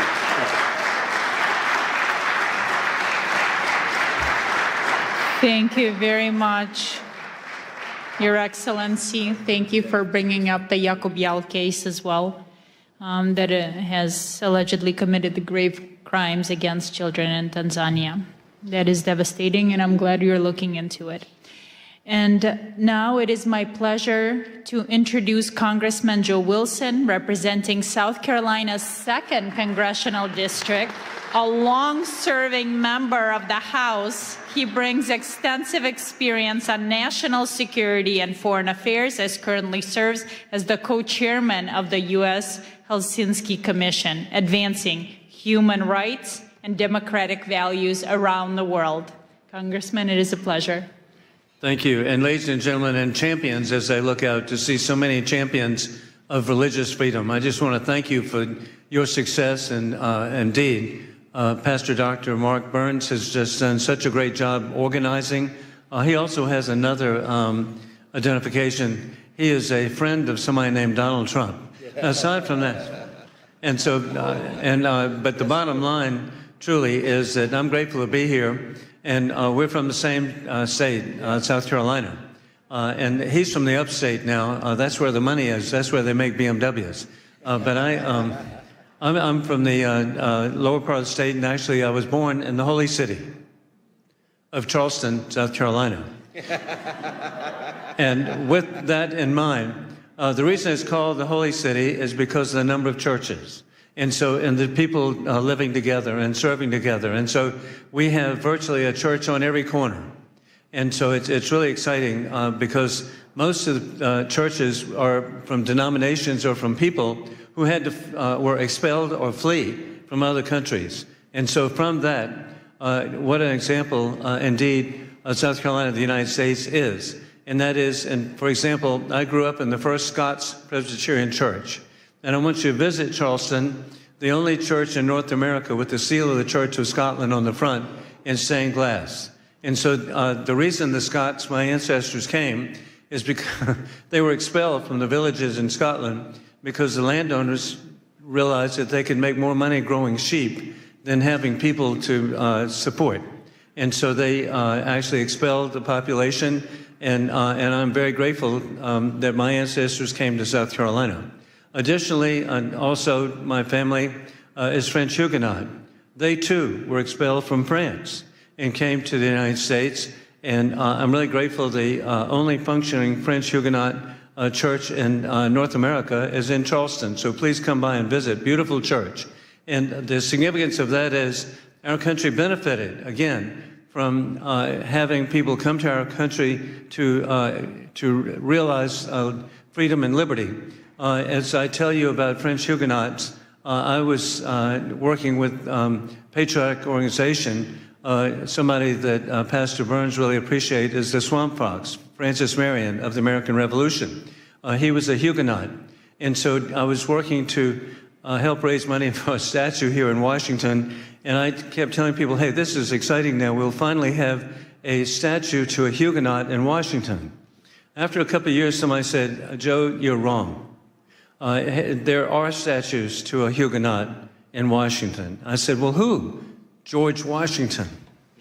So hey, who would ever imagine putting all this together, that our country indeed has benefited from religious freedom? And then flash forward, I'm really grateful that in Charleston, South Carolina, at the time of the American Revolution, the largest Jewish population in the New World was in Charleston, South Carolina.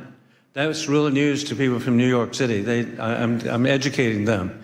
And also the first provincial constitution to recognize Judaism as a religion was the provincial constitution of South Carolina. The first Jewish American elected official was in the provincial assembly of South Carolina. And the first Jewish American killed in the revolution was in Charleston, South Carolina. So that's the environment I grew up in. And then flash forward, I've really had such a great opportunity to work with so many different communities, and in particular, I've been working with the Hindu community. And as a real estate attorney, I worked with Indian Americans buying hotels and motels in the United States, and particularly in South Carolina. And flash forward, they now have a majority of the hotels are owned by Indian Americans.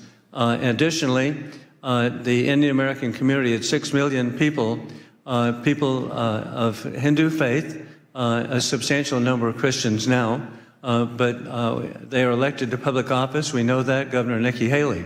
We're really grateful for the success, and then you can see their success. Who would ever imagine FBI Director Kash Patel? And hey, who would imagine the Second Lady of America, Usha Vance? And so the Indian American community has just been so successful. And in particular, I was grateful to be with President Trump in Houston to welcome Prime Minister Modi. And at that welcome program, it was clear, Pastor, that we were with the largest assemblage of millionaires in the history of the world. 40,000 people were there. The per capita income of the Hindu Indian American community is twice that of the average American. And so, again, I cite that as an indication where religious freedom has such importance and can lead to so much. And so I want to thank all of you for what you're doing. I'm proud to wear the pin. And hey, looking at all these positive faces, you're an inspiration. God bless you. Thank you. Thank you, President. Appreciate you, brother. Thank you. Thank you so much.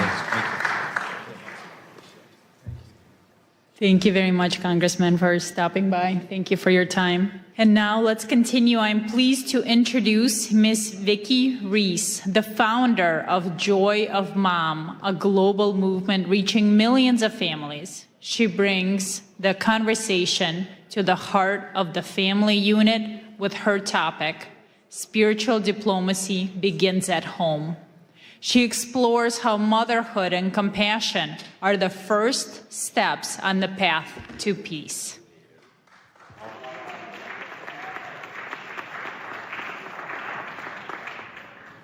Hi, everyone. First of all, thank you, Pastor Mark, and everyone else who's gathered here today. It's incredible to be standing in this room with leaders from so many faiths, cultures, and communities. You are entrusted with the care and soul and protection of our conscience. We are here together as human beings, bound by shared responsibility to protect life, dignity, and the future. And for me, that responsibility begins with motherhood. I'm gonna try not to cry. I won't go down my personal thing. Thanks.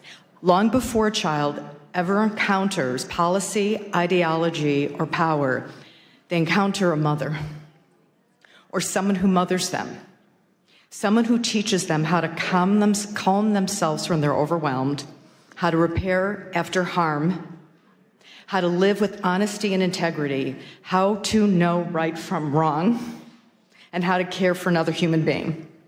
Mothers are the first spiritual diplomats.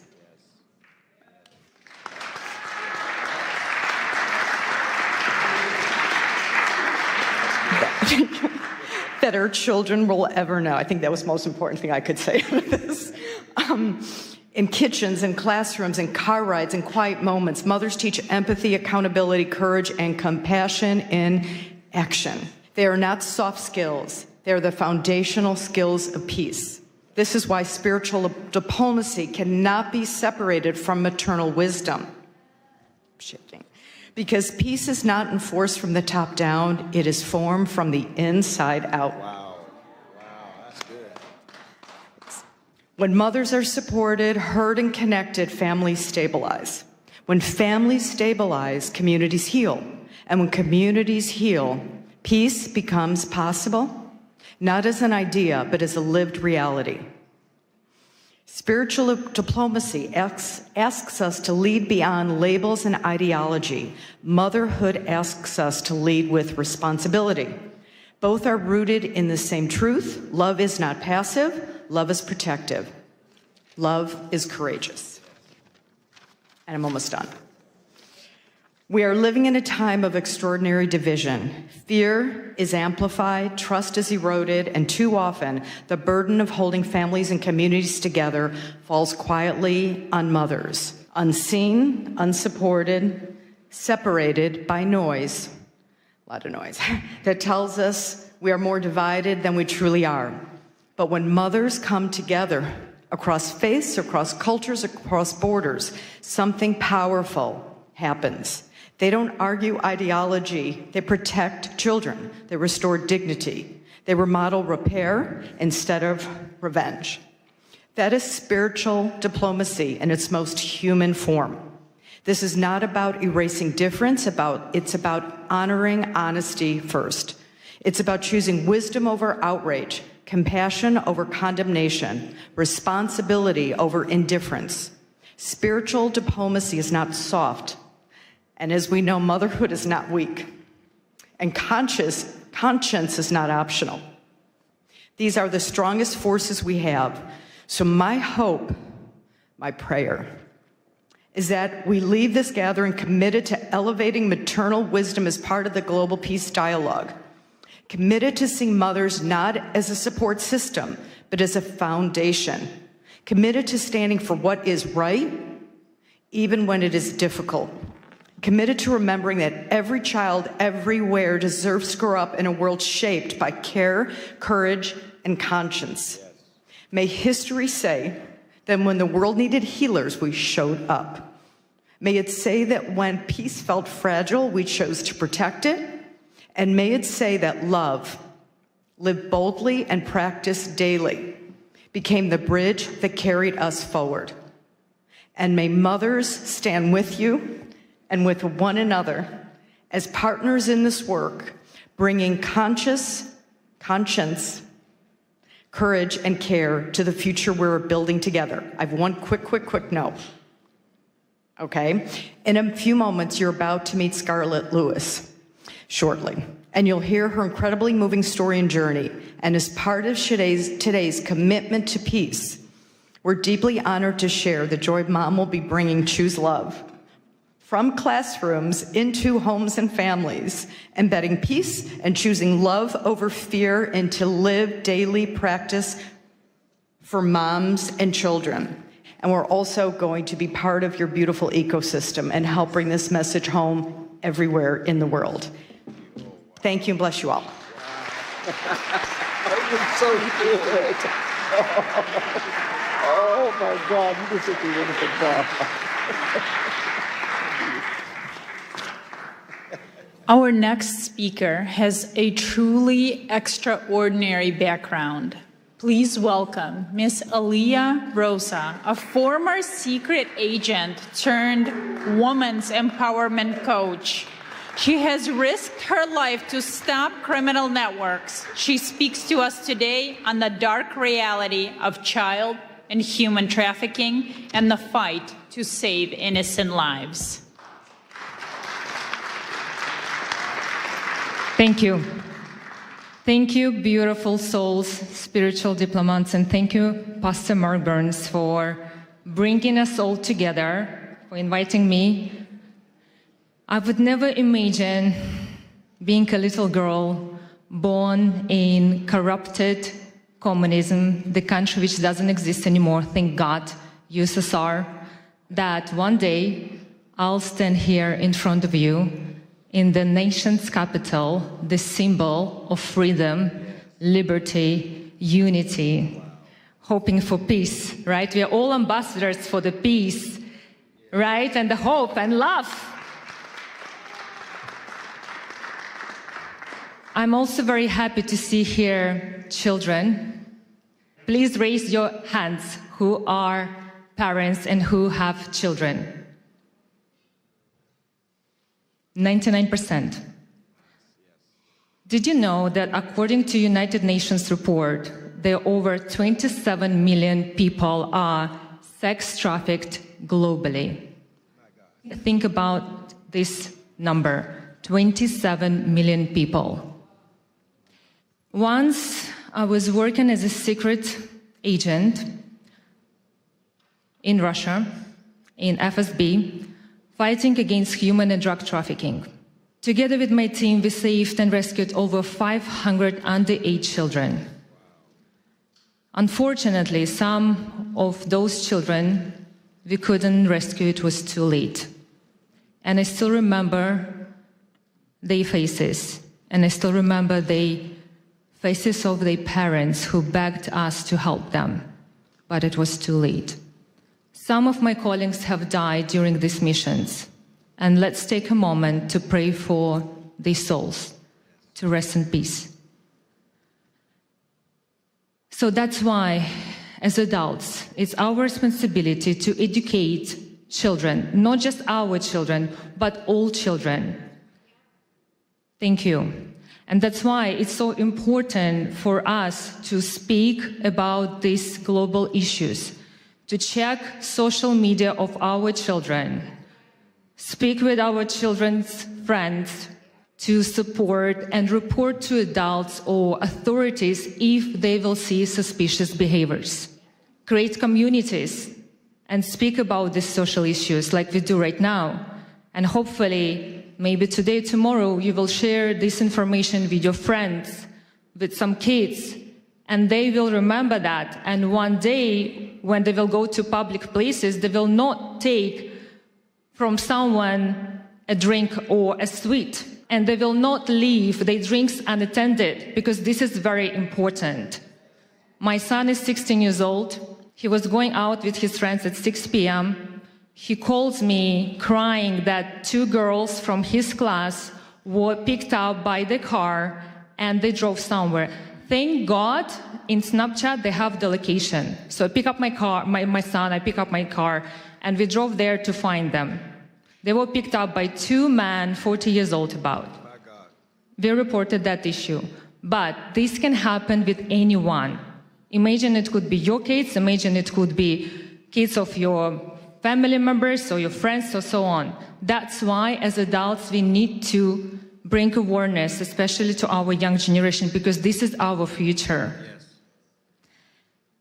Thank you so much for understanding that it's so important to be together, to unite, to fight this problem, because the most important is to prevent a problem before it will even start. And this is our responsibility as adults, to teach, educate our children, because they copy what we do. And a little favor. It's the beginning of the year. I decided to set up a charity to bring awareness about this global issue. And if anyone here would like to help me and join me in this journey, I'm here for you. I would really appreciate about your help, and thank you so much for having me. Thank you for this amazing event, and God bless you all. Thank you. Thank you so much.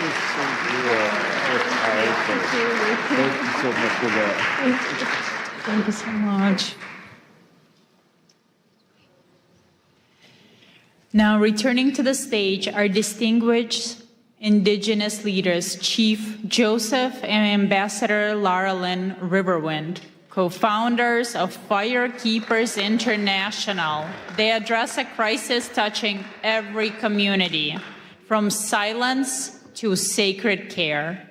They will share how faith leaders must respond to the youth mental health crisis. I knew you were going to make us follow either Dr. Burns, or the secret agent? Thank you for Pastor Burns for bringing a microphone to the indigenous voice. It's an honor and blessing. Thank you. She sits on her bed behind a locked door in a dark room. Mascara-stained tears streak her cheeks as she watches blood drip from her arm. This self-inflicted wound, vying for space among many others. Next time it will be deeper. She says. Next time, I'll go all the way. And just like that, ideation becomes a painful plan. Statistically, before this gathering ends, a depressed and hopeless Native American will take his or her life. But God. Taigwe, Oma Bahari, Dakakasike Guasabara Mahura, Takatais Boriken Ota Danaboria Yaya Ota Kasike Bosibakan. Good day with respect and honor to all the dignitaries that are here. I am Chief Joseph Riverwind, War Chief of the Arawak Taino tribe of Puerto Rico, the tribe of first contact. I'm also a servant of Yahweh, the supreme spirit of all spirits and a disciple of the great chief cornerstone, aka Rabbi Yeshua. Shio, ganik di layelene ekwani unole dakudoa, tijalagi kenuseda, dohi gesesti. Hello, I am Dr. Larlin Riverwind, the ambassador of the Georgia tribe of Eastern Cherokee. I serve Creator Yahweh, and I walk the white path of Yeshua, Jesus, whom my people have an ancient story about. For generations, Native people have lived with intergenerational trauma. Depression, identity crisis, and suicidal ideation are often lifetime struggles rather than temporary obstacles. As a result, American Indians and Alaskan Natives face suicide rates 91% higher than the general population and lead in depression, anxiety, PTSD, and substance use disorders. We can name the contributors of forced assimilation, racism, socioeconomic disparity, cultural incongruence, generational trauma. These matter. And in our tradition, we make our decisions based on 7 generations ahead. And these issues are not exclusive to the indigenous population of America. I have seen them abroad in the indigenous population of the Republic of the Marshall Islands, where I lived during my youth. But personal reasons often boil down to relationship problems, violence, and lack of access to care. Yet each of us must make and take the responsibility for our own mental health. Healing is not accidental. It takes time, faith, hard inner work, wise counsel, humor, and miracles. Humor is a core Native tradition, so we'd be remiss if we didn't ask you, how many psychiatrists does it take to change a light bulb?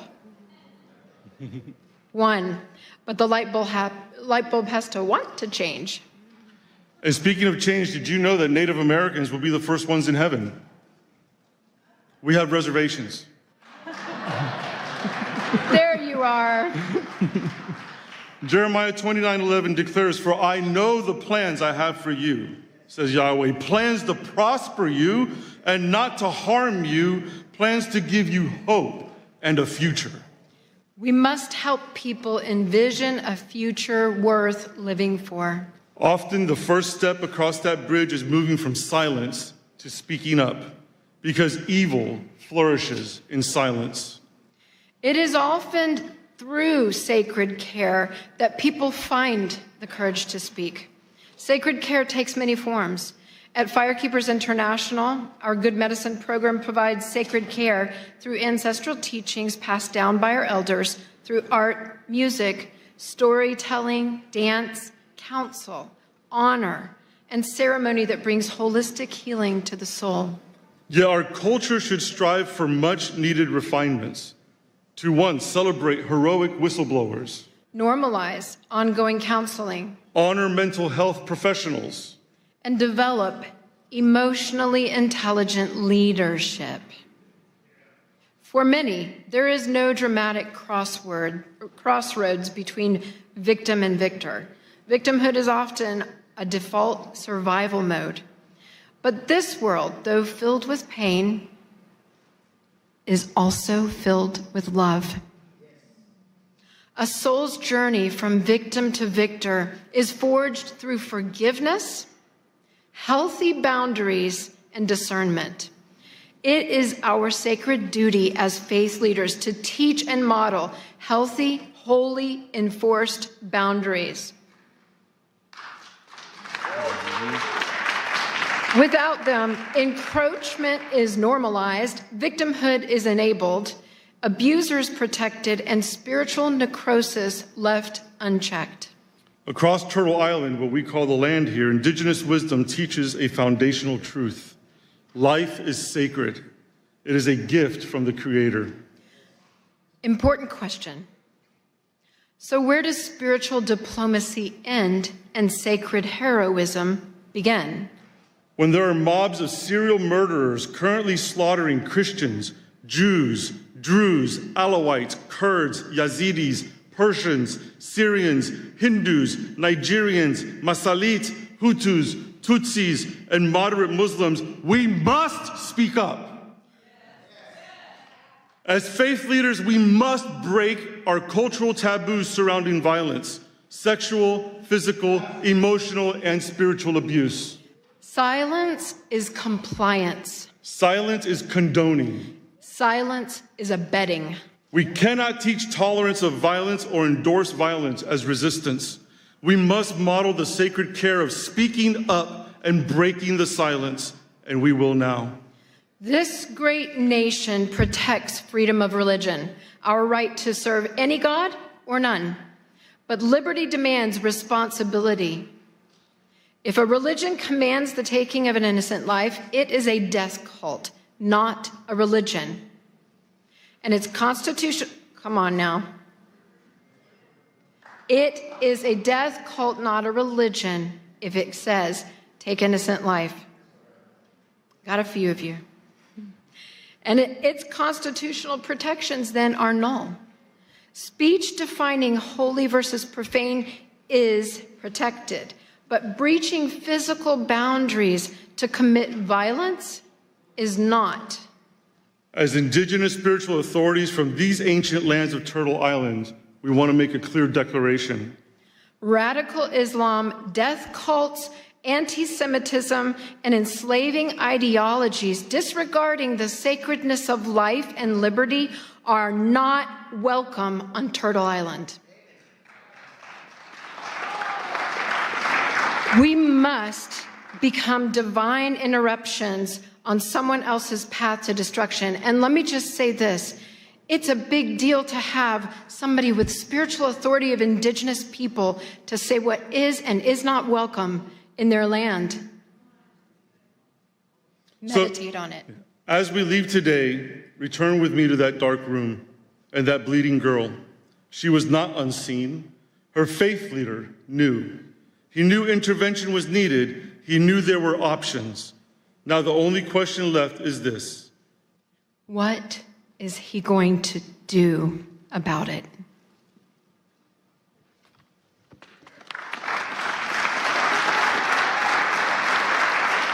Thank you very much.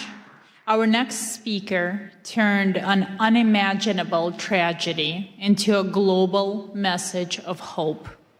Please welcome Miss Scarlett Lewis, mother of Jesse Lewis, who was lost in the Sandy Hook school shooting tragedy, and founder of the Choose Love Momentum. She speaks on school safety and child protection, advocating for a path of love over fear.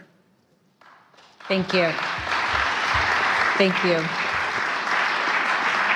I want to thank everyone for showing up today as boots on the ground soldiers, capital S-O-U-L, soldiers of love, spreading this message because that's exactly what we're doing. Hope and peace live and grow in this room. I can feel it. Thank you. I want to begin with a simple truth. When we talk about peace, diplomacy, or global stability, we're not talking about ideas. We're talking about lives. We're talking about our children. We're talking about what happens when love breaks down and compassion is absent. I know this not as a theory, but as a lived reality.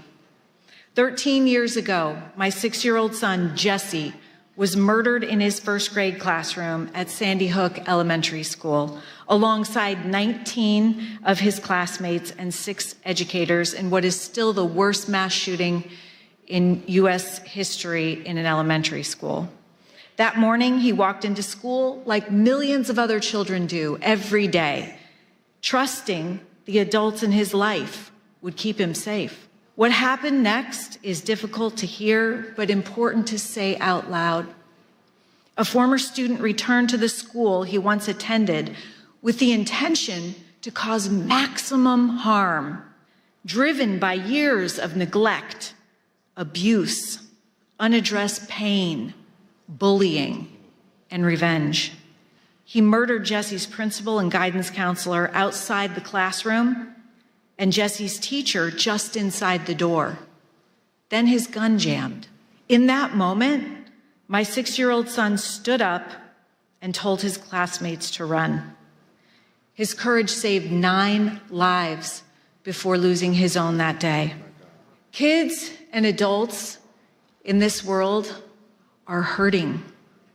They're in such pain because they don't have understanding, love, role models, spiritual diplomats, essential life skills, and they know no other way to get relief but to seek revenge and to off-put their pain on as many people as possible. In fact, we know that through the latest science, revenge is the cause of all bullying, all violence, and all wars. We also know what the solution to revenge is in the brain. What stops the pain and the hurt is forgiveness. And we know we can teach forgiveness as a skill. In fact, we're doing that. The fact is that 100% of school shootings are preventable, as is the vast amount of suffering that our children are experiencing today. God is love. And when we bring love into our schools, we address the root cause of the pain and suffering that lead to what the Department of Homeland Security says the pathway to violence is: attack end. This is where we have been focusing our attention. After the fact, too late, focusing on the problem, always a step behind, learning from mistakes. We need to adjust our focus to the grievance end, to before the grievance, and give kids the skills and tools they need to be refined by the pain rather than be defined by it. After the tragedy, I was faced with a choice, one every human being faces, whether on a global stage or in a private moment of pain. I could live from fear, anger, and blame, or I could choose love. I chose love, but I'll tell you what, it wasn't my idea. When I came home to this little farmhouse that I shared with my 2 boys as a single mom, I found a message that Jesse had written shortly before he died. He wrote 3 words: nurturing, healing, love. I knew that those words didn't come from Jesse. They were a divine message that came through him, and that was the solution.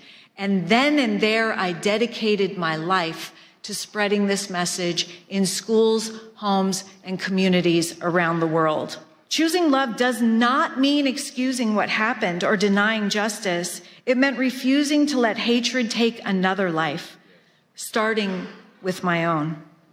Forgiveness was my response, not because it was easy, but because it was necessary. I realized that if anger consumed me, violence would continue to win. And we cannot afford that, not in our homes, not in our communities, and not in our world. We know that hurt people hurt people. Yeah. If we could hear that cry for love sooner and respond, much of the suffering that leads to violence, addiction, mental illness, even war could be prevented. It's called proactive prevention, preventing the suffering that leads to violence and despair, and it's possible. What happened at Sandy Hook did not begin with a gun. It began with pain that left unaddressed, with disconnection, with humanity forgotten. And violence is always the final symptom of something deeper. Across cultures, faiths, and nations, our children are showing up with the same signals: bullying, mental illness, despair, addiction, suicide, violence. These are not separate crises. They're signs that love is breaking down and compassion is absent. Everything can be seen as either an act of love or a cry for love. It's our moral duty to answer that cry. And here's the uncomfortable truth. We cannot legislate our way out of this. We cannot blame or argue our way out. We cannot outsource or off-put our own responsibility. Peace begins with us. We can't wait for someone else to fix it because there is no one else. And it turns out love is a skill that can be taught and practiced, and this makes it available for everyone. I created the Choose Love movement to teach how to choose love as a thoughtful response in every situation, circumstance, or interaction, especially the hard ones. At its core is a simple understanding. Every day we choose love or fear, and the outcomes of these decisions look dramatically different. We were created in love, but our brains are wired to defend us and thus attuned to fear. Having these essential life skills enables us to have the courage to face pain, grow, and be strengthened by it, and not pass it on. And as Vicki from Joy of Mom mentioned, our work doesn't stop there. We're honored to bring Choose Love from classrooms into homes and families with Joy of Mom, because the home is where peace is practiced and the next generation is shaped. We can't always choose what happens to us, what someone else says or does, but we can always choose our response. When we choose love, even in the face of hatred, we reclaim our true, authentic power as humans, our self-control and our humanity, because the opposite of love is not hate, it's fear. When we understand this, we can look upon hate as suffering and with compassion. This is the work of spiritual diplomacy. It's choosing to see people not as enemies, but as human beings. It's responding to fear with courage, the same courage Jesse showed that lives inside every single one of us. It's replacing judgment with compassion and hearing the cries for loving action all around us. It's understanding that every thoughtful response rooted in love creates safety, locally and globally. Our children are learning how to respond to conflict by watching how we do it. They need leaders, spiritual diplomats, who understand that peace is not passive. It is active, it is courageous, and it is a choice. Spiritual diplomats must exist because the world is aching for moral clarity. When humanity disconnects, our children suffer. And every act of love, no matter how small, restores hope and reduces fear. The courage to spread nurturing, healing love is why we're here today. This is why spiritual diplomacy matters, to teach our children to be spiritual diplomats. And this is why the work you're doing and we're doing together is so urgently needed today. Thank you for choosing love. This is Jesse's favorite tale. Thank you so much. my God, that was so beautiful. Yeah, we see it. You're so great. Seriously. Thank you for giving us courage. And now we are honored to receive a special address from His Excellency Caleb Mutfeng, the Executive Governor of Plateau State, Nigeria. Through his video address, he speaks to us today on promoting peace and liberty amidst global challenges, sharing a governance vision anchored in justice, mercy, and the sanctity of human life. Distinguished faith leaders, policymakers, members of the United States Congress, diplomats, and esteemed guests from all around the world, I bring you warm greetings on behalf of the good people and government of Plateau State, Nigeria. I'm deeply honored by the gracious invitation extended to me to participate in this important International Interfaith Conference with the theme, United in Liberty, the Rise of Spiritual Diplomats. It is with all sense of responsibility that I regret my inability to be physically present at this time due to exigencies and demands of the office. However, I am ably represented by my advisor on development partnerships and strategic linkages, as well as diaspora engagements, Mr. Manji Wilson, who would deliver a presentation on my behalf. I want to specially commend Pastor Dr. Mark Burns and the conference conveners for creating such a global platform that recognizes the vital role of faith, conscience, and moral leadership in diplomacy and peace building. At a time when divisions, that is religious, ethnic, and political, are being exploited across the world, this gathering affirms that liberty of belief and mutual respect remain foundational to human dignity and sustainable peace. For those of you that may not be familiar with Plateau State is Nigeria's 12th largest state, centrally located in the Middle Belt, with an area of about 26,899 square kilometers and a population of roughly 5 million people. Its capital is Jos, and the state is popularly known as the home of peace and tourism. Despite being in the tropical zone, Plateau State enjoys a near-temperate climate due to its high altitude, with average temperatures ranging between 18 degrees centigrade and 22 degrees centigrade.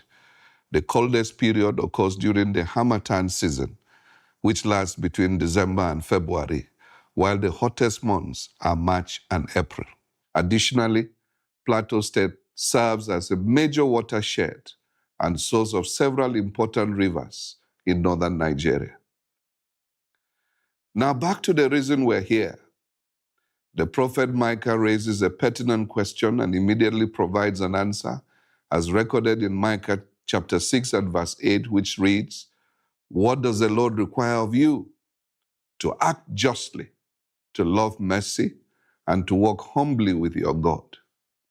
This timeless call speaks not only to people of faith, but to all who hold positions of responsibility. It captures the essence of spiritual diplomacy, justice in policy, mercy in leadership, and humility in power. Plateau State is often described as a microcosm of Nigeria because it is home to diverse ethnicities and faith traditions that have coexisted for generations. Under the administration I am leading since coming on board in May 2023, we have made deliberate efforts to rebuild trust, strengthen interfaith dialogue, and restore the social contract between government and citizens. We're investing in inclusive governance, youth empowerment, agricultural transformation, infrastructure renewal, digital and economic reforms aimed at restoring livelihoods and hope for our people. However, it will be incomplete and indeed dishonest not to acknowledge the grave challenges we continue to face, especially with regards to the persistent attacks by violent extremists and criminal elements that have led to the loss of lives, the displacement of tens of thousands, and the destruction of communities. Christians and moderate Muslims alike have been targeted, and internally displaced persons, including women, children, and the elderly, continue to bear the heaviest burden. These are not merely security issues, they are moral issues that test our collective commitment to freedom of belief and the sanctity of human life. Yet we refuse to surrender to despair. Our response has been anchored on justice, compassion, reconciliation, and development. We believe that peace is not sustained by force alone, but by improved socio-economic opportunities, equity, and dignity. This for us is reflected in the books of Matthew 5, verse 9, "Blessed are the peacemakers," and Romans 12:18, "If it is possible, live at peace with everyone." It is therefore my earnest appeal that this conference catalyzes meaningful partnerships with governments, faith institutions, development agencies, and the diaspora to as well support our modest efforts in humanitarian relief for displaced communities, strengthen peace-building initiatives, investments in education and livelihoods, enhance healthcare provisions, rebuilding and resettlement of affected communities, and amplify global advocacy for religious freedom. Plateau State stands ready to engage as a partner for peace, development, and interfaith cooperation. It is my earnest belief that together as spiritual diplomats, united in liberty, we can transform shared values into shared action and prosperity for our people. As I conclude, let me mention that Plateau State is open for engagements as well as explore areas of cooperation and interests. As a government, we are dedicated to creating an enabling environment for all our partners.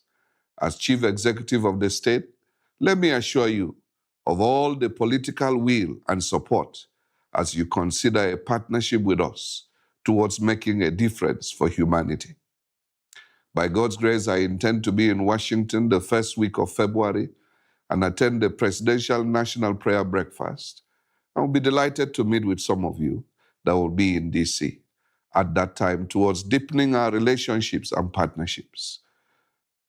My advisor, Manji Wilson, who is on ground, will coordinate on this and make meeting arrangements.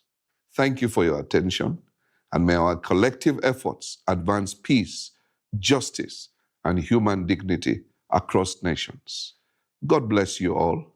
God bless Plateau State. God bless Nigeria. God bless the United States of America. Thank you.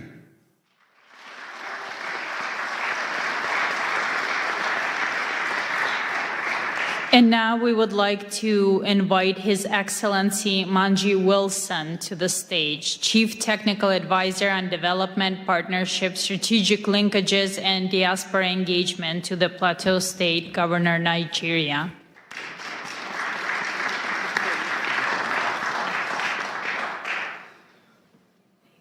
Good evening, everyone. I know it's been a long day, and we are all loaded with all the information we've received from various speakers, so I wouldn't take much of your time, considering also that His Excellency has also delivered a speech. Distinguished members of the U.S. Congress and House Committee on Foreign Affairs, faith leaders, spiritual diplomats, Pastor Mark, thank you very much for having us today. For us in Plateau State, I know that so many of you have heard about Nigeria and the designation of the country as a country of particular concern. And I would say that one of the major reasons that Nigeria has been on the map is because of Plateau State. For some of you that may not be very familiar, between the year 2001 to date, I think conservatively estimated figures has indicated that over 12,000 people have lost their lives due to the activities of violent extremists, as have been highlighted by His Excellency. One of the most difficult moments for us when we came to office in 2023 was in December, And I remember quite well on the 23rd of December, when we were preparing for Christmas, people were making all the necessary arrangements. On the 24th, we got calls, and a particular village was attacked in 2 local governments, and over 200 people lost their lives within that one attack. This is not just an isolated incident. We've had so many incidences that have been recorded. And for so many of you, you must have also heard of Reverend Ezekiel Dachomo, who raised his voice on the genocide that has been persistent over the years. You know, as I speak, I read just a short while ago of about 6 people that Reverend Ezekiel had to bury today that were killed just yesterday. 5, 6 days ago, a family of about 4 were attacked. The father was killed, the mother was killed, the son was killed, and the only surviving person of that family is a 4-month-old baby. She was actually butchered, you know, with a machete, but for some reason, God kept her alive. Earlier today, a friend posted, you know, he visited her in the hospital. She was just discharged today from the hospital. There are so many stories, and I do not really want to weigh us down with a lot of these very difficult situations that we found ourselves in. I recall one of my friends, Stedman Harrison of the Global Outreach Ministry here in the United States, and a significant lesson he taught us during one of our sessions. And he draws from the book of Nehemiah, you know, and for so many of us, we remember when Hananiah came visiting and Nehemiah inquired of what had happened, you know, to the remnant that were left. And he shared the story of how the walls were all broken, the gates were burnt, and that completely weighed Nehemiah. Of course, when he went to serve the king observed, and you dare not come to the king with such a countenance. And the king inquired to know, what is wrong? You are not sick. I believe this is simply from a heart that is sick. Of course, he inquired of the king and asked of him, you know, informed him of the situation and said, if it pleases you, please send me back to go and rebuild my land. The king granted his request, but he also further requested that the king should give him letters that he will take to the governors across the rivers. And he also inquired for support to get the timber, you know, that he would rebuild, and he got every support that he needed.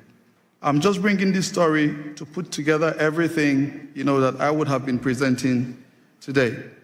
To say for so many of us that are seated here, some of us had to travel. I just arrived last night from Nigeria, came across the river, came across the Mediterranean, just to come here and meet with all of you doing very important work, you know, to alleviate this very difficult situation that humanity has found herself in.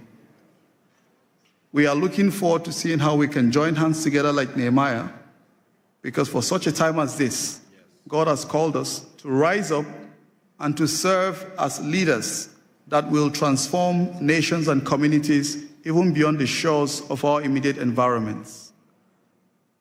The capital of Plateau State is known as Jos. It has a fantastic synonym, and we call it Jesus, our Savior, because Jos is in the central part of Nigeria, blessed with abundant natural resources, and it's known as one of the cities that hosts everyone, you know, irrespective of ethnicity or religion. Very accommodating set of people that have kept Nigeria, you know, up till this moment. Plateau State is a city upon a hill, and her light will continue to shine.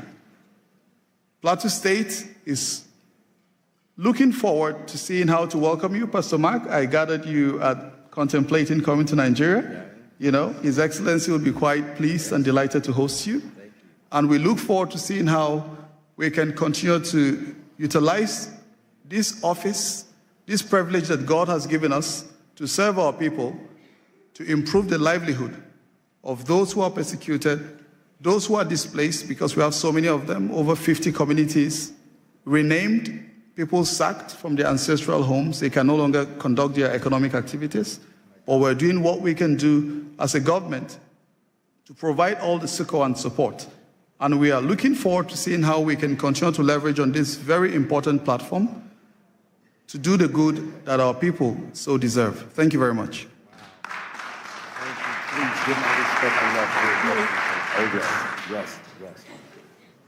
Okay, right now we're going to have a quick presentation by Dewey Honig. He wanted to present something to Pastor Burns. Thank you, Pastor Burns. It's a true honor. I have to head out, so I'm sorry for cutting a bit over here. First of all, a pin for you. Oh, thank you. Thank you so much. Wow. I could put it on. Yes, I'm going to hold it there. Okay, good. Thank you. Oh, wow. This is an award, Advancing Peace Beyond Political Award, Politics Award, presented to Pastor Mark Burns, spiritual advisor to President Donald Trump, founder of Spiritual Diplomats, in recognition of your visionary leadership and selfless dedication to advancing peace through faith, uniting leaders across religions, building bridges where politics cannot, and fostering peace where policies fall short. With admiration and blessing to the Honig, founder and CEO of the Orthodox Jewish Chamber of Commerce, and our chairman, J. Morton Davis, who's 96 years old and very close friend of President Trump for over a half a century. Wow.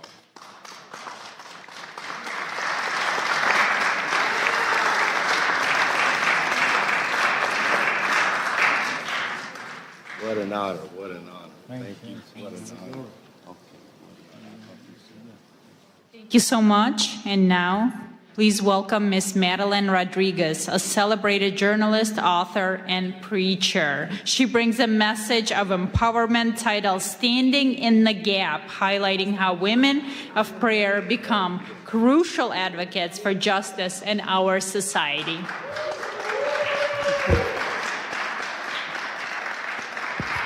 Thank you so much. I want to start off by saying my sincere thanks to Pastor Mark Burns for bringing together faith leaders from around the world for this important conference. Let's give him a hand. Through his leadership, he has created a space where faith and civic responsibility meet in service of justice and human dignity. Thank you for the opportunity to speak in this historic place where laws are debated, policies are shaped, and the future of millions is influenced. Honorable leaders, distinguished guests, and faith representatives, today I will talk about standing in the gap, how women of prayer become advocates for justice, and how prayer moves from the secret place into courageous action. I am the founder of Women with Purpose, a global movement of women who gather daily across nations and time zones through Zoom to pray. These women come from every background, culture, and life experience. Yet they are united by one conviction, that prayer must move us to action and faith must compel us to pursue justice. For our God is a God of both mercy and righteousness. Prayer is so important that it moves heaven, transforms lives, and brings freedom, hope, and healing to the body, soul, spirit, and mind. Prayer is not just words. It is power. It is life flowing from heaven to earth. When we pray, what happens? What was lifeless begins to breathe again. What was broken starts to be restored. What was chained is set free. What was dark is filled with light. And what seemed impossible becomes possible. The word of God says in Psalm 34:4, I prayed to the Lord, and he answered me. He freed me from all of my fears. I also serve as chairwoman of the Faith Advisory Board for the United Nations Association of El Salvador. In this role, alongside the president of the organization, we are committed to cultivating and sustaining a prayer-rooted presence at the UN, at the United Nations. One that invites the global Christian community to engage through intercession and God's word. This work is grounded in the belief that when faith communities approach global engagement prayerfully and with integrity, they help foster peace, uphold human dignity, and strengthen cooperation among nations. Prayer doesn't just change our circumstances, it changes us as well. It makes us more compassionate, loving, and full of grace towards all people. To stand in the gap means to step into the space where others are vulnerable, unheard, or forgotten. It is the choice to intercede, to advocate, and to act when silence would be easier. One of the clearest biblical examples is Queen Esther. Esther was a woman of faith, positioned within power, yet initially hidden. When a decree threatened the extermination of her people, she faced a choice: remain silent and preserve her own safety, or risk her life to speak. However, Esther chose prayer, fasting, and courageous advocacy. She stood in the gap, approached authority with wisdom and humility, and ultimately saved her people from destruction. Esther's story reminds us that access without courage changes nothing, and prayer without action is incomplete. Her faith did not remove her fear. It gave her the strength to act. Throughout history, women of prayer have done the same. Women have prayed in kitchens and in sanctuaries, in upper rooms, in quiet corners, in homes of worship, and hidden places, often unseen and unnamed. Yet their prayers have shaped history, protected God's people, and challenged injustice. Prayer has long been the place where God forms courage in the hearts of women and men. It is through prayer that God forms fearless women. God plants courage in the hearts of women, preparing them to move with faith and strength. Why women? Why am I talking about women today? Because women have often lived closest to the cost of injustice. They have carried families through war, protected children through famine, endured discrimination, violence, and exclusion, yet refused to surrender hope or believe in Jesus Christ.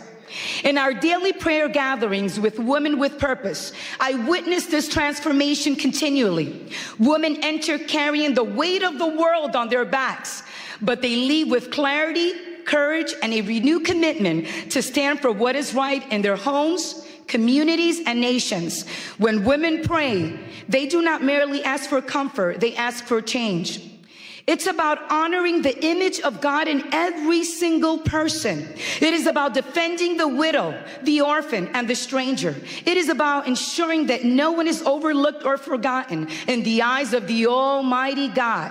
Just as Esther stood to protect her people, so God calls us to stand for those who cannot stand for themselves. Standing in the gap is not passive spirituality. It is saying someone must speak, someone must care, someone must act, and often that someone has been a woman. Today, in a world torn by division and injustice, we need women of prayer more than ever to rise, to stand with conviction, and let God's justice flow into every place, crying out for hope. We need women who will pray and vote, pray and advocate, because justice does not belong to one religion, one party, or one ideology. Justice belongs to humanity. And prayer at its best does not divide us, it unites us. And we stand here on Capitol Hill. Let us remember to protect the sacredness of human life in all its form. Let us pursue justice that is compassionate, courageous, and enduring. May our prayers not end in words, but move our feet, shape our policies, and restore dignity where it has been denied. When women of prayer stand in the gap, justice does not remain an idea. It becomes a lived reality. Thank you and have a blessed day. In Jesus' mighty name. Way to end it. I'm learning from you. I'm learning from you. God bless you. Thank you. It's you. Okay. Well, first of all, listen, can we give all of our wonderful speakers a big hand clap? Was this not good? Was this not amazing? Listen. Yes, yes, yes. Yes, amen. Yes. I'm going to be real quickly. First of all, I want to, I see we passed the lapel pins out. Everybody, please stay standing because we're about to go. You sit back down, you may not want to get back up again. We passed the pins out, and I wanted to give a declaration before you pinned yourself, but that's okay, you pinned yourself. And we'll do it better the next time. But I want everyone you stayed here to the end, so you're telling me that you are truly committed to this movement. And I want to give a declaration, and I want you to repeat after me. Now, I'm going to be very clear. You're not pledging allegiance to a person or an organization, but an ideal of freedom. Are you understanding me? And so I want everybody here to just lift up your right hand, and you're going to make this pledge with me. You're going to repeat after me. Say, I in your name. Today I stand by choice and by conscience to declare my commitment to being a spiritual diplomat. I do not pledge allegiance to a person, a title, a political party, or an institute. I pledge myself to a higher ideal of peace, the sacred responsibility of peace.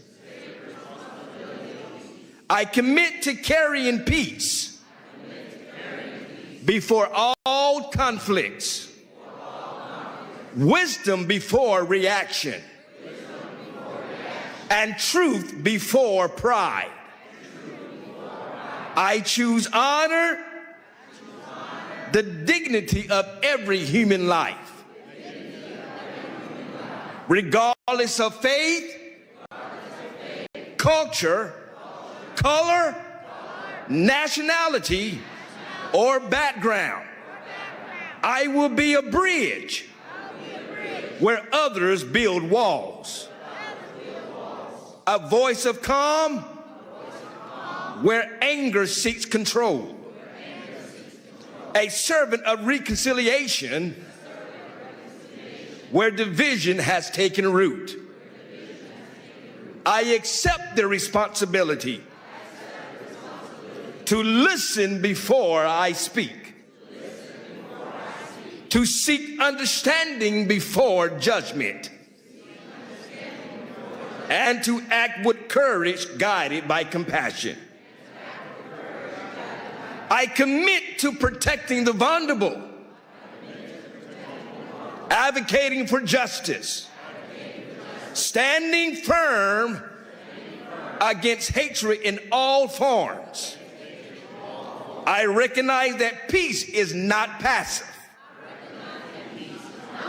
It requires discipline, humility, and strength.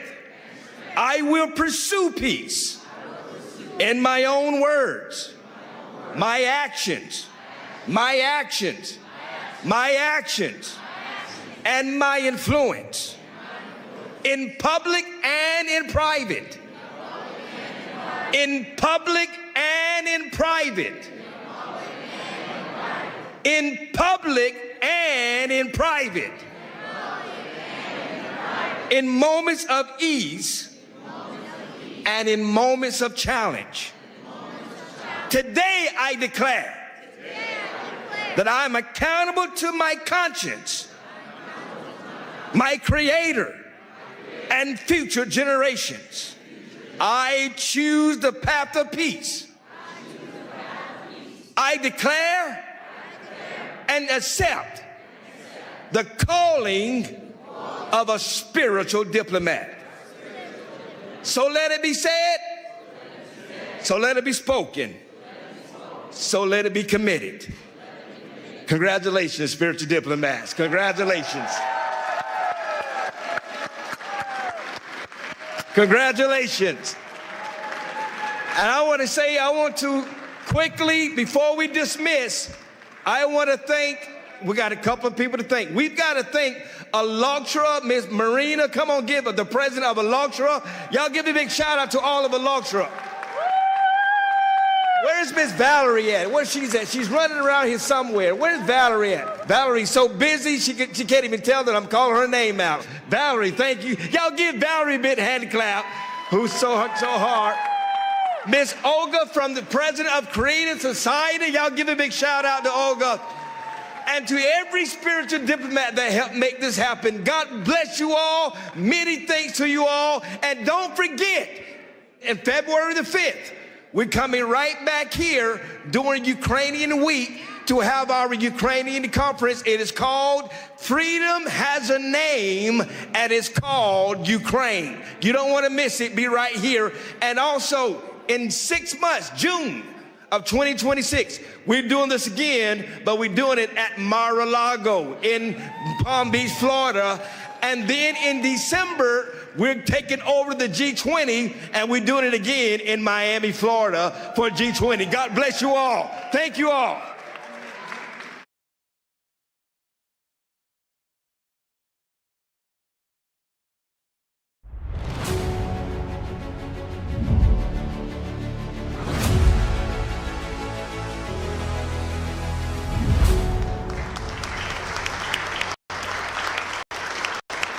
Hello, everyone. Thank you all so much for joining us here at the International Interfaith Conference, United in Liberty, the Rise of Spiritual Diplomats. My name is Olga Schmidt, and I am so honored to welcome to the stage a world-class opera singer, Miss Maria Maksakova, to perform the U.S. National Anthem. Her performance will be followed by the Pledge of Allegiance, led by Chief Joseph Riverwind, the war chief of the Arawak Taino tribe of Puerto Rico and the U.S. Army veteran. And after, Bishop Leon Benjamin will give us the opening blessing. We'll follow it in that order. So please help me welcome Maria Maksakova.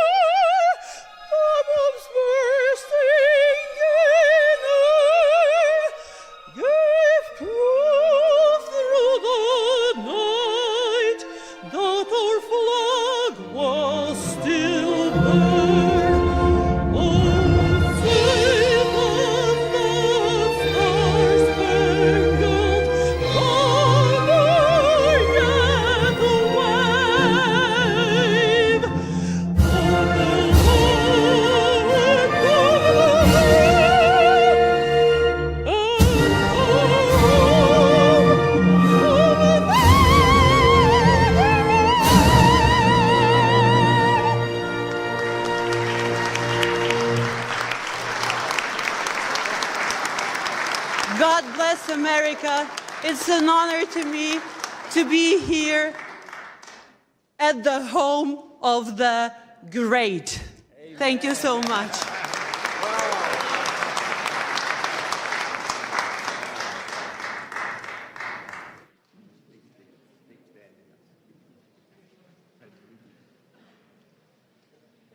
Chief Joseph Riverwind will join us next.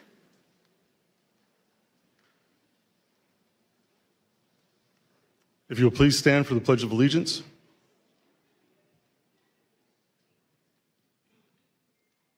I pledge allegiance to the flag of the United States of America and to the republic for which it stands, one nation, under God, indivisible, with liberty and justice for all.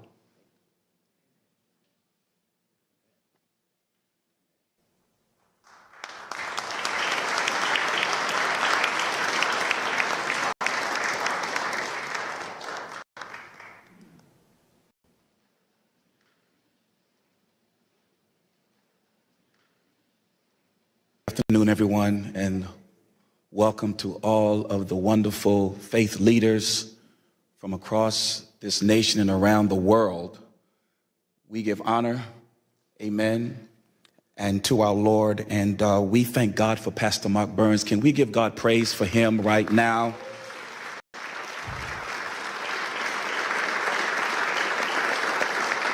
The rise of spiritual diplomats as we pray today. The road of faith is not a road that is sometimes easy to get on. It takes courage, it takes boldness, it takes wanting to lay aside your differences to come together for a common good. What the Lord is saying today is that there are now adults who have turned into children who will walk by faith. Adults sometimes want to have their way, but children say whatever the Father says.